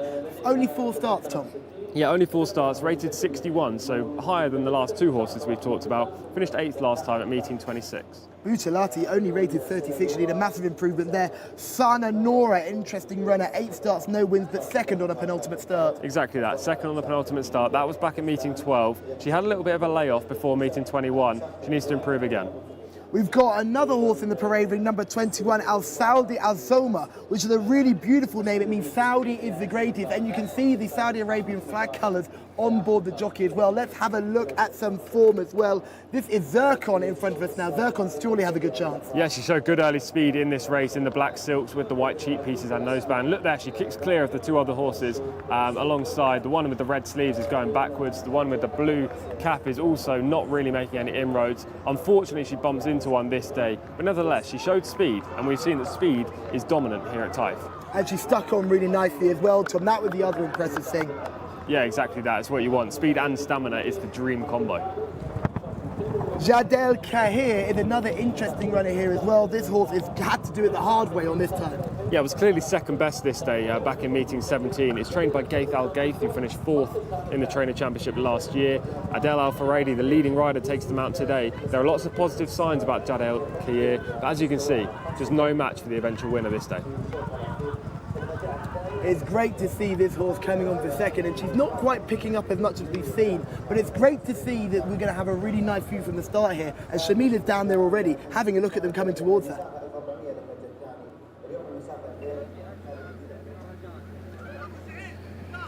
Well, you know, I was just having a great time at the gaming section, and the start is right here at the 2,000 metre mark, and the access that we get is unbelievable. I'm within touching distance of the stalls. The horses are just making their way down now, and what happens is that the horses come down here, all the stall handlers get out, they walk the horses round, there's vets, there's ambulances. Everyone is here to make sure all the horses are sound. The vets make sure the horses are sound before they load in the stalls. If anything is acting up, they make sure that everyone's safety is paramount. But generally, the horse that I'm looking forward to today is number 14, Zircon. Hasn't had a winner yet, obviously it's a maiden, but one of the most highly rated horses in the race, has been super consistent this season, and I think he's onto a winner. Now, Shamila, you're down there, and it's great to see you down there. Talk about what's going on when a horse goes into the middle and the jockeys jump off, and they seem to be doing some sort of tack adjustments. It's totally normal for the jockeys to get off their mounts sometimes, readjust the tack. Totally normal, because sometimes the saddles can slip back when they're coming down.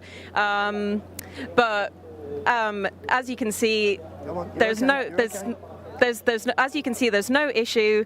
The horses are kept super calm, and the jockeys just get out of the way until the tack is readjusted, or if any of the horses are acting up, the jockeys generally dismount, they load the horses, and the jockeys mount the horses while they're in the stalls.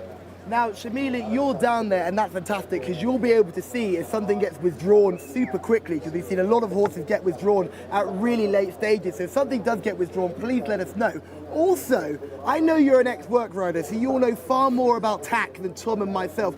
What are they actually adjusting there? I know it's a girth, but explain to us this racing saddle and this racing girth. Yeah, racing girths are basically totally made out of elastic, which means the horses can breathe a bit better. So sometimes if they're not done up super tight, they can just slip back. Obviously racing saddles are tiny, but you can see the martingale is attached to the saddle and goes around the horse's chest, which ensures that the tack doesn't slip back as much, especially if the horse is really skinny.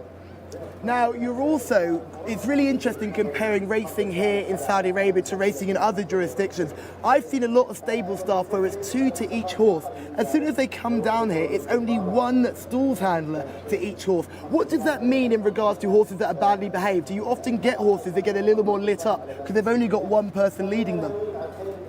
Yeah, absolutely. But as I said before, these stall handlers are so experienced, and the horses tend to get a bit worked up in the parade ring because the jockeys aren't on them yet. They can hear all the sounds of the race course. Once they get down to the start, it's so quiet, and they're usually a lot more relaxed. Perfect. Thank you, Shamila. A couple of other questions now, because you're so close. I can't believe the amazing access we get down here. Who's caught your eye walking around? We know you like number 14 Zircon, who we really like, but has anyone really caught your eye just through your equine knowledge, seeing a horse that's really kind of blown up in your face? One of the horses that's really caught my eye here is the one that's ridden by Wigberto Ramos, and they were just adjusting his tack as well, but he looks like a stunning horse. Horse number 7, Asari, really interesting selection, as we can see them getting led up in front of her. Look at these amazing camera angles. We can see the horse loaded on the outside coming from gate 18. This is Bint Lahad, interesting runner. Getting a little bit concerned about how he's going in forward. For me, my selection is Zircon. I'm going to stick with my guns, but I do like Shamila's understanding of horse number 7. Yeah, horse number 7 is my pick, A3 as well. I really like the Prince Faisal and the Wigberto Ramos connection. Hopefully this horse can make it second time lucky this year. You go for A3, I go for Zircon. John, it's over to you. Thanks, guys. Yeah, good stuff there from Shamila down at the start as well. There's horse number 15 going in, Nasrat. Big field here, maximum field of 18 runners. This is Shahanat Garner to come forward. Horse number 13 is Al Harsha. The 11 is Athbadana. And 21 there is Al Stadia Al Osma. Another good Arabic lesson there from Callum. Someone's got his phrase book at home.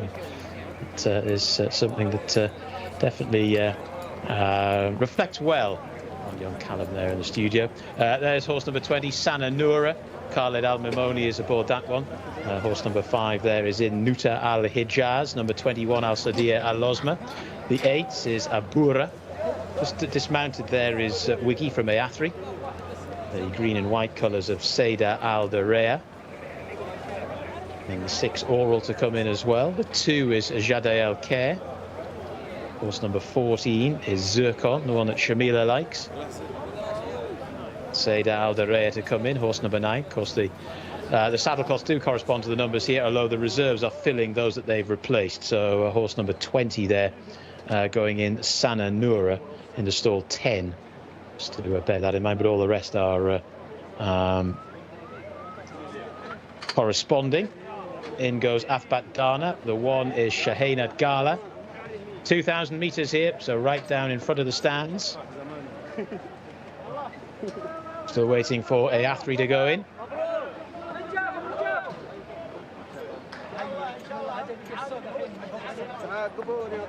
Still got Sana Noura to go in too. Stand by. They're ready.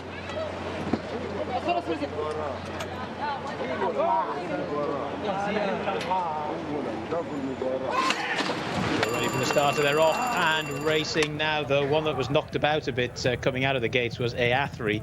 That one has gone back in the field in the early stages. Prominent in the run is Al Sadia Al Losma, the green colours. The green and yellow colours also is Shouk Al Said, one of the reserves, and rushing forward now into a prominent early posse is Bint Lahad, but she's expended quite a lot of energy to get there.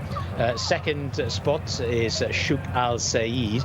Also prominent in the run right up the inside there is Jada El Kia, the 2 horse. Then right round the outside in the green colours is Al Sadia Al Losma, who's still in the front rank. They're then followed up the inside by Oral in the black or the dark blue and white colours. Another one that's prominent there is Sana Noura, and then right up the inside of Sana Noura is Nuta Al Jihaz. So they're making their way towards the final 3/4 of a mile, the final 1,200 metres or so. And it's Bint Lahad who's just about the leader here, I reckon, to in second position Shouk Al Said. They're then followed in third spot by Al Sadia Al Losma, so the reserves very much to the fore here. They're then followed by Jada El Kia, who's racing in fourth. Gap then of about 3 lengths to Nuta Al Hijaz, who's up the inside. They're then followed by Oral, who's on that one's outer, and also there in that sort of middle rank is Sana Noura. They're then followed by the yellow colours of Abura, who gets the first mention, then the green and white of Seda Alderea. The rest are all in varying degrees of struggling at the moment. Butulati or Batulati is in rear of mid-division at the moment. Right at the rear of the field at the moment is Ayathri as well. Wiggy will do very well to win from there. Down towards the final 500 metres they go, and it's Shouk Al Said that leads them. To in second position Jada El Khair, and Jada El Khair now goes on. To in second position Shouk Al Said, then Sana Noura, who's now making headway. The red sheepskin noseband, the black cap, now in the second as Shouk Al Said is fading. They're then followed in fourth position by a staying on Nuta Al Jihaz, but they've swung for home now, and it's Jada El Khair who's out in front, and really now piling it on out in front. To in second position Sana Noura down the centre of the track. They've paired off from the rest, who all look very tired, and it's Jada El Khair by 4 or 5 lengths deep inside the final furlong now, and Jada El Khair is going to win this in the end pretty cosily. To in second Sana Noura, they were the first two over the line. A yawning gap to third Wadat Always, who got going from a different part of the Arabian Peninsula to finish in third, and Shehanat Gala has also stayed on from the back as well, but the first two were well clear of the rest there. And it's gone the way of Jada El Khair in the hands of Adil Al Faradi. That man strikes again, a double on the card for him. Sana Noura, one of the reserves. The reserves have showed up well for a long time there in that race, but they were well clear. A yawning gap developed to the rest. Quite a few of those never really got into the race at all in any meaningful way. Staying on quite well was Wadat Always and Luis Morales. He was a long way back in the run in the early stages. They've obviously gone quite quickly there, but it's the 2 that's won in a time of 2 minutes 16.20. So all the 2s there. Jada El Khair, the winner for Adil Al Faradi. Like I say, second win on the card for him. Wadat Always did finish in third spot. So we can see them over the line now in race number 7. Jada El Khair to Sana Noura, and Wadat Always 2 lengths the winning distance as given from the judges' box. Wadat Always has got into third. Tough to wait a long time, though. There is Wadat Always, the horse in the grey colours. And it's tight for fourth, actually, probably Shenat Gala, who's also come from a long way back to finish in fourth spot. So that was race number 7 on the card. In the end, a nice performance from the 2, Jada El Khair.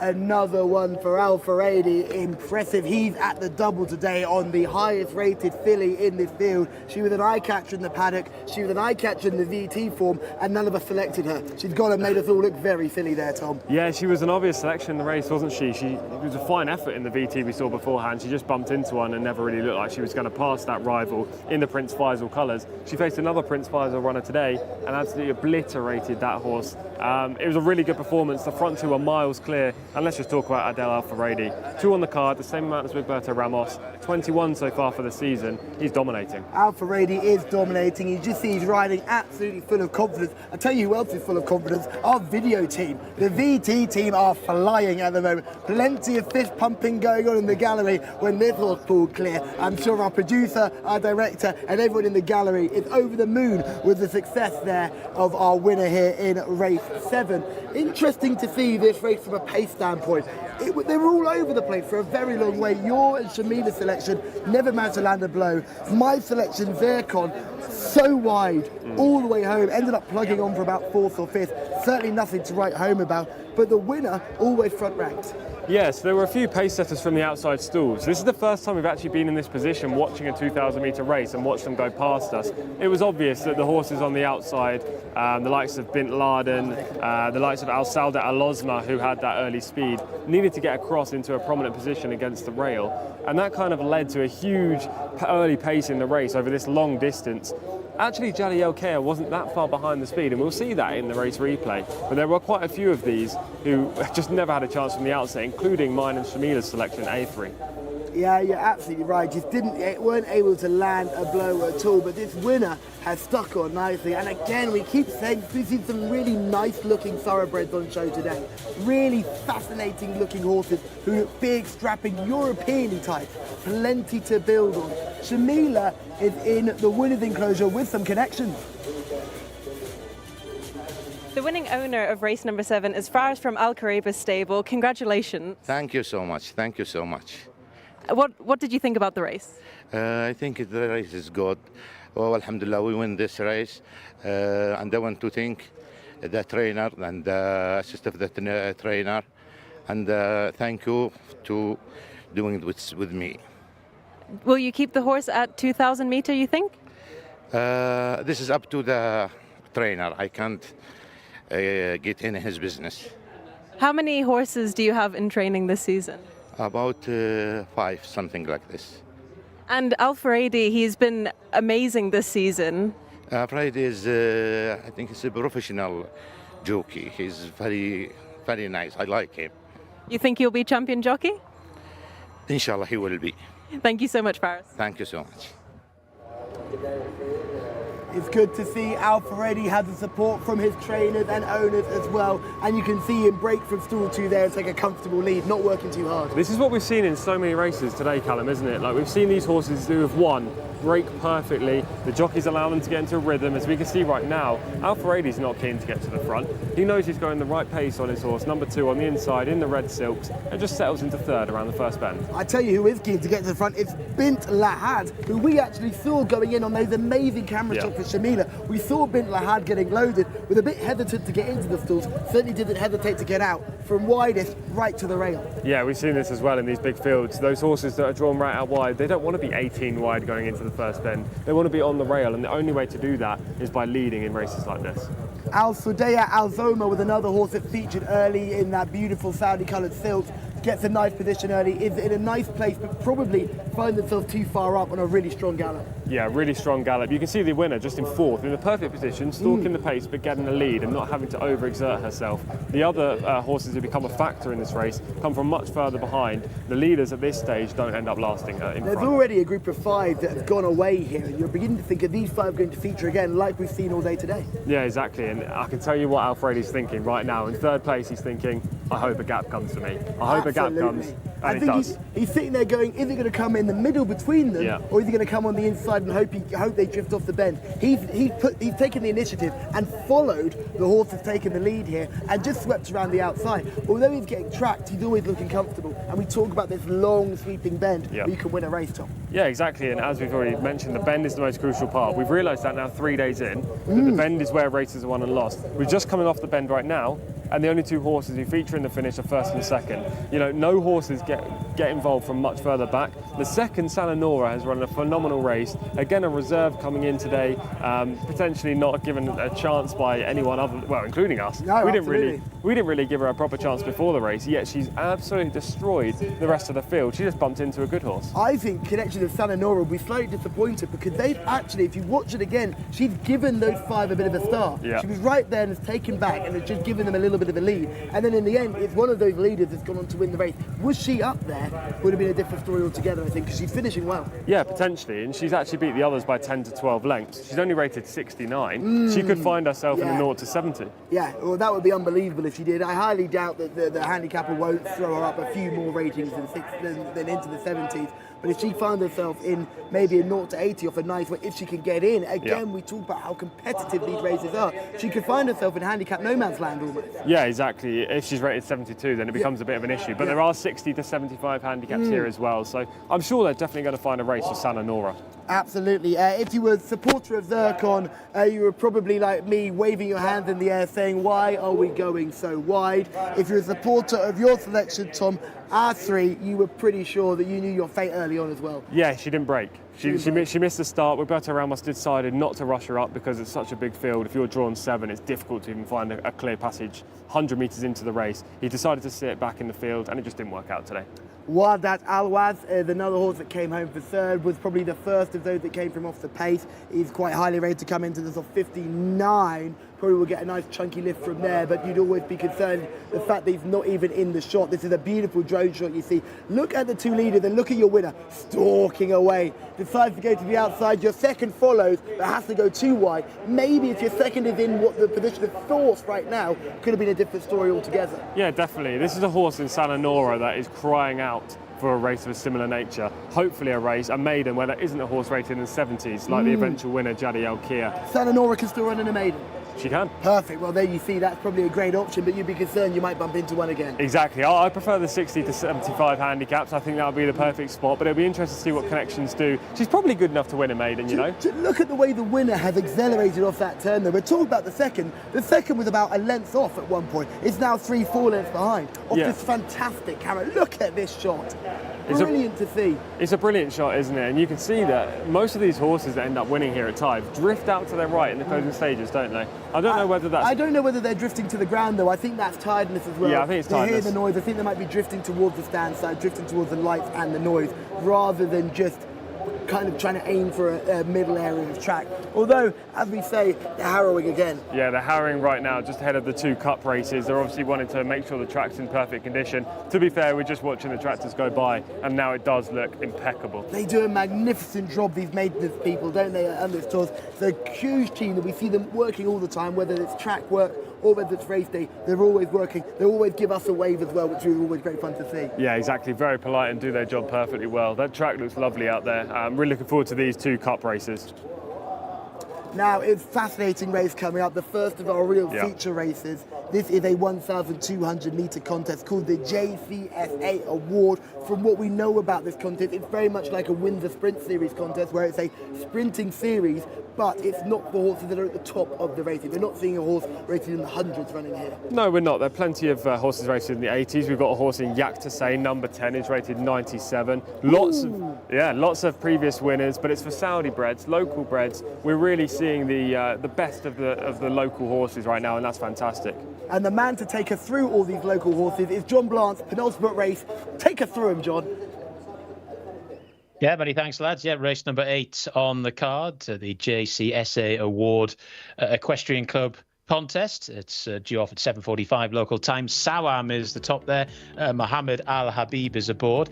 Al Shoraya is the mount of Turkey Alofi. 3 wins from 26 starts for that one. Horse number 3 is Hal Tara, Alexis Moreno. Deadly Finisher, Fawas Wanas is horse number 4. 5 is Woodman, that's the mount of Mohammed Al Shamari. 6 is Alkash Al Tarub, Eddie Castro rides. Qaida in the hands of Luis Morales is horse number 7. And 8 is Tarabot in the hands of Naweth Al Mudiani. Horse number 9 is Yamtaz, Wigberto Ramos. 10 is Jcsa in the hands of Adil Al Frouedi, that man again. Horse number 11 is Entahad in the hands of Camilo Ospina. Horse number 12 is First Line. That's the mount of Naif Al Anazi. Number 13 is Najm Al Medmar. That's the mount of Mohammed Al Buhail. And horse number 14 is Akko Sarah. Abdulaziz Al Yesh is riding. So that is the full roll call for the 8th race on the card, the penultimate. There are the 3 Musketeers. I've got that in as well. Making their way into the parade ring. The horses in the colour-coordinated handlers as well are making their way in. So high time we got back to Callum and Tom. John, I knew you were a man of good taste. I've got all 3 of us to say the 3 Musketeers, and I can't wait to get to know them more as we spend more time here in Saudi Arabia. This is a fascinating contest for good, strong, local bred horses. Yes, exactly that. We've got a big field as well, a field of 14 runners. It's a really interesting race. There's one horse I absolutely adore in this heat, and I'm going to say confident, but I can't be confident when I'm selecting a Camilo Ospina horse. As much as I love the rider, he hasn't won on any horse I picked so far. Hopefully, this is the end of the drought. The Camilo Ospina drought could end today with this selection. You did really well in your selection on the penultimate race. I'm sure you can do it again today. The last race will draw a line through it. It was carnage. And still, the VT team had a winner. So someone in the production team got themselves a winner. So that's really, we're all a winner there. Well, exactly that. As long as someone picks the winner, that's all good. And I just saw the horse I like going through into the paddock. Did it fill the eye? Wow. Oh, we got a wow. We got a wow. Number 13 is giving me a wow as well. This is Najm Al Demar.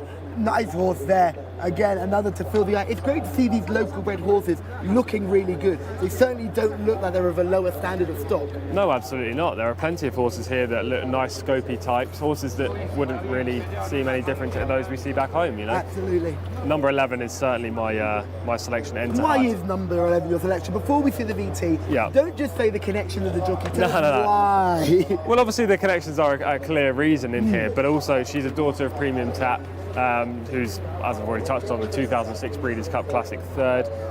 When we watch the VT, you will see how powerful this filly is. She blew that race apart, and I fancied a Camilo Ospina horse yesterday from the front. Finished second in our feature. I think this one will go one better. This is number 5, Woodman. 1 win from 12 starts, first run in Saudi Arabia. Yeah, rated 76, 1 win from 12, as you say. No runs yet this year. I think fitness is an issue. This is 6, Al Kash Al Troub, an interesting runner in himself. Fascinating pedigree and profile here with 2 wins from 9 starts. She's by take turns out of a dam called Lay Ayoun Shatan. She's ridden by Eddie Castro, as we've already touched on. Hasn't had too many rides today. Kada is number 7, 1 win from 7 starts. Grey horse, nice. Again, not seen so far this season, but Louis Morales takes the ride, and the middle draw is good. Really fills the eye, doesn't it? Short couple, big backs, totally designed for the dirt. Number 8 will be Tarabot. Tarabot has 3 wins from 27 runs, one of the more experienced runners in our field. Yeah, she's a 5-year-old gelding. We've just seen a couple of 4-year-olds, so she has that more experience. 27 starts, 3 wins, as you've touched on. Also by sire the Factor, the same as Woodman, number 5. You can tell she's a filly, she's lightly built, isn't she? She's a very light frame on her. Certainly, you could see maybe not set for the hustle and bustle of a contest like this. No, probably not, and also she'll improve for the fitness run. Absolutely, she'll improve from this 100%. Definitely, this is her first run back here. Yamtaz is number 9, 4 wins from 22 starts, prolific.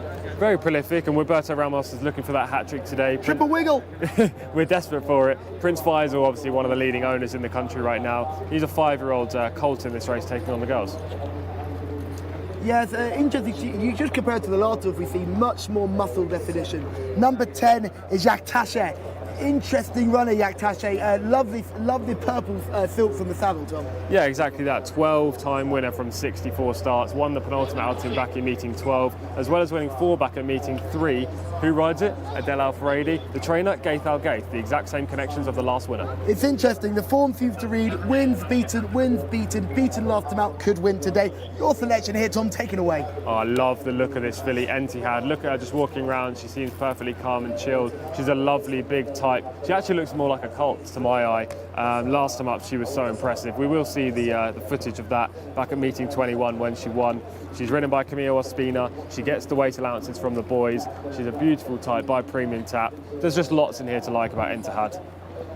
Certainly lots to like, and you already know these connections are strong. Number 12 is First Line. Was prolific last season, not so much this season. Wonder if Naif Alinati is going to have his first winner in this race. Oh, we hope so. We really do. We really do hope Naif Alinati does something decent today. He's really struggled this week. He has. This horse is a 3-time winner from 12 starts though. Finished 9th last time, as you've touched on. Needs to improve to factor today.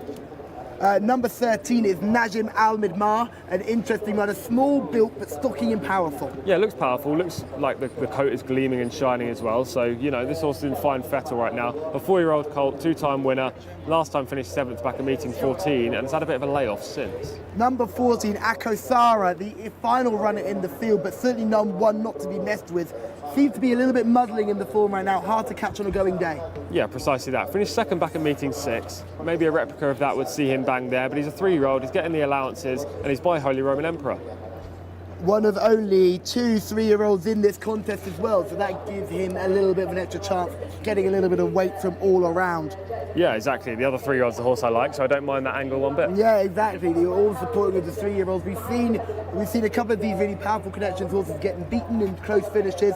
We'd like to see them getting a win. Let's get the form and let's start off with Etaha, who is your selection here, Tom. The race is already won. We don't even need to. We don't need to watch the end of this. Next insert, please, guys. Next insert, VT team. We've already seen this dominant.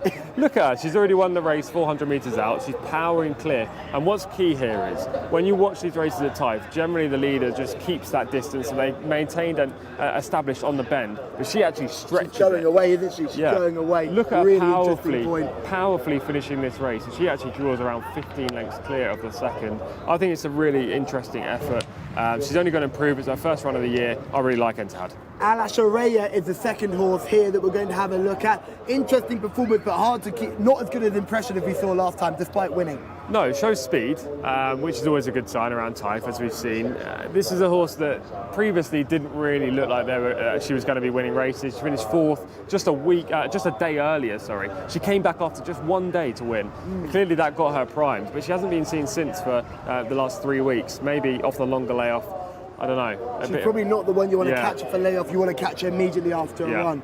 Our next horse is Deadly Finisher, who's going to look to be a deadly finisher in this contest. Yeah, I mean, you must have seen this VT. I have. I've seen it. I know it comes from a mile back. Yeah, he absolutely finishes with a wet sail down here. As you can see, he's nowhere near the leader, so turned in for home. Switches to the inside and changes leads and actually flies home for 4th place. It's not a bad effort whatsoever. This was the 3rd run of the season, but just finished nowhere near the leader. But the interesting thing is that it looks like it's flying home for 4th, but actually gets beaten by something flying home even quicker, which is an interesting finish. And Jcsa is his final horse that we're going to look at. Another horse that comes in with good form, but it's highly unlikely to be able to threaten the big names in this race. Again, another horse in here that showed speed, tactical speed as well. Didn't necessarily have to go to the front. Jcsa just sat on the shoulder, kicked as they turned for home, and looked to establish a winnable position. Actually does in the end, just holds on, but has since come back, finishing 13th in meeting 24. That was a big downturn in form. Jcsa, interesting performance there. Again, we've seen a lot of horses with tactical speed.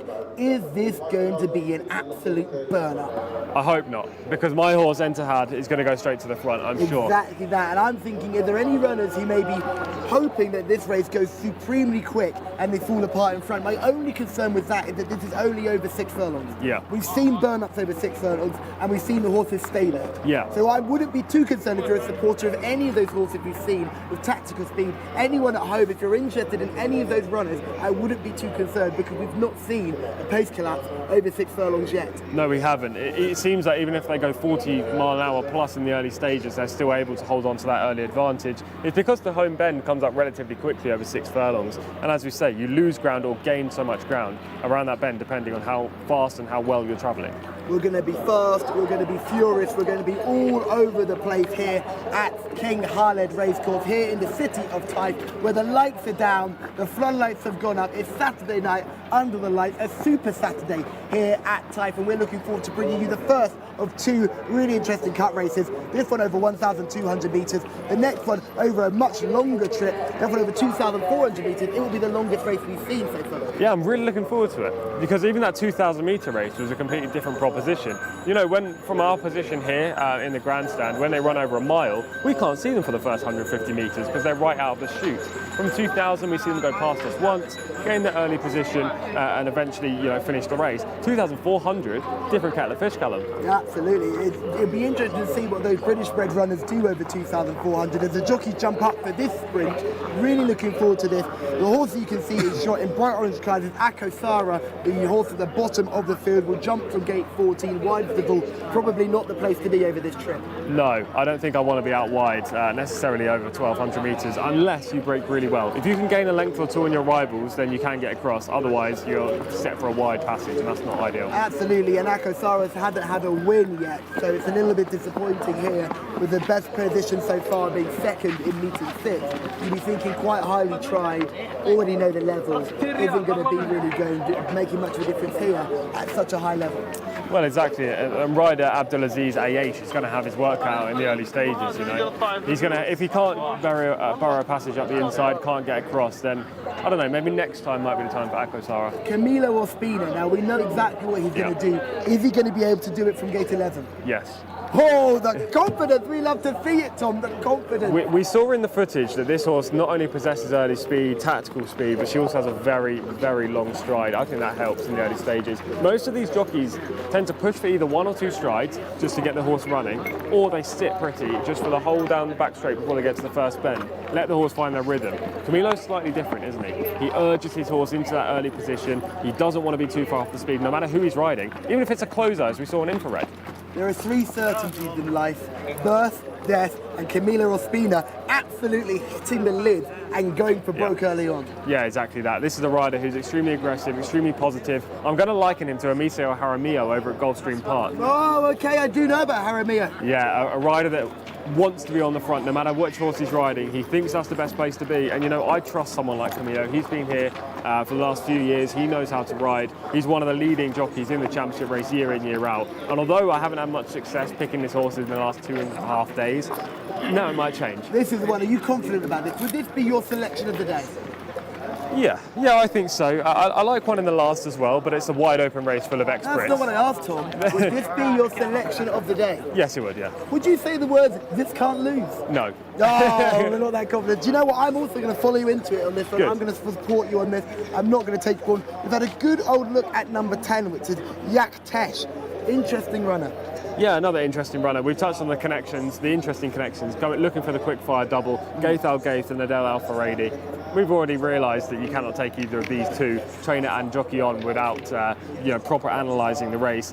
Unfortunately for me, there's another horse I really like, but if not, Jcsa is the obvious one, rated 97. Jcsa is rated 97 and clearly knows how to get his head in front. 7 years old, plenty of experience, 64 starts. For me, I'm going to go with you on the selection of number 11, Entadar. Really my selection here. We're going for the same horse. I really like it because I believe in you, Tom. And I'm going to say this, I don't think it can lose. Wow, that is confidence. I like to hear it. You know, this might be the end of the rivalry already on day 3. Let's see what John Balance fancies in our penultimate race. Do you have a tip for us, John, before taking us through this race? Well, regular viewers of my show will know that that's not my shows will know that it's not necessarily advisable, but I don't want to be particularly worrying to the pair of you. I do like Entehard for all the reasons that were given. Obviously, Gate 11's a little bit tricky with some speed under her, but it was a particularly impressive performance on debut. But and you never quite know what some of the others might be capable of improving into, and certainly it was a quite interesting run from Deadly Finisher last time as well. But I do think that Entehard, expect Camilo. I've seen Camilo a couple of times just get horses out as quickly as possible. The wider he's drawn, the quicker he wants to get out and to get across as quickly as possible. No thoughts of taking them back. So I think he will be trying to get his mount Entehard into the best possible posse here. And as we've seen, normally speaking at Taif, that means either right on the front end or not too far off it. Horses do close from off the back and fill some of the minor positions, but they very rarely win from a long way off the speed. There's Najib Al-Medmar in the maroon colours. The one there is Sawam. You can see the 12 first line in the green colours. There's horse number 5, Woodman, in the green saddlecloth. Woodman has yet to run this season, was a winner last year though. And there in shot is Entehard in the King Abdullah bin Aziz and Sons colours. Camilo Ospina aboard. There is Akko Sarah, horse number 14, the orange colours there. One of the greys in the race means Sarah's brother, apparently. So getting fed some excellent Arabic information. At least I hope it's excellent Arabic information from the producer, who's been out there a few weeks now. So you'd have thought he's picked up a few phrases. There's Tarabot in shot, Hal Tara as well, and there's Qaeda as well. Luis Morales, I'm sure he's got a basic grasp of Arabic as well. And there's Tarabot too. And the three is Hal Tara, who just had one pretty moderate run thus far. But again, 2 wins from 9 starts prior to this season. Wouldn't be a big surprise to see this one in the hands of Alexis Moreno, who's been successful this evening.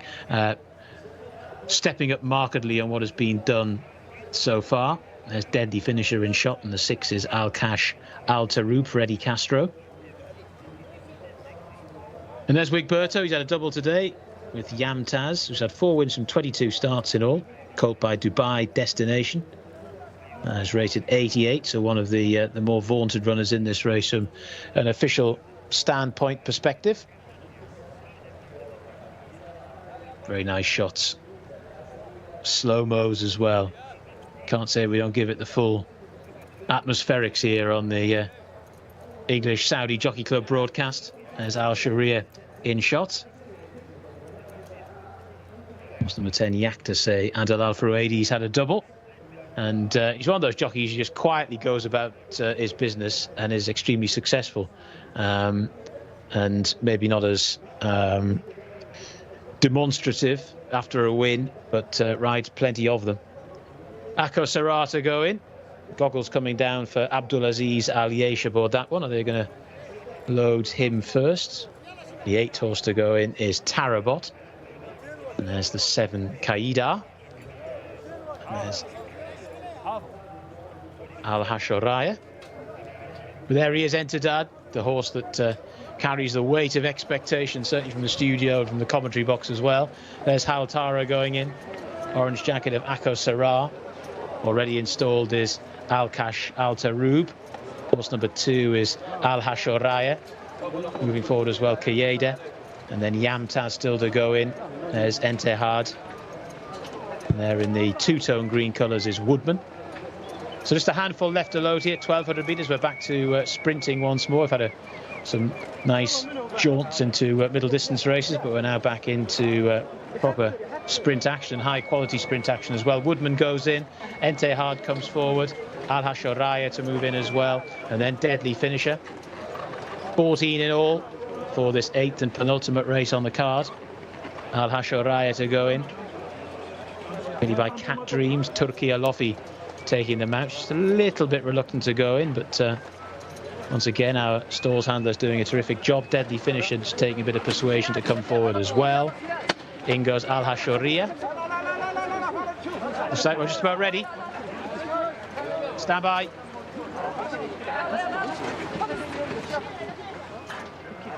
Najm Al Medmar getting a bit leery in the starting stalls. The flag now up though.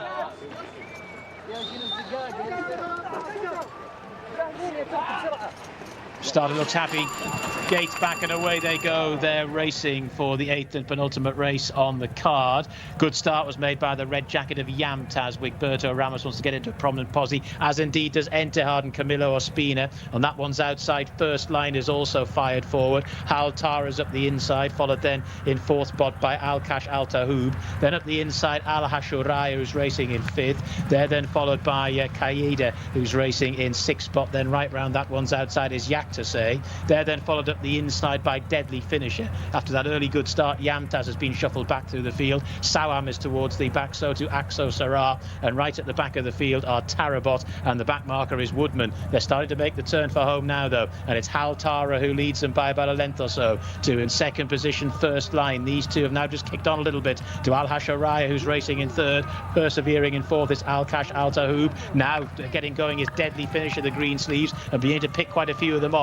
But it's first line that now comes through to take it up. Here comes Deadly Finisher though, taking aim down the centre of the track. Sawam is staying on as well, and also from the back Yamtaz, but inside the final 200 now, and it's Deadly Finisher who's picked them all up here. Came home well last time, didn't win. This time has come from off the speed to score. Deadly Finisher. In 2nd position was Yamtaz for Wigberto. Sawam has finished in 3rd, 4th shortly. Deadly Finisher, who did come home in eye-catching fashion last time out. Stall 4 wasn't quite as far back in the run this time, and that could have been a decisive factor in all this. In the hands of Fawaz Wanas. 1 win from 11 starts prior to today, and has scored in the end, pretty convincing fashion. Not too many have come from off the pace today and won, but this one certainly has. Deadly Finisher, horse number 4. Fourth start for the campaign. It's been pretty consistent prior to this, in fairness, but seemed primed for today and has got the job done. Deadly Finisher has beaten Yamtaz into second. The 1 was indeed third, Sawam, and the 4th horse home was a 12 there first line. 2 3/4 lengths, the official winning distance there.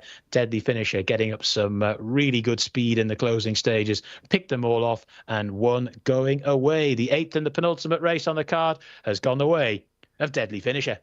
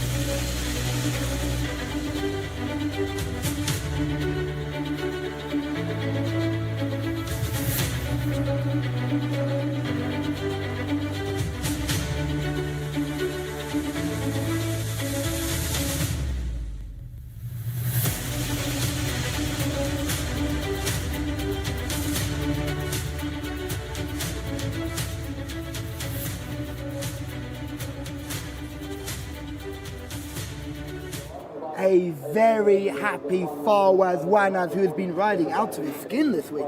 Yeah, he really is. I was hoping it'd be Camilo Ospina in this position, but no, Fawaz is just a man to be beaten right now. Him and Adel Al-Faradi, they're the two that have really shone in the first week here at Taif.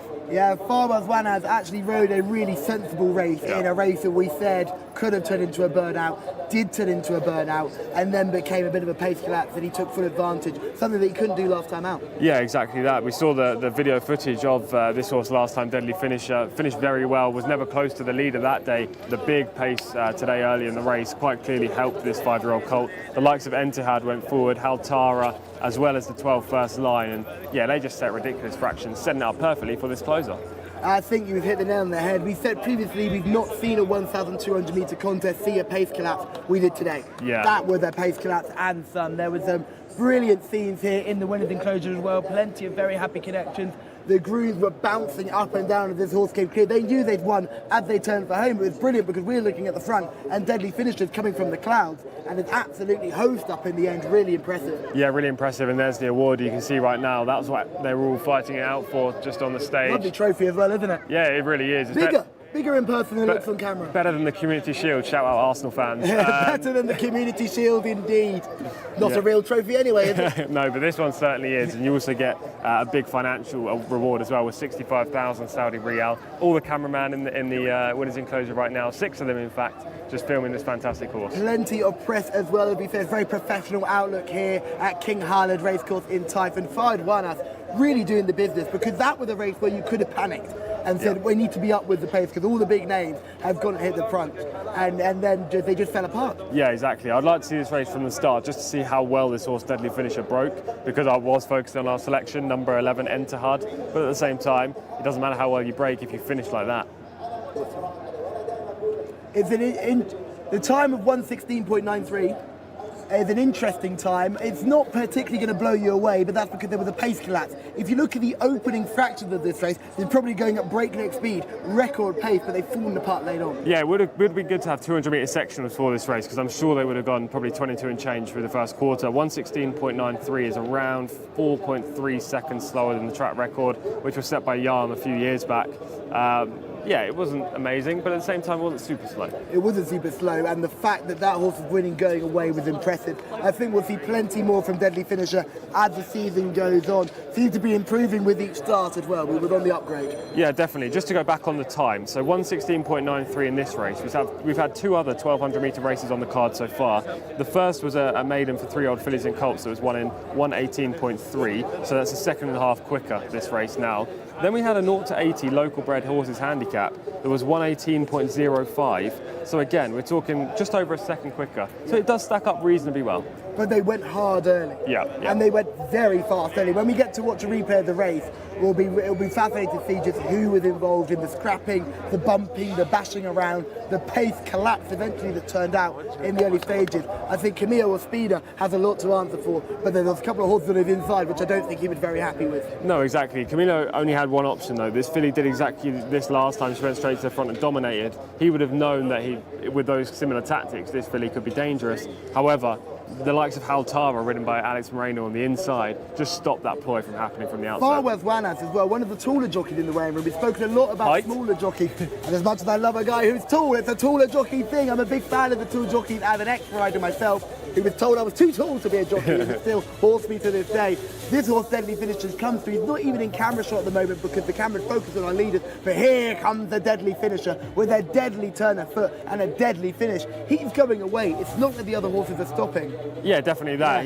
He stays to 6 furlongs very well, very stylish in the saddle, looked over to his left at the big screen, which is just yards from the winning line. So at this point, he knew he would have had the race to bed. And actually, I just want to point out the horse to the right there in the green saddle cloth. First line, was up with the speed right from the outset under Naif Alanazi, wasn't beaten too far and fended off the other two horses who were up with the speed. Haltara finished last and jockey Alex Moreno wasn't too happy with that horse. I can still see her right now. All the others have gone back to the saddling enclosure. She's just she'll walking. be one to go to the clinical centre. Yeah, she's just walking around. And here we are, the moment the connections have been waiting for, an opportunity to get their hand on the Jcsa award trophy here. Again, much bigger and better than the Community Shield that was recently won by Arsenal Football Club in what was a travesty of a result. But here's Farwell's Wanas again, the successful jockey. We talk about his height. He's an average height man at it. He's certainly not a small man like the South American jockey we often see. Yeah, exactly. He's a tall guy, but it certainly doesn't affect. I mean, if you put him next to Roberto Ramos, it'd be a completely different stature. But look, a big moment for Farwell's right now, lifting the trophy up. And again, another rider who's taking on these riders from all over the world and coming out here and saying, no, I'm here to stay, I'm here to make a difference. But this is the key thing, the start. Watch where Camillo Ospina comes out. He jumps out of 11. Watch the horse jumping out with 3 as well. Haltara as well is going to be bang up there with the runner. He's on the rail. Yeah, Camillo wanted to get across here on the 11 in the white silks with the green cap. The horse on the outside is First Line, who I just talked about a minute ago, who actually stayed up with the pace and finished reasonably well. But the horse on the inside is the one that cost Camillo any chance of winning this race. Haltara took the rail away. Now Camillo Ospina on Entahad right in the middle is kind of squeezed in between two horses. She doesn't seem like she appreciates that whatsoever. No. She actually goes backwards from an early Backs out stage. quite quickly, doesn't she? She is, and the winner right now is currently in around 9th position in the white and green on the inside with the white bridle. Now she's looking for room as Camillo go back in her lap. Look at Naif Alanazi. He struggled this week, but he was all guns blazing. Knew exactly what he wanted to do. He had to break wider than Camillo Ospina as well. Yeah, and First Line was under pressure actually at about the same time as Camillo Ospina on Entahad, yet she manages to make that move at the top of the straight. She's the one that continues to fire, and you can mark up the 12th performance First Line. Maybe next time when there isn't such a contested pace, that horse could win. If First Line was able to dictate this, Yeah. I think First Line would have won this contest, but you can't hold anything to Deadly Finisher, who's just swept by him quite easily. The second place horse is Roberto Ramos, looking for the wiggle. We didn't quite get it. We've got one more chance, but we've got Shamila down in the winner's enclosure with the winning jockey. I am indeed with Fawaz Wanas. Congratulations, you must be so happy. Thank you, I am so happy, Shamila. Tell me about this horse. You've ridden him for a lot of his career. Yeah, I know him, this horse, and before the Riyadh, he is good horses, but he need more the race, you know. And I hope today I win, you know. I just well done, and my team, Noman and Abdulaziz Mishrif, and all of my team, you know. And thanks God. Could you feel Naif Alanazi right behind you? What were you thinking in the closing stage? I see my brother, my big brother, he's Naif, you know. He, my best friend, I'm my brother. He told me, and last 400 he see me, He told me, go Fawaz, go, I need your run, you know. And you win, you know. I am so happy. And congratulations on every my team.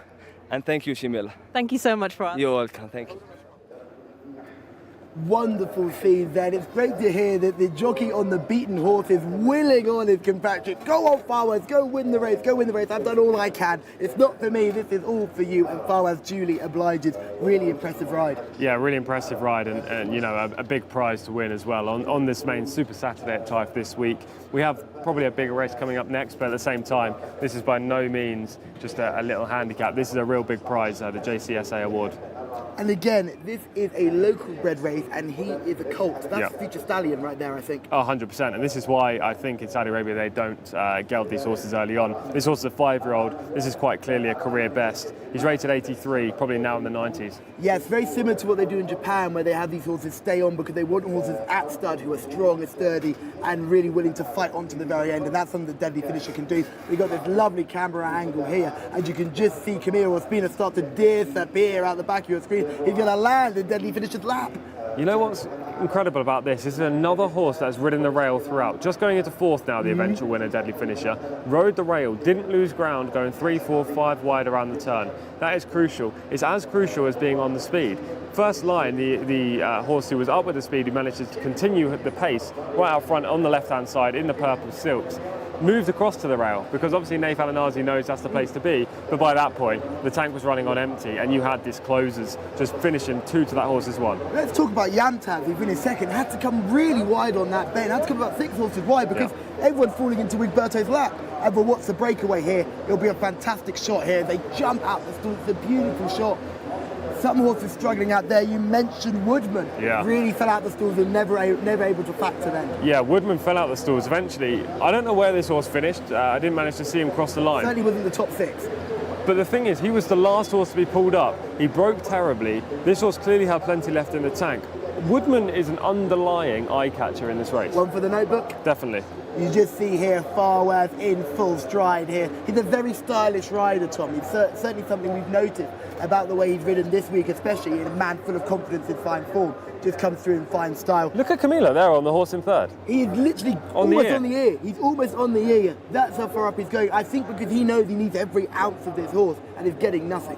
Yeah, exactly that. I've never seen that before, I have to say. It looked like he was riding generally like touching her ear going around the left-hand bend. Probably on that headband you see on the back, just behind me is where the bridle's set up. Probably not the technical name for it, but I will get that for you. But First Line as well has run a really nice race. If you just see in this position here, you think if you're on board, you're thinking, oh, could be the time to end that drought. Well, absolutely, nope. But I'm sure that Naif Al-Anazi knew at this point that the tank was running empty. And when you're riding in that position, it's always one of the things, the great thing. I used to ride work, so I could always tell when I had a horse behind me, because he used to put me on the slow ones. So when you're riding on, you could hear a horse coming behind you, you hear that, and when they go straight by you, you know you haven't got a chance. Yeah, exactly that. I think he knew that his time was up, but it was a good ride nevertheless on a horse who quite clearly had to be forward. That was only First Line's third run this year. Finished 9th last time. This was a big step back in the right direction. On the improve, but was this the big day? Are we going to see a weekend performance next time out? It's a good question. We might do, especially the exertions. That'll take a lot out of First Line, going that hard early and managing to sustain the effort.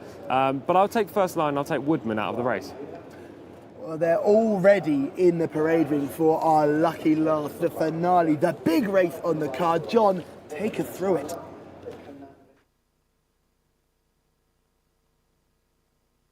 Yeah, welcome back. And, well, we've got our 9th and final race, which is the Ash Shaffer Cup. Pin Your Hopes, a horse who won very well 2 starts ago and then completely blotted his copybook last time, is number 1 on the card. Asil Al-Sahani is aboard. Wild Rhythm, I think he's got a pretty good chance here. Abdullah Al-Orfi is aboard. Horse number 3 is George Villiers in the hands of Mohammed Al-Daham. Horse number 4 is Houghton of Youth at Naif Al-Anazi. Horse number 5 is Al-Khatib. Number 6 is Juan de Moltanban, former George Bowie inmate, of course. Third last time, Mohammed Al-Buhail is aboard. Horse number 7 is Carabeno in the hands of Khalid Al-Mimoni. Horse number 8 is Gurkhali Warrior, Ayad Al-Tuarisi. Horse number 9 is Pivolin and Wigberto Ramos. 10 is Seyhan in the hands of Abdulaziz Al-Musa. Horse number 11 is Adja Adel Al-Faradi. Horse number 12 is My Code and Luis Morales. 13 is Treble Joy and Yusuf Al Hussein. Horse number 14, En Famille, is in the hands of Riot Al Toesh. Horse number 15 is Swift Sure, Eddie Castro. Horse number 16, Luganini, Alexis Moreno. Horse number 17, Oh Chic, Camilo Ospina. And horse number 18 is Kurafi, in the hands of Fahed Al Furaidi. So there you go. That is the full 18-runner roll call for our final race. It's the cup race, the feature race of the night. Local time. Back to the boys in the studio. Thanks, John, again for taking us through the runners and riders for our finale. Tom, I am excited. Are you? Yeah, I'm really excited. 75,000 Saudi Riyal to the winner. Lots of ex-Brits, a couple of ex-Americans in here as well. A few VT horses, and we know how well they've gone today at Taif. Yeah, I'm really looking forward to this. Best race on the card. 2,400 metres as well. The longest race we've seen so far here at Taif. Yeah, exactly. I'm just trying to work out where the stalls are. I think they're behind. I think they're behind the big screen from our position. But they're just down there on the chute. You can just see them at the other end of the course on the far right-hand side. Interesting. So three turns. Three turns. Yes. I imagined it would be a three-turn race, but I wasn't sure whether they start on the bend or before the bend. But they start before the bend. This is horse number 1, Pina Hope, absolutely bolted up 2 starts ago. Draw a line through the last run. Yeah, rated 108, the highest-rated horse in the race. Previously trained in Ireland by Andy Oliver. Number 2, Wild Rhythm, Ex-Godolphin. Yes, used to be trained by Saïd bin Sarur over in the UK. She was only rated 69, but she's quite clearly improved since then. George Villiers used to be with John and Sadie Gosden. Did indeed, and was rated 93 in UK. He's an 8-year-old gelding. He cost 750,000 as a 2-year-old. Oh, expensive purchase. Number 4 is Horton of Youth, 1-4 of 22. Yeah, not a horse I know too much about. Naif Al-Anazi takes them out, and he's desperate for a winner. This horse was 7th last time out. Be a lovely thing for Naif. Number 5 is Aktatib, 33 runs, 7 wins and 3rd last time out. 3rd last time, looked like a real big prep for this race. Rated 99, not too far off top rated. Wanda Maltaban, who has been with more trainers than I've had hot dinners, but he was seen with Andrew Balding, he's also with Kevin Philippard de Foy, and now he doesn't really want to walk forward. Yeah, son of Lope de Vega, brilliant pedigree. Used to like soft ground on turf. Last time finished 3rd. He has stamina for a mile and 6 furlongs, so this trip's no Carabino, problem. an absolute pony, number 7. Previously with Samar Prescott's run okay so far in Saudi Arabia. Gurkel Warrior is in front of us, number 8. Yeah, it's only rated 80. This is going to be a tough ask, Callum. Piv O'Lynn is an interesting runner as well. Kind of one of the lesser known types in this. Yeah, but he's a son of Curlin. He's ridden by Wigberto Ramos. I quite like Pivlin at a big, outside shout. Big horse. Absolutely, it's what you want to see in these long distance races. Seyhan, 11 runs, 2 wins. Interesting to see where this horse features today. Just 2 from 11, yeah, 7-year-old again, rated 85, needs to improve. Aja comes here with a rating of 91. Son of More Than Ready, one of the best US sires, trained by Gaith Al Gaith, ridden by Adel Al Faradi, can't write it off. Number 12 is My Code. Interesting connection to have seen success already this week. Just a 3-year-old by Honor Code, another US sire, 1 from 7, last time finished 10th. Here's some galloping clues. The first one is Pin Your Hopes, and watch Pin Your Hopes rattle away from the field here. One of the highest rated horses in this race. Yeah, won this race easily, but the sectionals look really slow in the closing stages. I know it was a long distance race, and you're not expecting them to fly home, but at the same time, those in behind this eventual winner look like they're stopping. Pin Your Hopes, don't take anything away from him. You can only beat what's in front of you, and he is the highest rated horse in the race. Interesting to see these horses going further. You've got 2 ex-Brits in our next. It's Wild Rhythm and En Famille. En Famille in the pink colours there. What do you make of this performance? Wild Rhythm moved to the front in this race. It was interesting. I never really rated this horse back in the UK, but quite clearly has improved since moving to Saudi. Kicked clear off the home bend, and we know that's always a winning move. En Famille is one of the highest rated horses in the country right now. Finished 2nd, previously with Amy Murphy. Couldn't match the eventual winner at this day. It'll be interesting to see if they can reverse the form or whether this form is confirmed. En Famille was winning these early races at Taif for the beginning of the season. Now may have found his level at this with these other horses coming back. This other horse is Al Khatib, interesting runner as well, Tom, the final of our VT horses. Really wide trip this day, Al Khatib.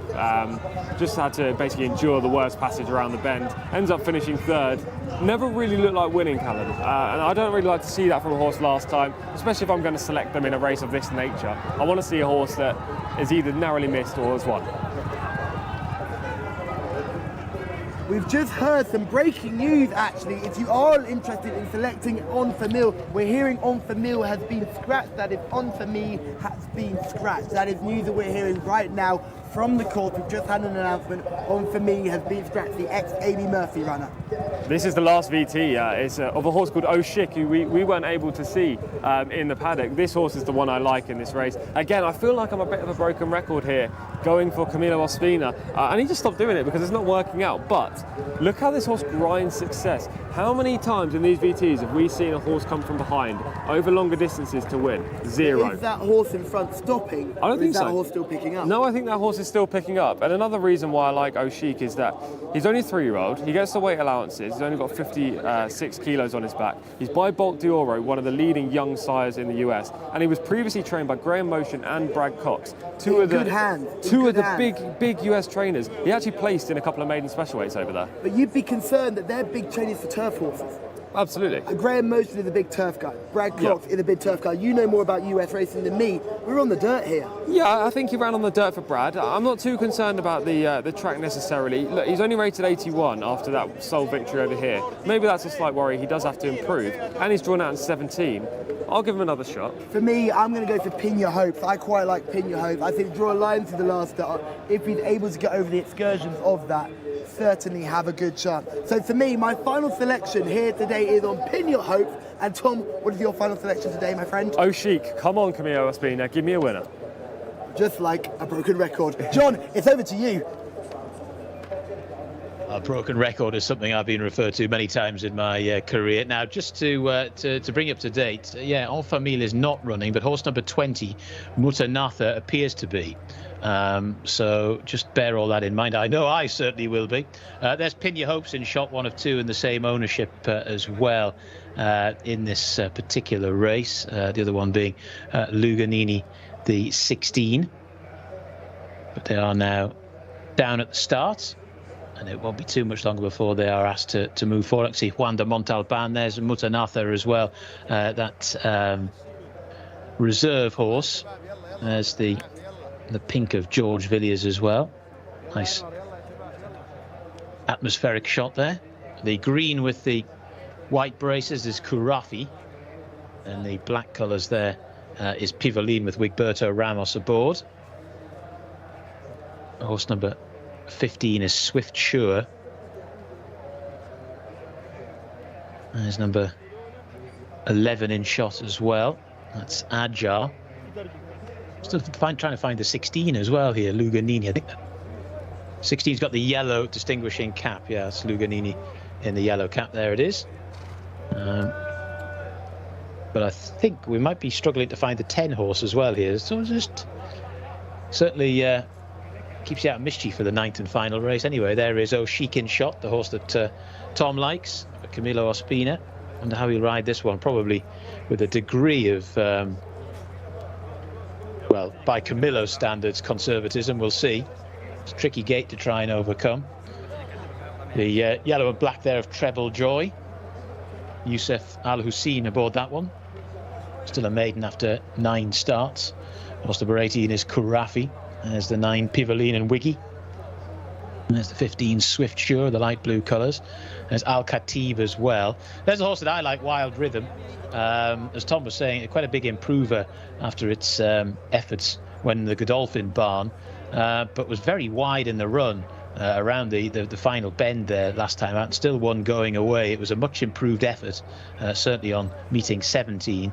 And I think Wild Rhythm this time from stall 2. There shouldn't be any excuse for going 4 wide this time. I'm not saying that won't happen, but if I was one of the connections, I'd want Abdullah Al Orfi to chart a pretty economical course right round the rail from stall 2. Pin Your Hopes is a very talented horse, but he doesn't tend to do too much in the early stages, and indeed last time out basically dug his heels in at the start. This is 7 Caraveno to come forward. Looks like that could be the first to load. Khalid Al Mamoni aboard. 18 is not quite with him at the moment. Kurafi, here's number 15 going in. That is Swift Sure. 2,400 metres, 1.5 miles, longest race and most valuable race of the day. Next to go in is Al Khatib. Al Khatib goes forward. and the 10 horses not running. So once again, confirmation that 10 is not with the rest of the field. This is 3, George Villiers going in.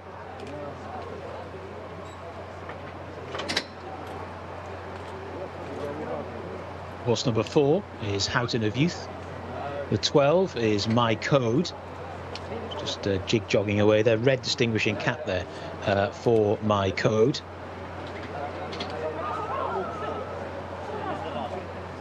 Old felt tip pens coming in handy in the final few moments. Essential part of the commentator's toolkit. Find it very difficult to walk past a branch of W.H. Smith's. This is O'Sheik going in. Wide gate, but maybe Camilo's got a plan up his sleeve to negate that. Next to go forward is Mutanatha, horse number 20, into stall 10, so hence 20 is replacing the 10, and that 14 was the late scratching. The 6, Juan de Montalban, just a little bit reluctant to go forward. There's My Code, the 12. So Juan de Montalban goes in. My Code to come forward as well. This is horse number 2, Wild Rhythm. Poor creature that has to shoulder the expectation of being my tip in the race. There's Pivoline to come forward into stall 9. Then Treble Joy. Waiting for Luganini. Couple left to load. 2 to go. 2 to go. Pin Your Hopes is going to be the last one to go in. Pin Your Hopes is in. We're ready. The flag is up. They're off and racing. And again, Pin Your Hopes has, well, he's played his party trick again. Doesn't fancy it. He was slowly away last time. Very slowly away this time as well, as they make their way through the early stages of the Ash Shafa Cup. And a good pace from Houghton of Youth, who often likes to go forward, and he's done exactly that here. And he leads to, in second position, O'Sheik, who's taken up a nice posse there for Camilo Ospina, got across from a wide draw and races in second. Then racing in third towards the outside is Swift Sure. The 15, Juan de Montalban, is also prominent, as indeed in the early stages is Mutanatha, the reserve, the sheepskin noseband for that one. They're then followed by Carabeno, the black cap, then right up the inside there in the blue and white colours is Gakali Warrior. They're then followed by Treble Joy, who's a little bit wide on the track. Then after that, astonishingly, Pin Your Hopes has got past 1 or 2 runners and has been given quite a ride by Asil Al-Sahani and has come right through into around about mid-division after its recalcitrant start. Not entirely sure how good a move that is tactically, but we'll wait and see. Towards the rear of the field, Kurafi. Also towards the back is George Villiers, and My Code is the back marker at the moment in what has been a pretty eventful race. So it's Houghton of Youth that leads them onto the back straight, to in second position O'Sheik, who's got a lovely posse as they enter the final 3/4 of a mile or 1,200 metres. Juan de Montalban, the green sleeves, races right towards the inside in third. Mutanatha is in fourth. Then towards the outside in fifth is Swift Sure in the two-tone blue. Then Pin Your Hopes, the very slow starter, followed then by Carabeno. Then rather wide on the track is Treble Joy. Wider still is Luganini in the yellow distinguishing cap, getting a little bit closer. They're about halfway down the far side of the track, and it's Houghton of Youth that leads them to a driven along O'Sheik now in second. Juan de Montalban continues to make headway. Then the reserve Mutanatha, who's run a pretty good race. Carabeno is staying on from the back. One that's also getting going late would appear to be Al Khatib. So as they start to make the swing for home very shortly, inside the final 600 metres they go, and it's Houghton of Youth that's out in front and going strongly now. 4 or 5 lengths the advantage over Juan de Montalban, who's racing in second. Mutanatha is in third. Adjar from the rear of the field getting into it as well, but Adel Al Furedi turning for home. 400 metres left to go, and it's Houghton of Youth who's been on the sharp end throughout, and if anything is extending the advantage. Juan de Montalban can find not a great deal more. Adjar down the centre of the track is now building up a head of steam, but he needs a miracle to catch this 4-horse. Houghton of Youth is well clear. Adjar is still getting a little bit closer inside the final 100 metres now. Houghton of Youth. Adjar is now just beginning to reel this horse in. Houghton of Youth is very tired. Adjar isn't. Gets up. The miracle has happened. Adjar the winner. Houghton of Youth for second. Tight for third between Juan de Montalban and also Pivoline, I think, was getting going late. What a finish there. Adjar for Adel Al Furedi, who has scored once more. An enormous amount of ground to make up in the closing stages, but he did it. Adjar, who was third on seasonal reappearance, 1 win from 8 prior to today. What a performance from the 11. Adjar had about 10 lengths to make up there in the final 150 metres and has done so. A very, very tired Houghton of Youth. Regular viewers of the Saudi show will know that that's how Houghton of Youth, his usual modus operandi, likes to get out in front. And I thought it appeared as though he'd done enough there, but in the end, the 11 has come through to take it. Juan de Montalban, who was a very tired horse, has held on for third there. We'll wait confirmation of the fourth as well. But Adjar has absolutely sluiced home. Horse number 9 has finished in fourth, but it's Adjar for Houghton of Youth. Juan de Montalban has finished in third, and we'll just show you what's happened with some of the other minor posies as well. But a length in the end, Adjar the winner. Fourth horse home was the 9 Pivoline, Wiggy getting into it late, and then the 18 Karafi has finished in fifth. What a finish to our closing cup race, chaps.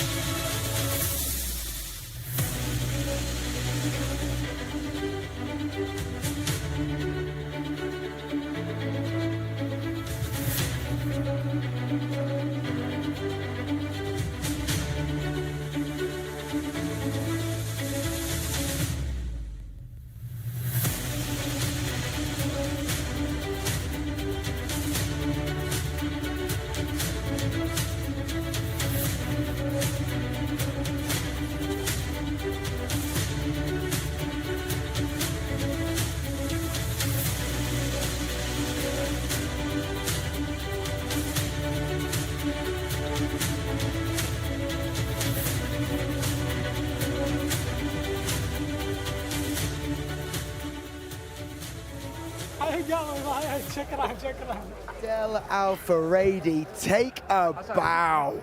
What a ride. 3 wide coming into the final turn. Gets up on the line, secures a treble on the day. If you're a supporter of Houghton of Youth, you can get up from behind your sofa now. Everything's going to be okay. Guys, what did you make of that performance? It's not often I'm speechless, but honestly, I don't even know what I just saw. I was cheering on Naif Al-Anazi in those final stages, and Adel Al-Faradi just stormed in. That's kind of been the story for the last 3 days, though, hasn't it? Like, Adel Al-Faradi's been the guy. He's had a 3-timer today. He had 1 yesterday, 1 the day before. Naif was firing winners before we came. What's happened, Shamila? Have we brought some bad vibes over? We brought the clouds and we brought no winners for Naif. I don't know what's going on. We really are not bringing our best here to King Khalid Racecourse. However, one thing we do have to say is the timing of the winning ride is the timing of a jockey who has done this course, who has ridden this trip many, many times before. Yeah, he's phenomenal, isn't he? He's won the jockey's title 4 of the last 5 years. Obviously, we've already talked about the fact that he's had a hat-trick so far today. No one's actually heard, I don't think, in Britain, for example, of Adel Al-Faradi. I hadn't heard of him before I came out here, and now he is the man. Obviously, he's won the title. Everyone here knows about him. This guy needs to be at, like, the Shergar Cup. He needs to be seen on the international stage. He really is such a tidy rider that he could fit into anywhere in Europe, anywhere in the UK, and you wouldn't even question it if he was a foreign jockey or not. That's the thing with the Shergar Cup only just happening today.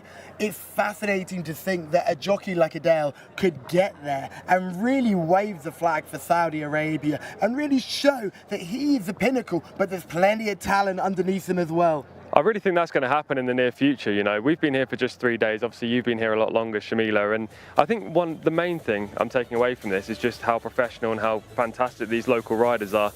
I keep talking about Camille Ospina. I'm his biggest fan. But at the same time, like, Adel Al-Faradi has been riding him off the park. Absolutely, and I think we saw that with Camilo. He knew what he was doing. Camilo jumps well, sits second, looks in the prime pocket, but now Houghton of Youth just keeps on going, and suddenly Ospina's finishing out the back of the telly, and the Houghton of Youth just keeps rolling again. I don't even know where Mutanatha finished. Do you guys? I didn't see him. They came home strung out like washing line because I think the pace up front had been so strong, but also so controlled, nothing else could land a blow. The time was in 2:44. We're just seeing the breakout from the stalls right now, and it's obvious that a certain amount of jockeys wanted to go forward. You know, those drawn out wide, as we've seen in every race, you don't want to be caught wide in the early stages and go round the first bend 4 or 5 wide. But also, where's the leader at this point? Right out the back of the screen. Don't talk about where's the leader. Where's Pin Your Hope? Pin Your Hope. I pinned my hope, and look what happened. She clearly got a party trick. Stands in the stalls, thinks about it, then goes. You know what, the thing with Pim Your Hopes is that when he was in Ireland, this never happened. So he must have had a couple of bad experiences or something, because he did it last time as well, and he did it today. I don't think the tactics, as John mentioned in commentary, to actually rush this horse up was wise. But, you know, when you're in that position, you panic, don't you? Exactly. You're on a horse who's clearly got plenty of ability. Mercurial, really impressive. And here we see not so mercurial, pure talent, pure ability, as the owners collect their prize for winning our feature race here at King Khalid Racecourse, the Al Shafa Cup. Look at it, it's gorgeous. And also a double for the trainer on the day. Yeah, Gaith Al Gaith. He finished 4th last year, didn't he, in the Trainer Championship, and he won it back in 2020 and 2021. So he's a trainer that needs to be paid respect, and when you're winning big races like this, there's no surprise he's got a great string of horses. The adults are lifting the trophy, the kids are lifting the trophy. It's wonderful to say. You must think that as they're turning in for home, they're coming down that home straight. You've got to think Horton of Youth is getting up. Everyone in the gallery is really excited. Tom and I are screaming it on. What a well-timed ride, but unfortunately, he doesn't hold on. Is there anything the jockey could have done different aboard Horton of Youth? I don't think so. I think he timed it to perfection. He asked exactly what he needed of the horse. That's all he needed to do. But he was mown down in the dying strides. As he sort of the winner curled up, it certainly wasn't a matter of the horse pulling away. It was a matter of the leader falling into a hole. It's crazy because you don't see horses come from that far back and win at Taif, and actually, with a furlong to run, the leader looked like he was home and host. There was 4 lengths between the front two, and what I've found interesting is when a horse looks like they're coming to win, they often flatter to deceive in the final furlong. Tiredness gets the better of them. This time that was not the case. The eventual winner, Ajar, has stamina in abundance, a horse you've got to follow moving forward, and especially going ahead to Riyadh. I mean, right now, this horse is miles back. And Ajar is going in the car park. Well, exactly. Horton of Youth has the race won at this point. There is no denying that. Everyone would say, you know, that Naif Al-Anazi's ridden the best winner of the week and that he was going to be the rider that everyone was talking about the going into Sunday. Story. Well, exactly that, and unfortunately it doesn't happen. But look, it was a fantastic ride. You can ride very well in defeat, and Naif has done that here. I think no one would say anything about his tactics. Really impressive, but he was mowed down in the dying stride. It was a fascinating contest. Now, I have to talk about, firstly, Shamila. You were down at the start a couple of races ago. Really impressive. Yeah, thanks very much. Just the coverage we're able to get here is fantastic. We're allowed to go pretty much everywhere we want on the race course without any restrictions and really get our viewers, you know, a real feel for Taif Racecourse. Absolutely, and Tom, there's only one way we can end this show. We need a Tom's top moment. Yeah, my top moment is Fuda Pine in the Arab Colt race. I thought that was a really good performance, and yes, I was on the second. I thought the second was going to be the most likely winner of the race, but Fuda Pine for Lucas Gaetan, Alex Moreno, he deserved the winner after what happened on Thursday with the facial injury.